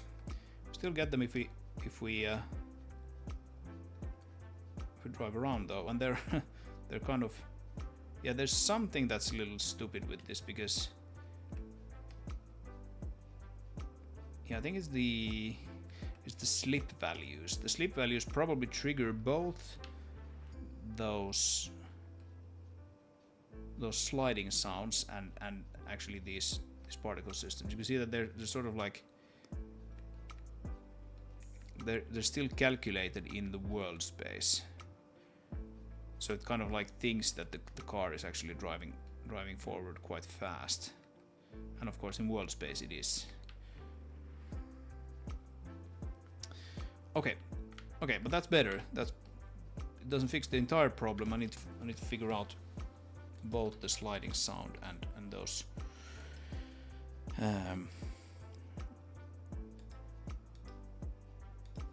particle systems that come from the slipping, or that's my theory at least. They come from the slipping.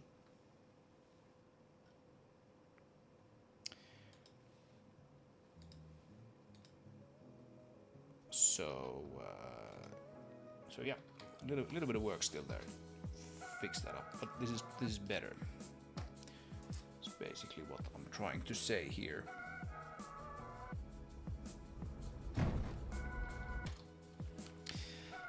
All right, this was good. It works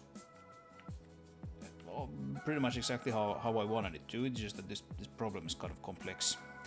That is indeed why it has taken me a little bit of time to fix this. It looks like we're gonna get it in for the demo, which is nice. I think I'm gonna end today with a little bit of light map investigation, and for that to be possible, I need to switch networks. So, fair warning, I'm gonna basically unplug you for a bit and hope that the stream stays up. I think it will. I think it will stay up, and it would be awesome if you could report back in about a minute. But I'm gonna basically switch Ethernet ports now, because that would allow us to access the Baker machine. So hold on to your helmets.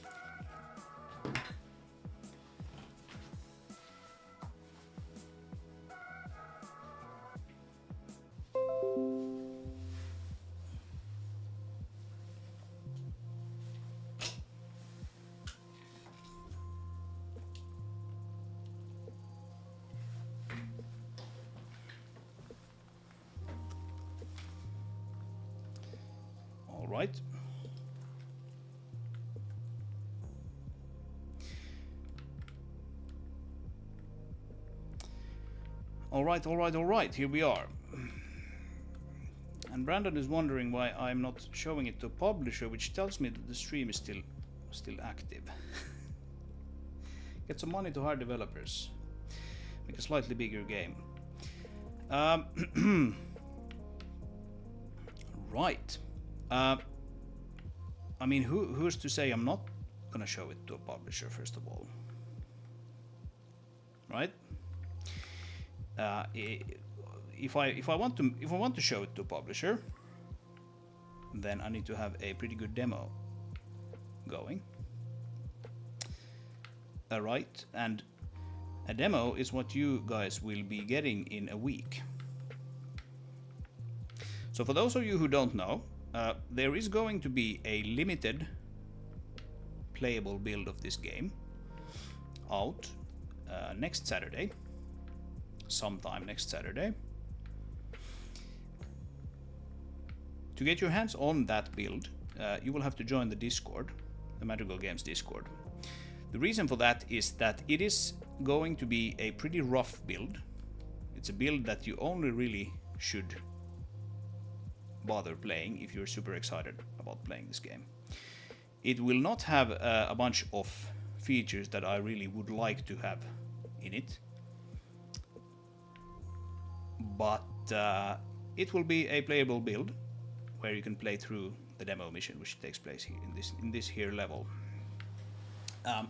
So if you are the kind of player who gets annoyed that there is no options menu, there are no rebindable keys, there are probably missing sounds, there's no voice acting, there's a little bit of physics jank, there's probably a little bit of performance problems, you know, all kinds of things being sort of wonky and in progress.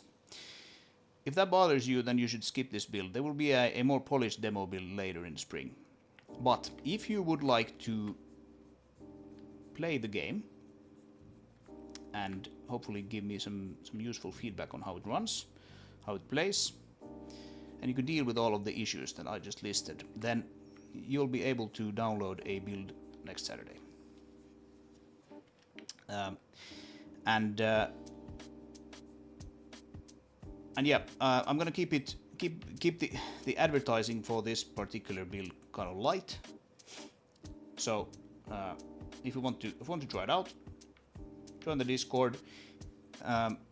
If you think it's really cool, think it's really fun, and you wanna share it with your friends, you're free to do so. You can share the build, but you know, keep in mind that it's early days. I don't mind having a lot of people play it, of course.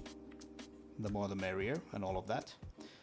But it is still, well, the very first time I'm putting out a build of this game, so it's gonna be rough. And so please tell that to your friends who you are giving it to, if you are giving it to people, that there is going to be a more polished build later in the spring. And all of that. And it is of course still just a demo, so not gonna be the whole experience. But I kind of still just want to have people play it and give me feedback and tell me what works and what doesn't.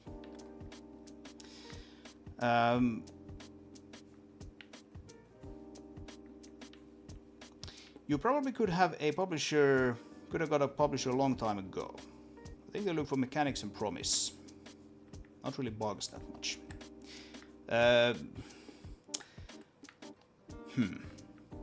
Okay, well, first of all, I'm not sure that is really the case. I'm not sure this game has really been in the shape where I could have gotten a publisher.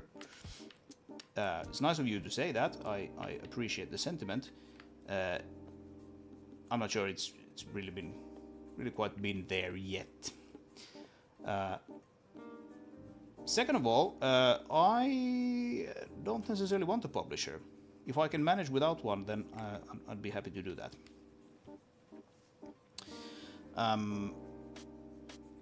Dimitar asks, vertical slice of sorts. It's maybe a little too early for vertical slice. Of sorts, yeah, sure. A vertical slice is typically like, hey, this is the experience that the game is going for, right? This is the most polished version of a very small piece of the game, such as one level. In that sense, it would be a vertical slice. Yes, this level is mostly fully decorated, not quite. Probably some stuff still going to be a little bit wonky. But in that sense, yeah, it's kind of like a vertical slice. However, I think a vertical slice of this game should probably have some sort of voice acting, for example, even if it's you know, AI generated or whatever. All kinds of tools for doing that sort of thing these days. But kind of like a vertical slice, yeah. That's let's say the build that comes a little later in the spring, which should hopefully have all of these quality of life features. I hope to make that a really good vertical slice.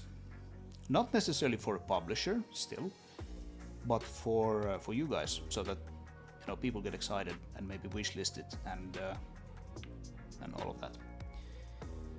And Matt says publishers want to be taking as little risk as possible. If you don't have a demo build that shows polish and promise, then good luck. Exactly. Yeah. Yes. yeah, I don't quite think this game has the mass appeal, nor do I have a sort of the nor do I necessarily instill the sort of confidence in a publisher that this random guy can pull off a project like this just based on a good idea, that they would go like, yes, we'll give you money, go and make the game. I don't think that's quite how it works. However, if I have a really good build, if I have a really good demo, I can get enough people to play it, like it, talk about it, all of that, then that's a whole different situation, and then we can have a think. Okay, would it be better to build this with a publisher? I could get a team. I'd love to have a team. I don't necessarily want to build this game completely solo. Never really been anything I've wanted. I wouldn't want a big team, but I would like maybe 2 or 3 people to help me. That would be awesome. So, we'll see. Anyway, that's the situation. So I'm just kind of crunching right now to put this build together for you, and hopefully you like it.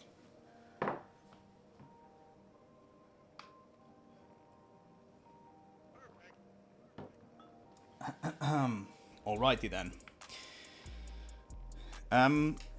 Let's see if we can get a hold of that build, that baker machine now. So I'm gonna. What does it want me to type? Visual. All right. Pin that to the taskbar and plonk it there among the other Visual Studios.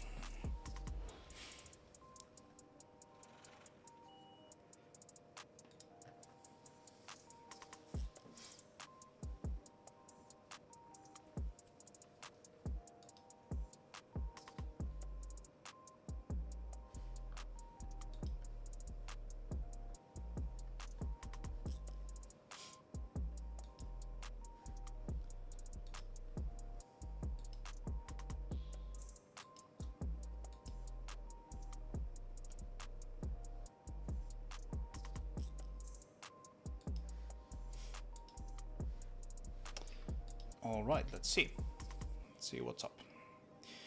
So, can we actually...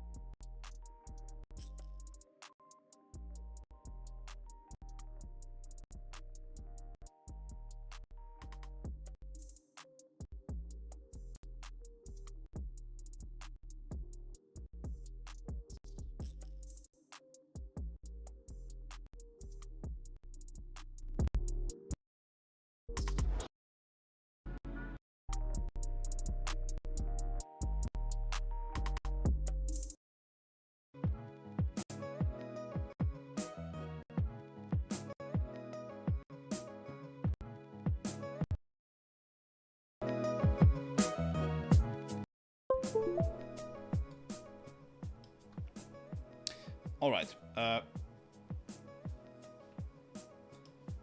Yeah, I think my audio interface just broke.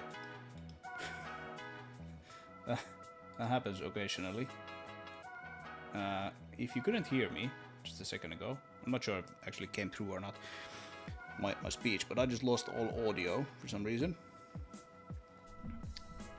So hopefully that's sorted out now. But okay. Equipment just completely breaking.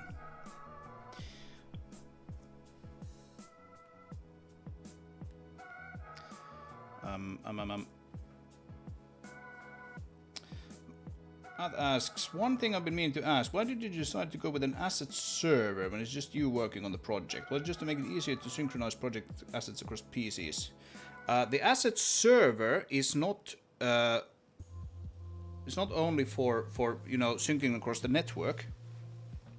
It is mostly because like let's say I have the editor running here, right?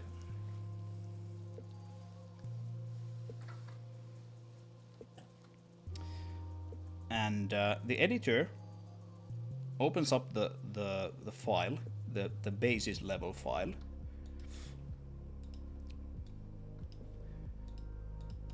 Which we can see. Oh, come on. Opens up the basis level file, which you can see here. Refinery blockout.basis level. It's not a blockout. It's just poorly named these days. This is the file that it just straight up goes and opens and reads. Right.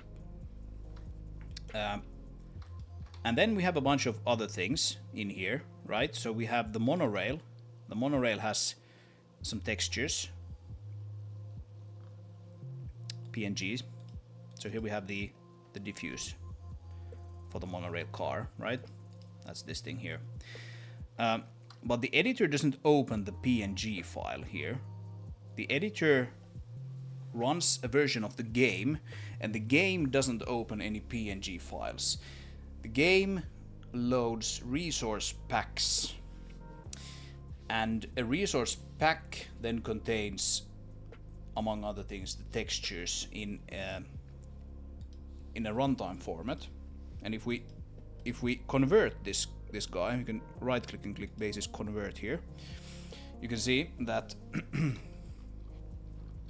that the server here did a convert of the thing, because we basically forced it to, and it gives us back a resource path. So this is a path that is not absolute, so you can just, if you want to, you can just hard code that into the game code, and as long as that texture is found, you can use it like that. Most of the resource paths, of course, are stored somewhere in like a data file, but still the idea is the same. You can just use this thing. If we didn't have the server here, oh, I'm just minimizing everything here accidentally. If we didn't have the server running, I couldn't do hot updates to the editor, for example. I would have to run it via pack files, which you can do if you want to. If you really want to like mess around with stuff, you can run the editor off pack files, and then it literally goes in and loads all the assets as it does in like a packaged form, right? But it's much easier to have all of the versions of the game that you are running when you're developing it just connect to the server, and the server gives the resources that it needs, and it can do it straight from these files. Basically, it has a cache which is stored in here. Here's the cache, and these are just like all the converted runtime files straight up in one folder. And so you can just delete this thing and reconvert everything if you want to, or you can click here, means, and just like force reconvert all the files, for example. And so that means that, like, if you look here, resource request 0, conversion request 0. If you run the game, I'm just gonna minimize this quickly. You can see here that there's some resource requests coming into the server here as the game is starting. And that's just because the game is also connecting to the server.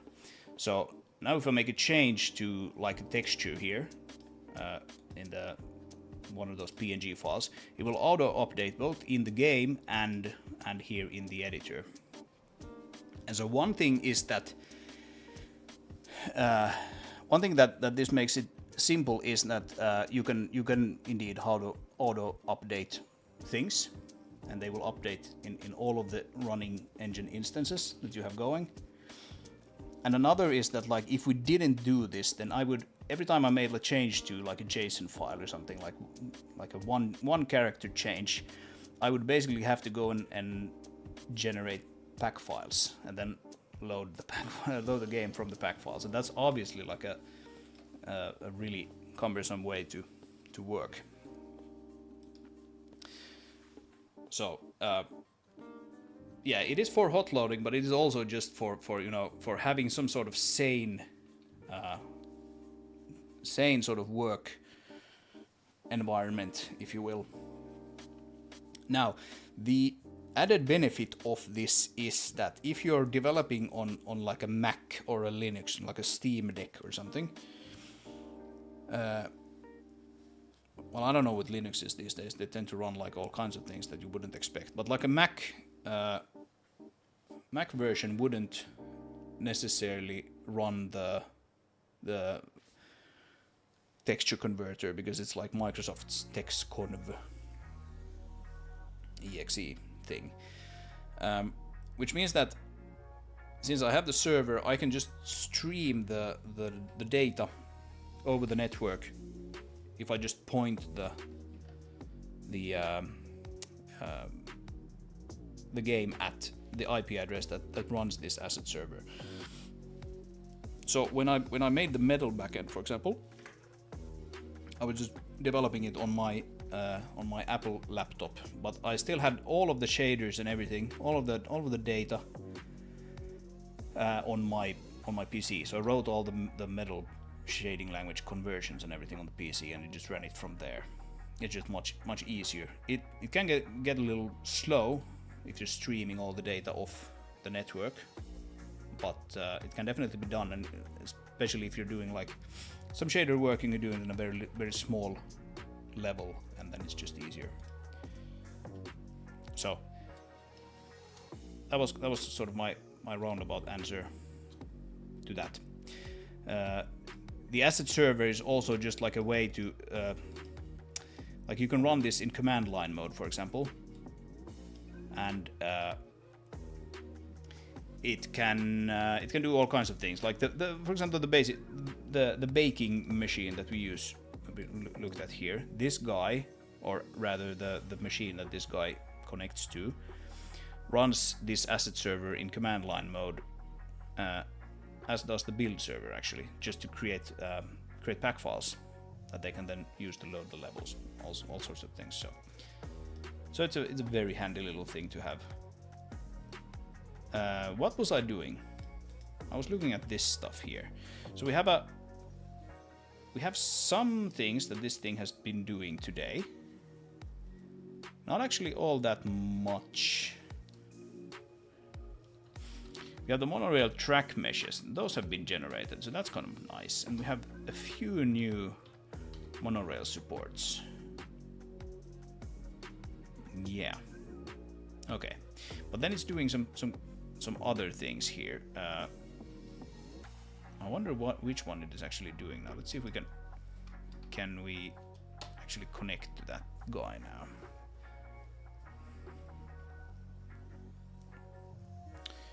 All right, here we go, and it would be actually this one here. So it's doing like ground support, lift station ground support 2. What is that? Ground. Oh, it's these ones. Okay. Yeah. Okay. So those are gonna large. So they will take a little while. Okay. Yeah. So we're not gonna get like a whole lot of new light maps today, but we can at least look at the monorail. So we can enable this debug mode here, especially if we turn off the grass, because the grass is kind of confusing. We keep it on while we have this thing on here. So this guy basically displays the raw not nav mesh, but the raw light maps for all the objects that actually have light maps. So we can see that these ground supports here, they do have light maps, they just are kind of old. This guy doesn't have light maps because it was modeled yesterday, and neither does this track here, because it was basically textured yesterday. These these pillars do have, but they're just completely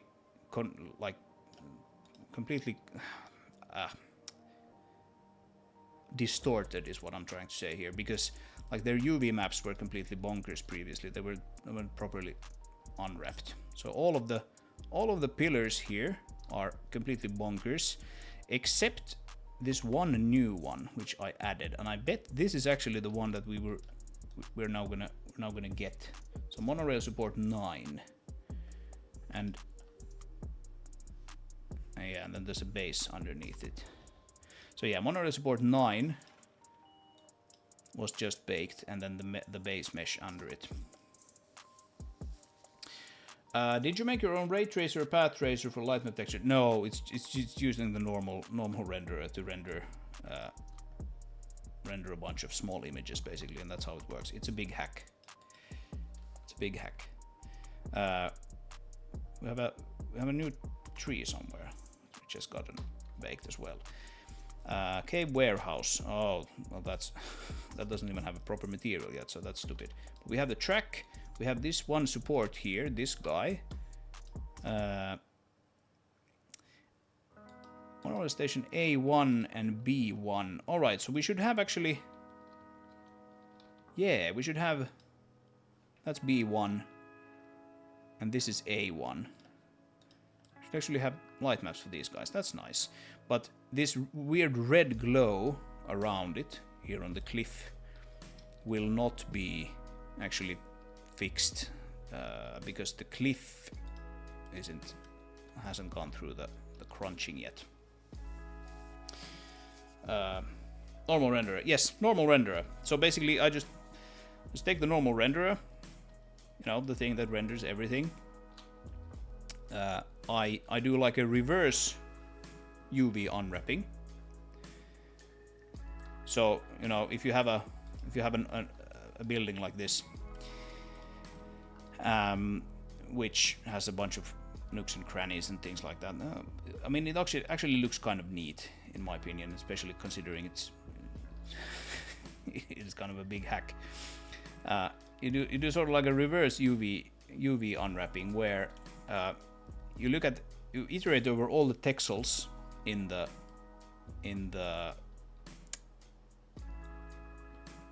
texture. Or this one here, I also think looks pretty cool.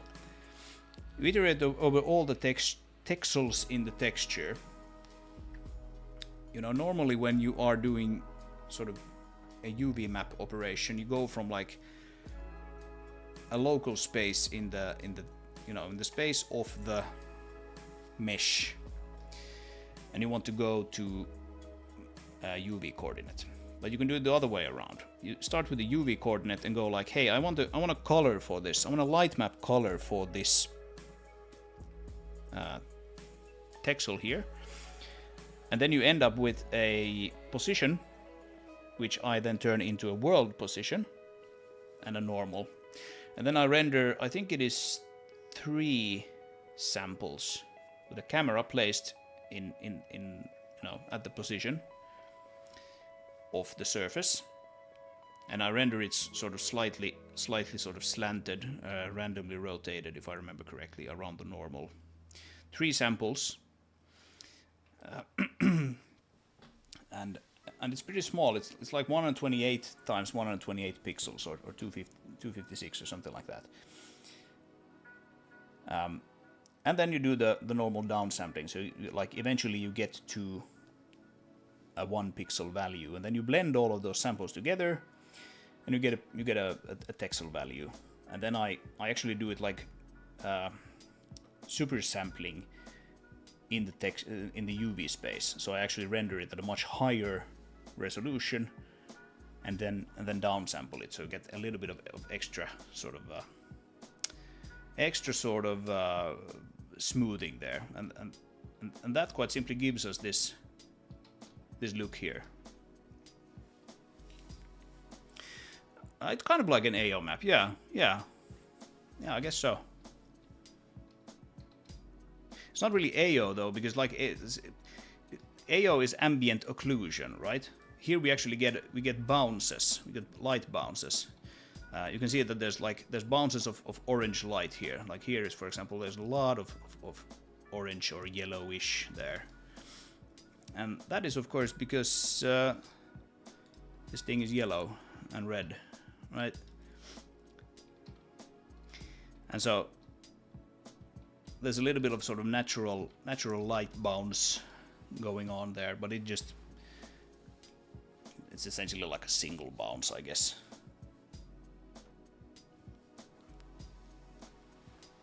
Because the surface kind of like looks at something and then becomes that color, like a little bit. Well, that's kind of what it is. You have a little bit of red here near this as well, which you can see here when you turn on the debug mode. There's a little bit of red light bouncing around.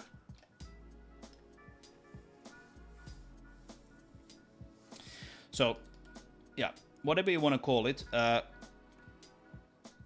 that's what I do, and that gives us this kind of nice smooth look. It's not like super like deep. It lacks a certain depth, I think, that I perhaps could reach with some sort of ray tracer or something, but this is just simply what I have currently. If you turn it off, you can see that like everything just becomes super flat and boring and kind of single colored in some sense.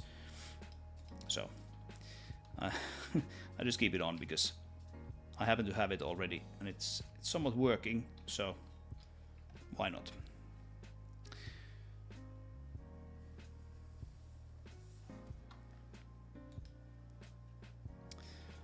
How do I model the actual monorail or buildings and place them correctly in the game world? Oh, are you telling me you haven't seen any Blender Sync videos?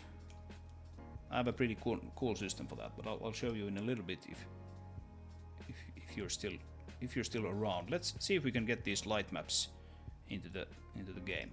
So basically, what I want to do is I want to shut this thing down. Let's not save anything here. And we export them. And this thing now, it slurps down the new light maps from the server.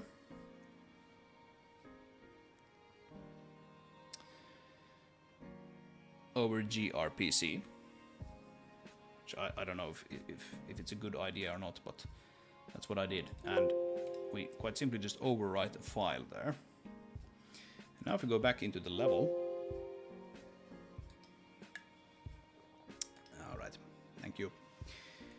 Now if we go back into the level, we should have those new things looking all nice and light mappy.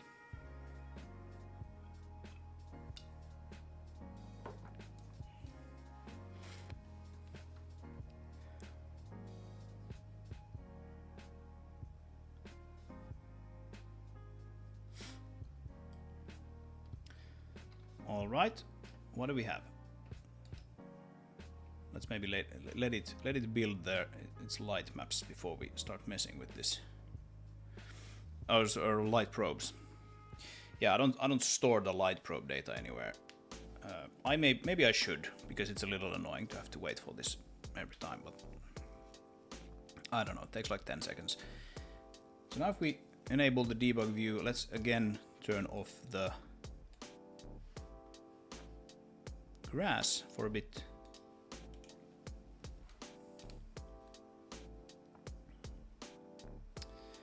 We can see that, yep, we do in fact have light maps now for, yeah, well, that's just broken. It's just broken, and I think we need to up the light map resolution for this a little bit. You can see a little bit too much bleeding here on this, but it is clearly working. Here again, we have a little bit of this red crap, which just came from the fact that it used to be red previously.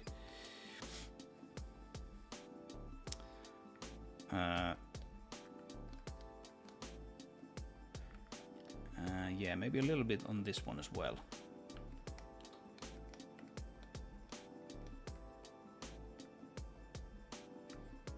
Maybe it looks alright. Some of these artifacts look kind of bad in the debug mode, and then when you turn off the debug mode, you're like, well, there's nothing wrong here. It's just fine.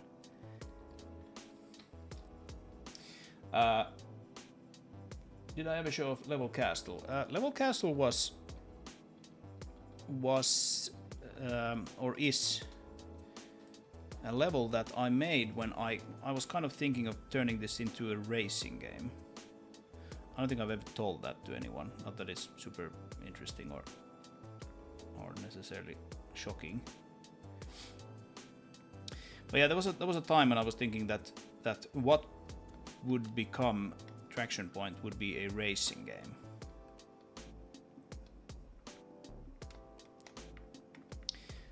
And so Level Castle I think it probably still works. Let's open it up, see what happens.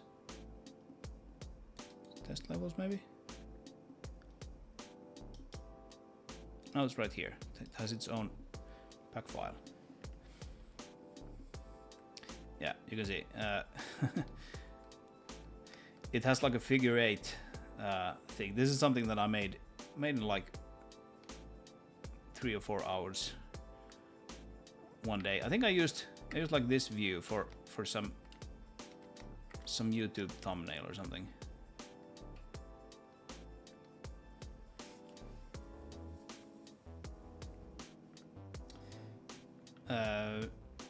But yeah, this has a like a circuit here, and some sort of funky castle going on.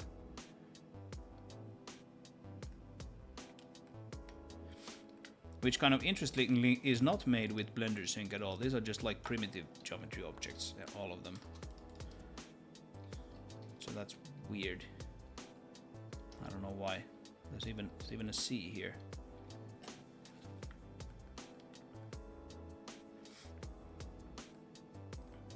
But yeah, there's really nothing here. That's kind of why I haven't talked about it that much.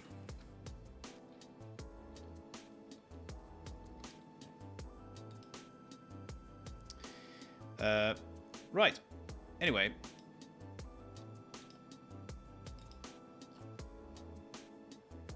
Let's go back there.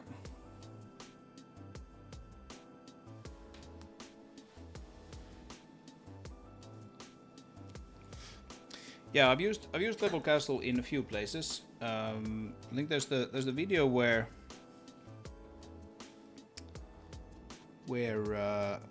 I do engine sounds with timbre for the first time.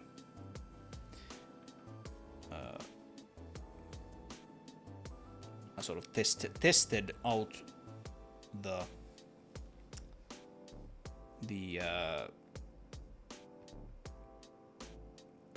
well, whatever I accomplished there in Level Castle.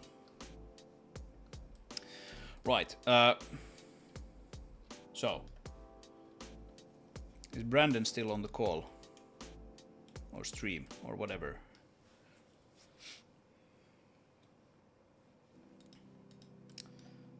And also, where are my game object types? What the hell?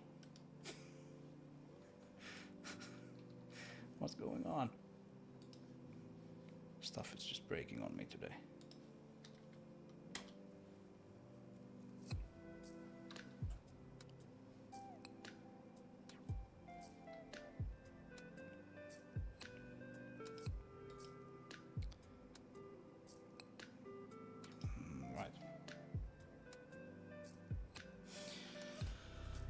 Just watched the Blender Sync video. Reminds me of some of the stuff Passive Star was doing on Twitter. Oh, I don't know.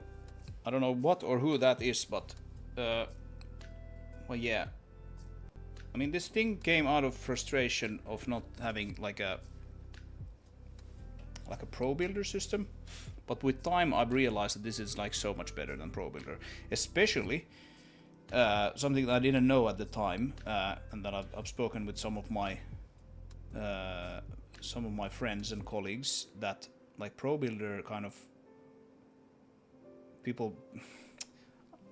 I don't want to speak ill of something I don't really know, but I think the gist was that like Pro Builder kind of tends to cause problems if you use it enough, and you have to kind of switch it out for something else over time, something like that. Anyway, like here under the ground is where you can typically find a bunch of Blender Sync files that I have yet to remove. So here we have, for example, the file for the whole track, and we also have this station here, and it's super handy because I can just like import almost all of the level into Blender, and Blender just eats it up like a champ. So if we just start the server here and click edit in Blender, now of course this thing is going to be on the ground here, so it's going to be a little weird. This is not where it was originally, of course.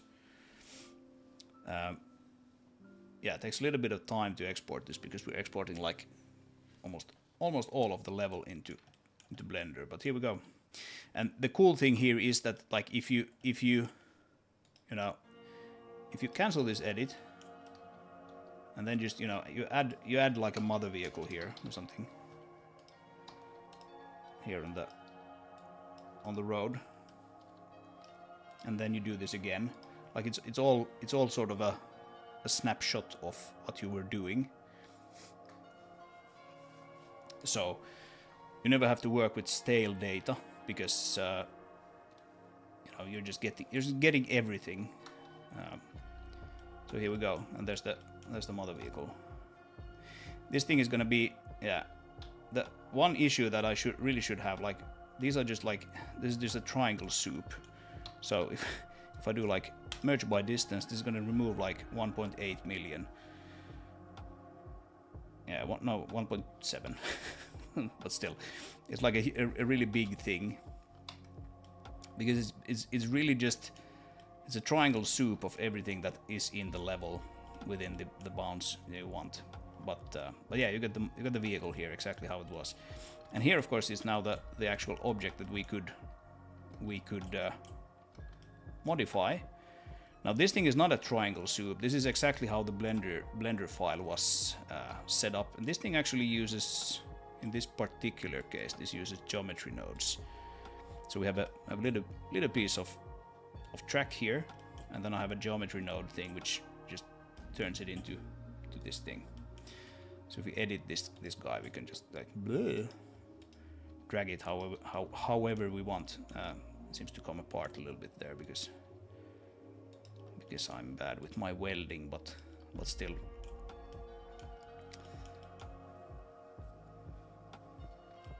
And yeah, then if you want to update that, then you just click a button and then it goes back into the level and you can use it from there. But yeah, this is a little strange thing because I really don't have any, I don't have much Blender Sync data in this particular level anymore, right? They've come out one by one now because I've started to get actual. I typically only model things as so-called quick meshes. Quick mesh is like the Blender Sync instance, if you will. So we have a few here. Oh, actually, yeah. This top here is a Blender Sync object. Yeah, and it will probably remain one, right? I just made these out of some spheres, basically. This top side here. There still needs to be some trees and stuff on top of this. It looks a little empty. But this is kind of nice because you just have the data here in the level, and you can modify this however you want. And only the surroundings, like this yellow stuff here, this is the triangle soup thing that I spoke of. So you shouldn't go modifying this. You should always kind of just modify the actual Blender Sync target. And only the Blender Sync target keeps its topography and modifiers and everything, just as you would expect. The rest is just sort of brought in just for this one session that you'll be working with, and then thrown away. So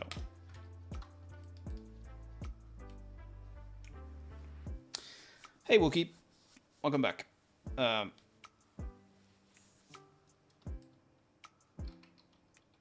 am probably not gonna keep going for very long today, but well, you're welcome nonetheless for a few minutes at least.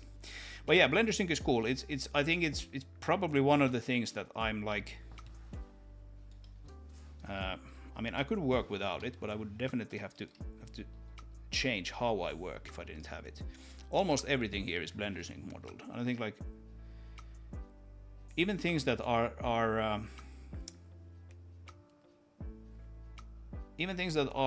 sort of instantiated now, right? Like these supports under this track started out as like a Blender Sync thing, and then when I'm like, yeah, that's good enough, I do something that I call a hijack, which is like you sort of jerk the Blender Sync file, or you jerk the data out of the Blender Sync file into like a normal Blender file, because it is literally just a normal Blender file, but you kind of hijack it out of the system so that it can't touch it anymore, and then you keep working on it in Blender just normally, and then when you have that, you can do all the texturing and everything. Of course, you can do that in Blender Sync, but it's not really meant for that. Wait, so all those buildings are now not using Blender Sync, and you model them in place. These are not Blender Sync files anymore, no. I have modeled, like I said, I think I modeled almost everything here using Blender Sync. Not the trees, not the rocks, but all the buildings, all the walls and supports, this elevator, everything is modeled using Blender Sync. But then at some point, you're like, okay, so this is all good, this is all fine and good, but I don't want to keep this as a Blender Sync file, because the Blender Sync files are managed by the engine itself.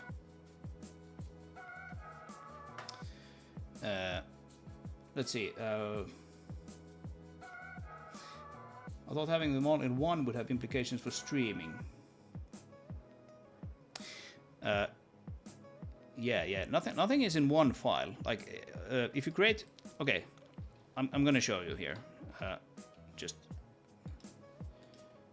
because I'm nice like that. In the next to the level, right? This is the level. This is the work level file.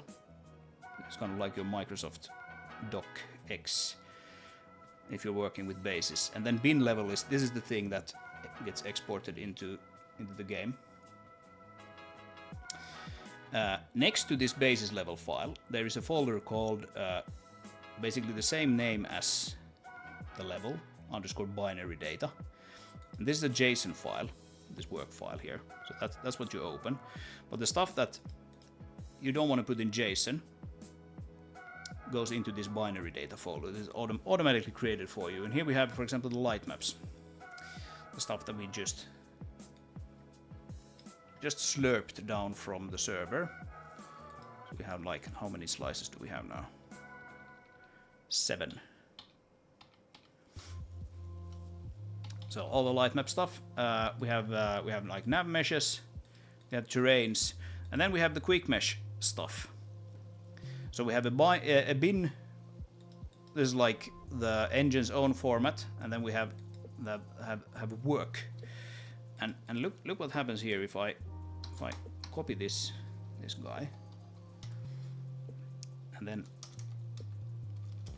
I can just do like .zip, and look at what's going on. If I unpack this guy, you can see, oh, we have a blend file, and we also have an exported. So here's actually what happens. All right, so this happened to be the thing we actually just looked at.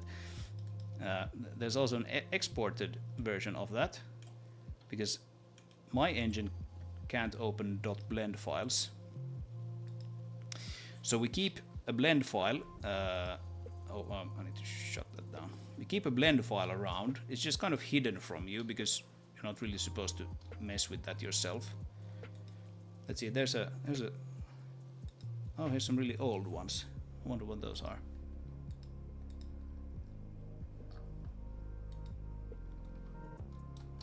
Let's see. Let's see what they are. I have no idea. Something that I've forgotten probably to delete. Extract. Oh. What? 2023. Is that like not like a zip file? That's interesting. What does it actually say? Can I create a file when that file already exists? Test. Does that work? Okay, it just didn't like that file name or something. Oh, here we go. So here's a blend file for here's a Blender sync file for the car, right? I modeled this in Blender sync. You know, this far. So I have like one main target thing here, and then the ramp, which is called side here for some reason. And then at some point I go like, okay, now I wanna actually, you know, properly decorate this guy. And then I take this file and I sort of yank it out of the Blender sync system, which you can do quite simply by opening up the thing in Blender sync and going save copy. So you save the copy somewhere where it makes sense. And here I've saved it here, monorail car. So you get to start with basically like the same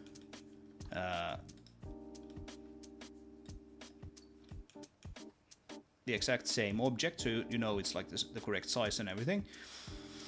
Here the ramp is just moved to the middle because it needs to be exported from there.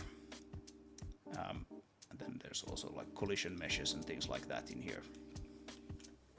But you kind of bring it into its own thing, because the Blender sync files are tied to a certain level. So if you want to, you know, instantiate perhaps one of those things in multiple levels, then you're going to want to bring them out into their own files. And also it's just easier to work this way because you can see that we have all of the textures here that make up the materials, stuff like that. So we have like the monorail station A, which is the one with the roof.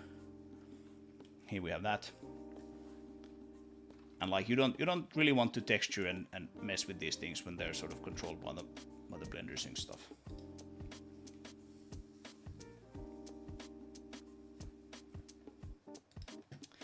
And the nice thing, of course, with this is that as you are working, you don't have to think about any file exports at all. You just place quick mesh in the level and you press a button, and then, you know, you can modify it there, make any changes you want, and you press another button and it comes back here. And as long as you just submit all the files that the level editor has created for you, you know that those files are sort of safe. And then at some point, when you go like, okay, so we have the actual track here now, and it's hosted in its own normal files and everything. It's not managed by the Blender sync system anymore. I come here and I click this show advanced properties. This shows you the GUID for file GUID for this object, and then you can just match it with whatever is in here, binary data. So you can delete the stuff from here. I've been meaning to just add like a delete button, which would remove it itself, but I haven't gotten around to do that yet. So that's how it currently works. But yeah, that is how I model almost everything these days. It's awesome.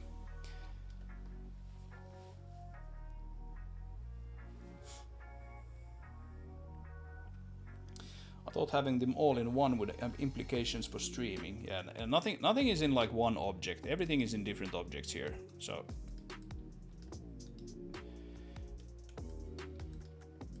So everything gets called and everything. Yeah, right. Like this thing here has an object type refinery level specific gatehouse. Right? And if we go here, we can find it here in the list. Gatehouse. And it contains basically just like the house and the bridge. Here we go.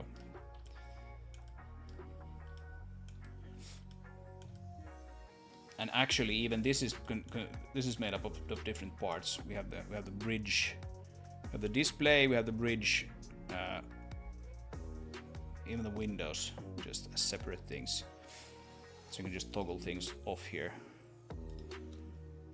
if you want to see just one of them. There we go.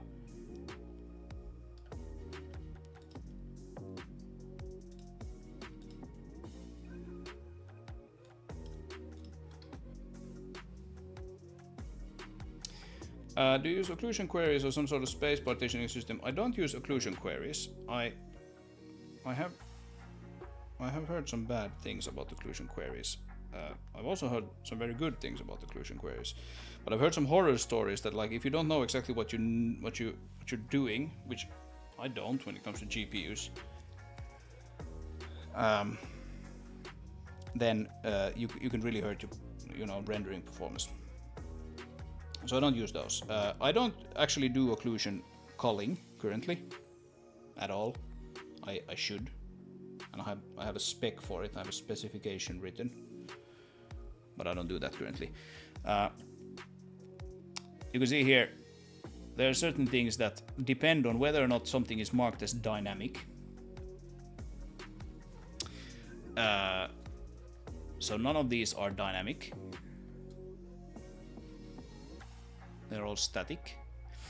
And depending on if they're dynamic or not, this add to BVH and GI type does different things if it's set to auto. So if something is static, i.e. it's not marked as dynamic here, it is by default added to the BVH. And the GI type is set to light map instead of light probe, blah blah blah. So this BVH thing is actually reasonably new. It's only existed for a few months. But you can see here the BVH, or you should be able to do it, but oh, it's not done in the editor, right? That's true. Yeah, it's in the editor. I make so many modifications that I figured I'm not gonna do that here. But we can look at them in the game.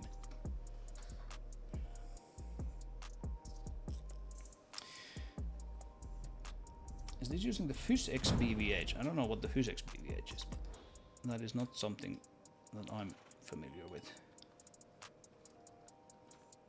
It's just my own BVH. So you can see here, I don't exactly remember what the colors mean anymore, even though it's just like a couple of months since I did it. But you can see here that it splits up the scene into like a hierarchy, and all the static objects go into. I think the green ones are leaves, right? Yeah, I think the green ones are leaves, i.e. like it's not split any further. Then we have the blue ones, and then like the master one is yellow, as you can see here. So here, for example, you have a bunch of objects that are together, right? So you have these green ones. It has tried to split this up so that it clumps together things, and then it can call this entire thing if this box that covers them both isn't visible. It's not going to render any of them. If it is visible, it then checks against this side here, this left side, and then the right side, and then it can go sort of further and further down. I thought PhysX had its own internal system optimized for intersections. It does, yeah, it has a broad face. Not sure if it's a BVH though. BVH stands for bounding volume hierarchy. So it's kind of self-explanatory, I guess, but like it has bounding volumes.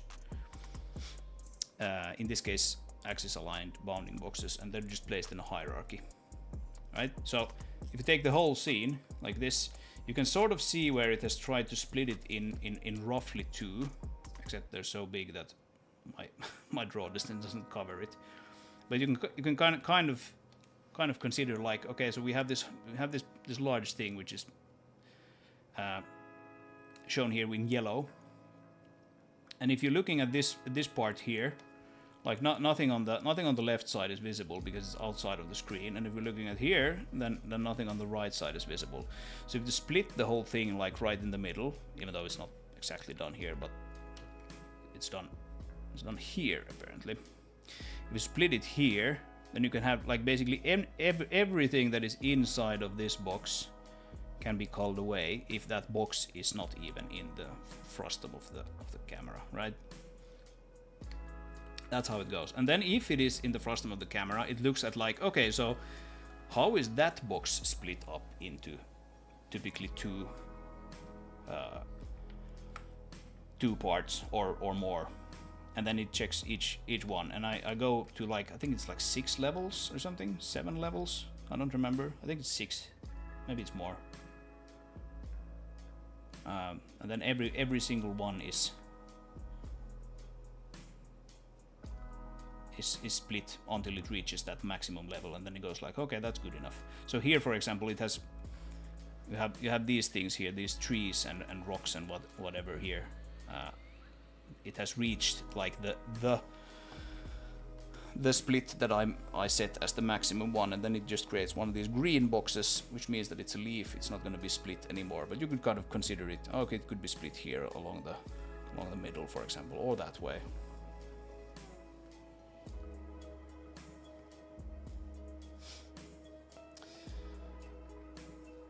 Does your engine have a suffix for automatically using a mesh as a collider? It does not have a suffix, no. No. Colliders are typically set up here in the asset browser. So this, for example, you just specify here that, okay, this is a transform, static body transform. You can have dynamic body transforms, static body transforms, probably some other transforms as well. Just a transform, if you just want it to be like a thing that has a position, for example. Moving transform parent component. Hey, we created that today. Then you have static, dynamic, and then constrained. So constrained is like, okay, this thing can move, but it can never rotate, and you can create one of those. And then under that, you can have a bunch of shapes, so you can just add more here if you want to, blah, blah, blah. And then each shape can be, box, sphere, capsule, cylinder, blah, blah, blah. Here I'm actually using gatehouse collisions, which is just a normal mesh that I've specified that I want that as the collision mesh. So you can see here what it looks like in the editor. It's like it's a simpler version of the actual normal thing. We can actually just render using it, like, whoop, there we go. Like it's not UV mapped properly, as you can see. So the thing just looks bonkers with the material applied. But it does work. It's just a normal mesh, which is just specified to be generating PhysX collision data. And now I need to remember what the original one was. It's probably that one. But yeah, you can make it a sphere. 100. Now it's a sphere. Now that's the collision of it. It's kind of simple, really, and of course you can build it up out of several. So if you want to have a box and a let's make it like 10, 10, 10, and then position 10. It's so large that you can't see it. There we go. Now we have a box and a sphere. So yeah, it's kind of simple.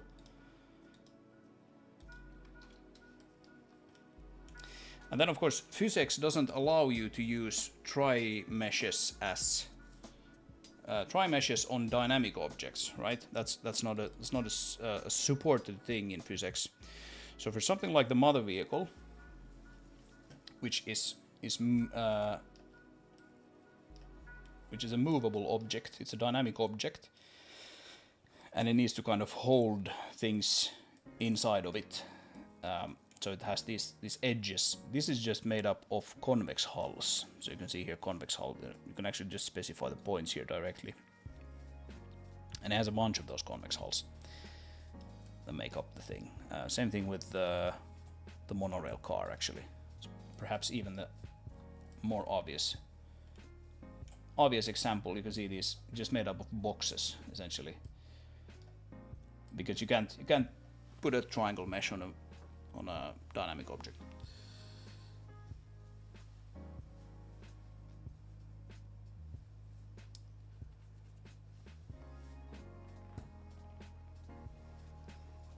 All right.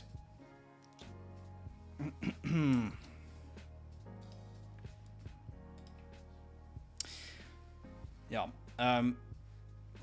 But yeah, getting back to the culling, static objects are put in the BVH unless you specifically want them not to be, and you can also put the dynamic objects there. But then it basically needs to like be manually regenerated, the BVH, which is not something that you really want to do. And then we have another system here for like for decorations. Decorations are kind of like lightweight game objects that you can just put like lots and lots and lots of. So if we turn off the decorations, you can see that it's mostly like small rocks. Actually, I think in this level it's almost only small rocks. But it can be any mesh. It's not a restriction on it. But you can't refer to those in the game. Like here, for example, you can just right click and it goes like, okay, spruce call 83. Okay, I want that gun. I want that gun. You know, I want. Let's not maybe remove the entire cliff, but we can do it. We can just go like, yep. I want that cliff gun. It's annoying. But you can't actually refer to these decorations. And the decorations are actually put in an octree, which you can see here, which is probably there's almost no decorations in this level still, so it doesn't really get. Yeah, it's not really split almost at all. I probably need to tune that actually, but the decorations almost never show up in any profiler, so it's like,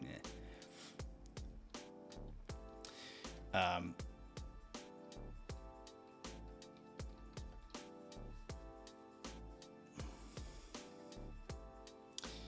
Is the dynamic shadow casting resolution? I assume you mean what is the dynamic shadow casting resolution? I think it's 2K currently.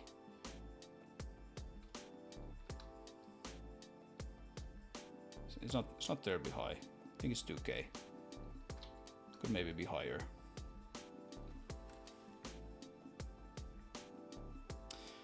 Hey Aku, good morning to you. I could even see some funkiness there with the shadows. Oh, it's bad. Yeah, there are 4 cascades, and I've been meaning to add a 5th static one, but I haven't gotten around to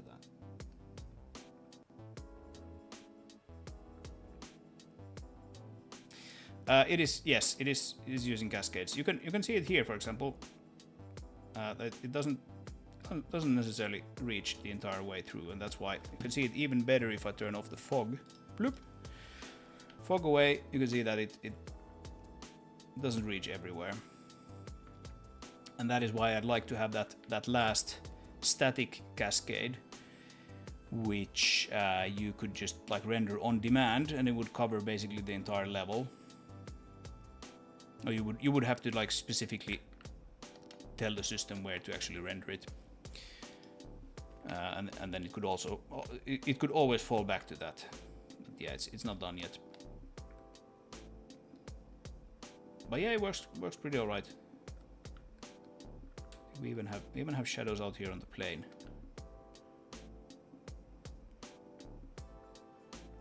So that's not bad.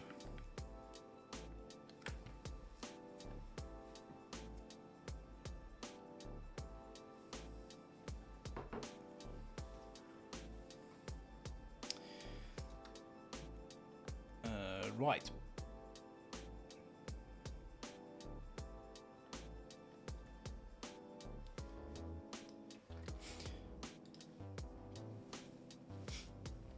Cool. Okay. Well, this was a pretty productive day, I have to say. I got a lot of stuff working and done. So, where were we with those light maps still? I got sort of sidetracked, which is completely fine, but I still want to check out those light maps and see where we were with them. Debug view. And let's again yoink out the grass.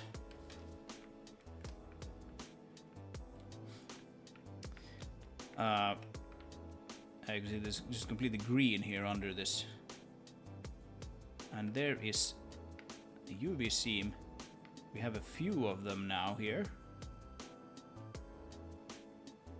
And I bet some of them aren't all that well handled.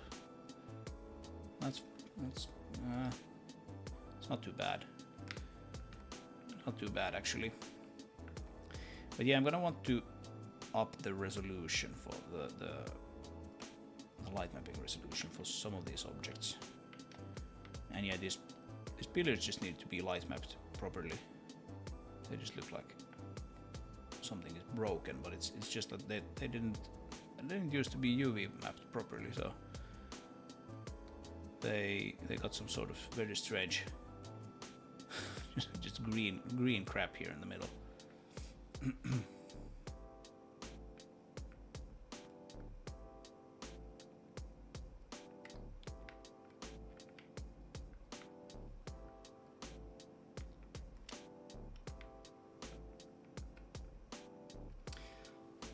Something about the vibe of slide looks fresher. I think the gray fog dust might be dulling things a bit. This is definitely a lower fidelity visual style, absolutely. That's kind of the idea. Like I realized that I will never finish the game if I keep going like I did in slide.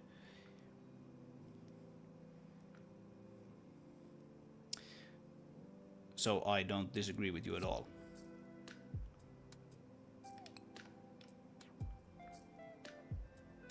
Absolutely.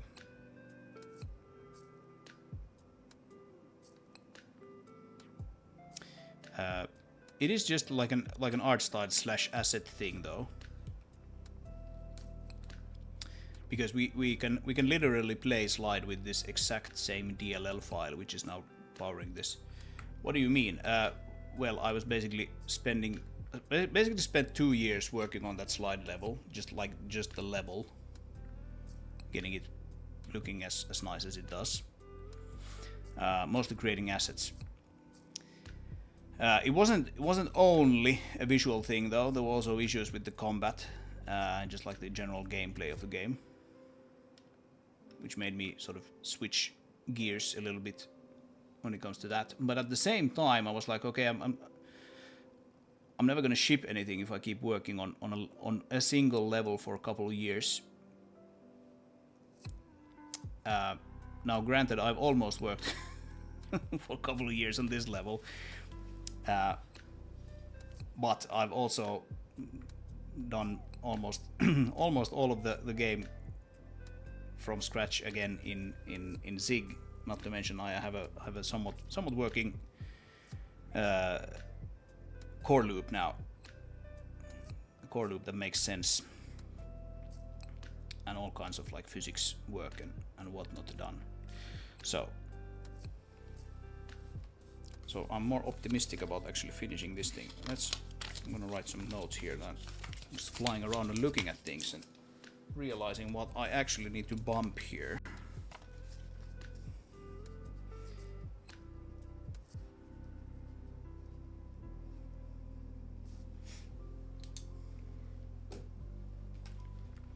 The bike shed genes are strong, yes.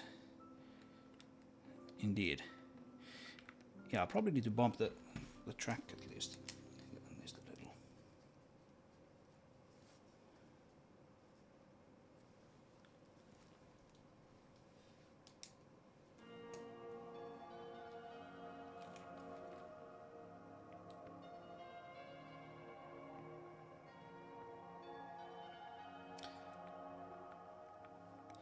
Sounds like I need a developer. Well, I am a developer.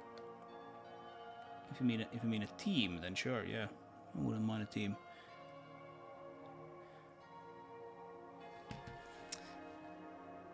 I think that support there is like way too small UV space. I think I can bump it from here. Monorail support base, right?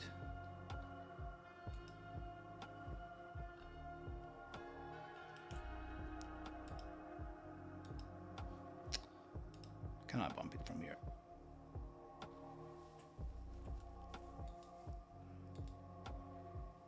Yes, I can.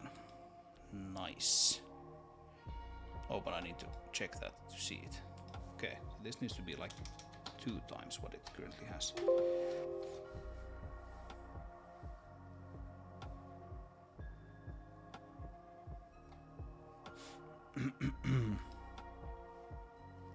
And then this probably needs maybe 1.5.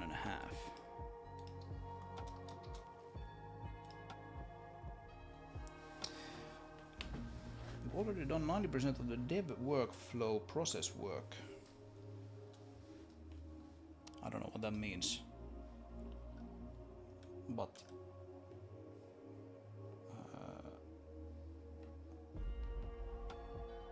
I guess there's like a certain amount of work that always takes longer when building, you know, the first, well, building the vertical slice essentially, because like you don't have any core loop, you don't have any core mechanics.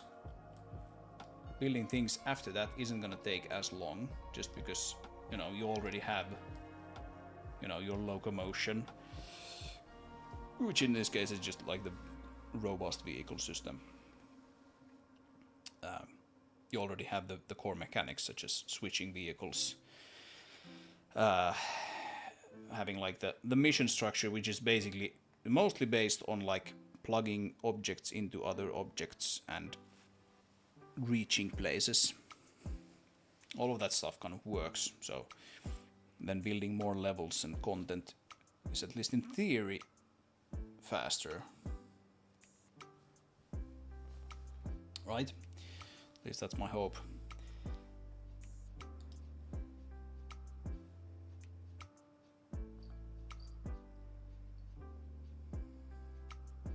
And of course I've worked on and shipped games that have been much larger than this.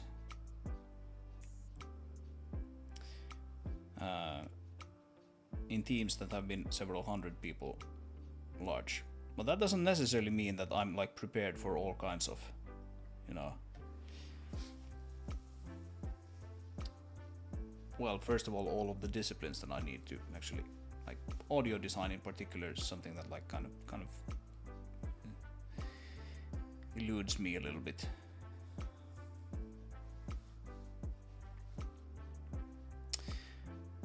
Can I say what games? You can probably find it out if you Google me. Right?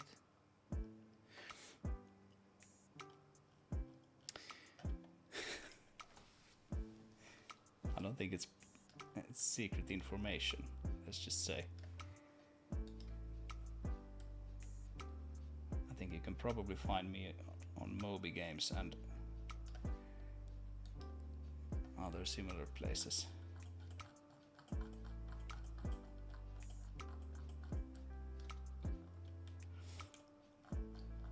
But no, I'm not gonna say. If you want to find out, you can find it out.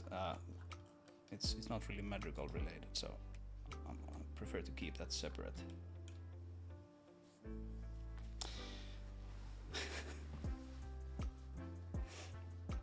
No, my name is not Madrigal Games, but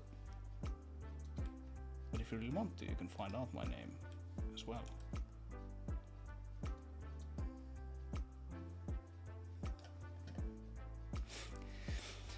But yeah, I mean, all joking aside, I kind of don't want to ride on any of that, because like the work I've done there has been very different in many aspects. So I'm not sure how much of a benefit I have from that. Well, I can say that I have worked mostly as an engine programmer. So surprise, surprise, made my own engine for this.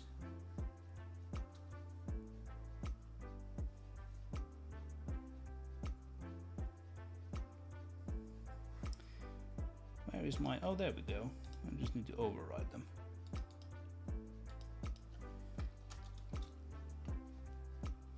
Yeah, you need to put on your detective glasses. Exactly. Exactly.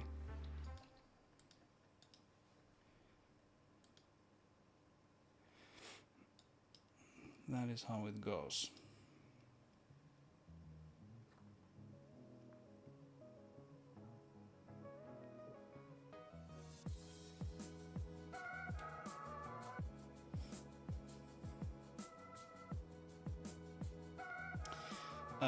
Aboli is asking in Finnish. I mean, sure, you can ask me in Finnish. I'm still gonna answer in English because I like to keep this in English so that everyone knows what's going on. What I studied, and it actually came up in the previous stream. I've gone to what we call ammattikorkeakoulu, which is it's like a Bachelor of Science degree sort of thing.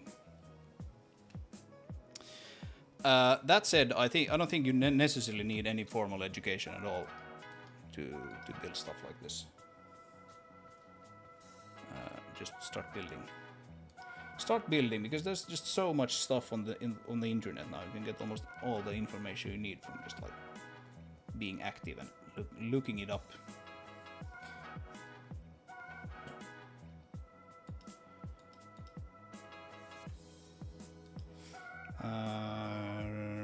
Quick mesh. Which one? Oh, is that it's that one. Yeah. Okay. So this guy is still a quick mesh, right? I think that might be this one, and then this one are the only ones that are left as quick meshes that like aren't supposed to be. Like we had some of these like background meshes here that are probably going to remain quick meshes, because like there's really no reason to make anything else out of them. Actually, I should probably check here that I don't have physics. No physics. No physics on these guys. But yeah, that would be that. And then the track itself also needs a little bit of bumping.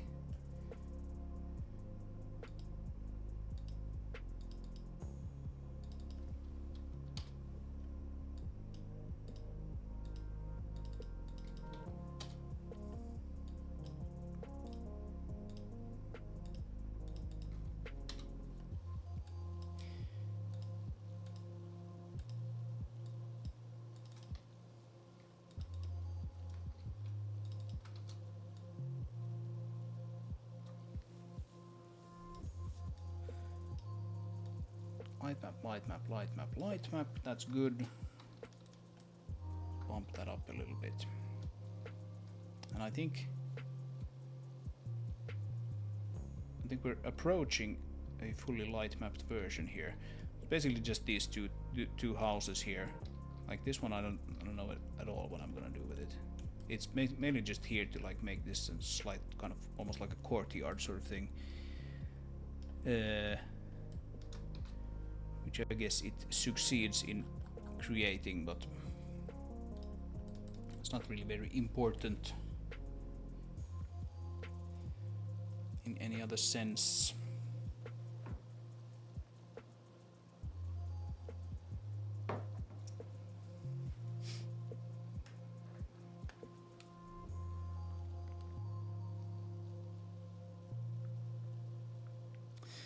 But yeah, still regarding the education thing, I don't think like I worked in the games industry for quite some time already, and I work with people who have been sort of poached straight out of school, straight out of the school, like elementary school, peruskoulu, without any sort of any kind of continued education at all. And I've also worked with people who have had like PhDs in their respective field. That is to say, there are people of all sorts. And it has definitely not always meant that the people with the higher education have had like higher positions, though I guess quite often that tends to be the case, that like, especially if you work as an expert at a company, then maybe you work as an expert there because you're like, you have a PhD in physics or something like that. Then it can be very important to that company, but that's not always the case. So education is of course always very good, but I don't think anything makes up for just building stuff. I think that is probably the most important thing. Just building stuff, getting comfortable building stuff, solving problems. Then if you have an education on top of that always helps, of course.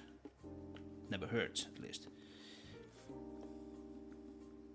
Except some people might say that it's a waste of time and it hurts because of that, but I don't think getting an education is a waste of time. It's probably a pretty good idea after all. All right.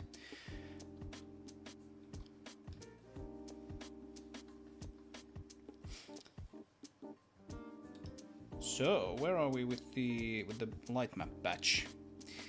Right, it's building like 5 out of 10, so it's gonna take quite some time, and I'm just gonna leave it running. Bye bye. Probably shut down the Baker client as well. All right.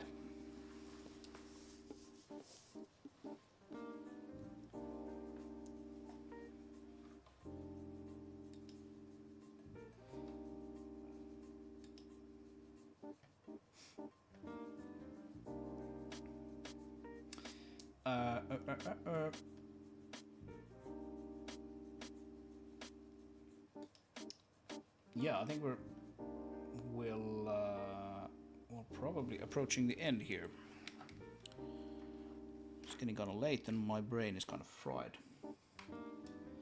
See you, great stream. Thanks for entertaining my questions. No problem. Have a great one. See you maybe next time.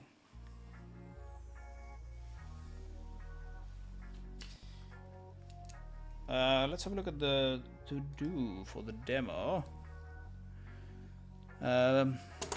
Right. On the vehicle sound effects, on the vehicle tire particles. Yeah, those would be nice to get in.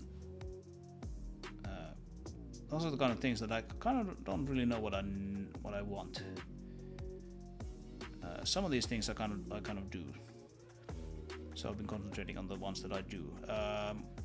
Mounting in the house in the monorail station, monorail car. That's kind of done. I'm gonna leave it still unmarked because I need to paint some dirt on it. Alert towers. We have the gripper redesigning, which I'm starting to feel a little bit worried about. Prevent the mother wheel from lifting itself using the crane. That was a hilarious bug. And then this is the thing that we've been working on today. That's pretty good. It's making good progress. Still need some investigation stuff. More dynamic objects with the marathon stream. Yeah, Yeah, I've been meaning to do that, but just been so busy with other things. Collision for the main gate when it's closed. I should maybe make it camera collisions, because it does have collisions. Just camera collisions are not a thing currently. And yeah, some visual glitches at high distances. And then packaging, okay. Yeah, we're making progress here. Who knew that you would be making progress when you have a deadline looming?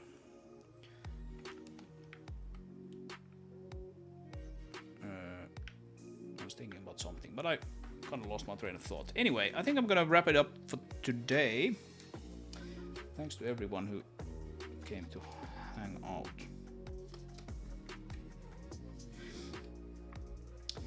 And as I'm sure I'm gonna probably say a couple more times this week, if you want to play the game,